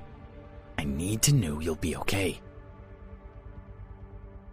"Andy, Tim," Rufus called.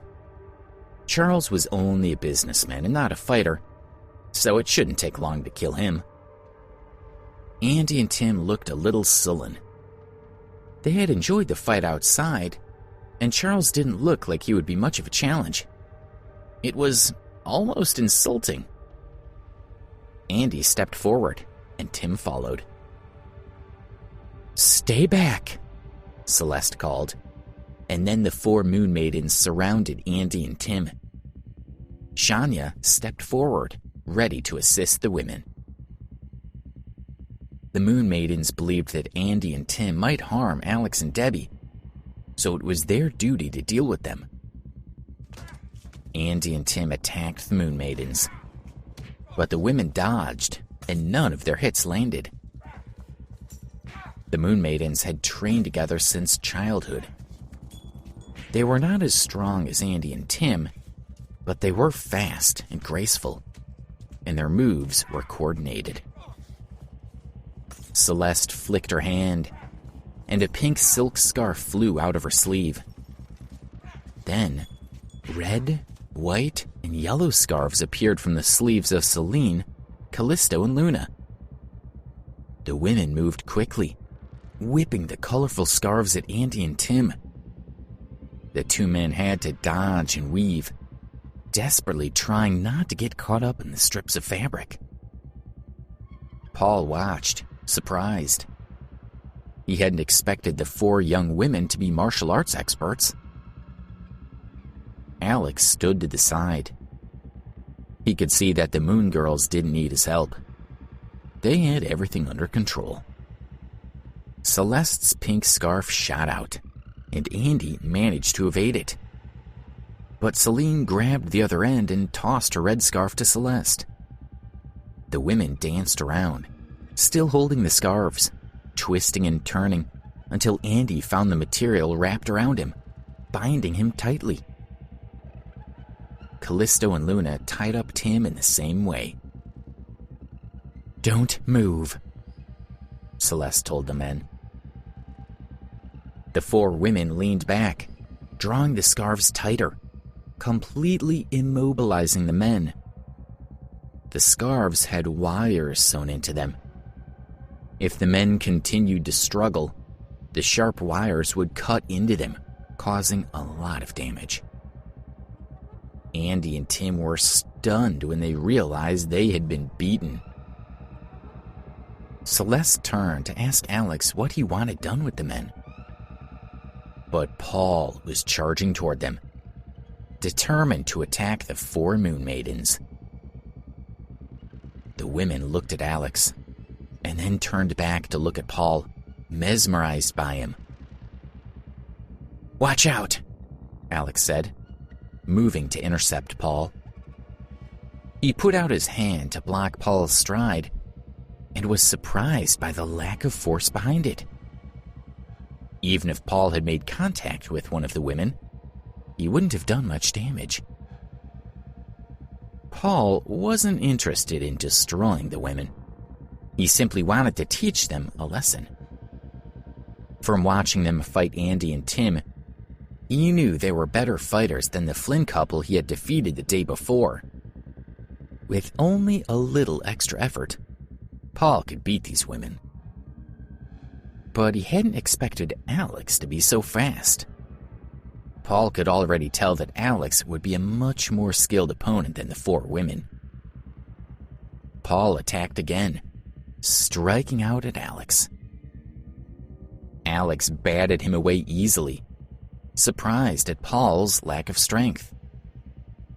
But then, Paul's next punch had much more power behind it, catching Alex off guard. Alex pushed the Moon Maidens away, trying to protect them. Paul's hand shot out at Alex's chest, and Alex knew that if it made contact, he would be seriously injured. But then, Paul withdrew his hand. He pulled out a knife and sliced through the silk scarves, freeing Tim and Andy, who rubbed at the shallow cuts the wires had made.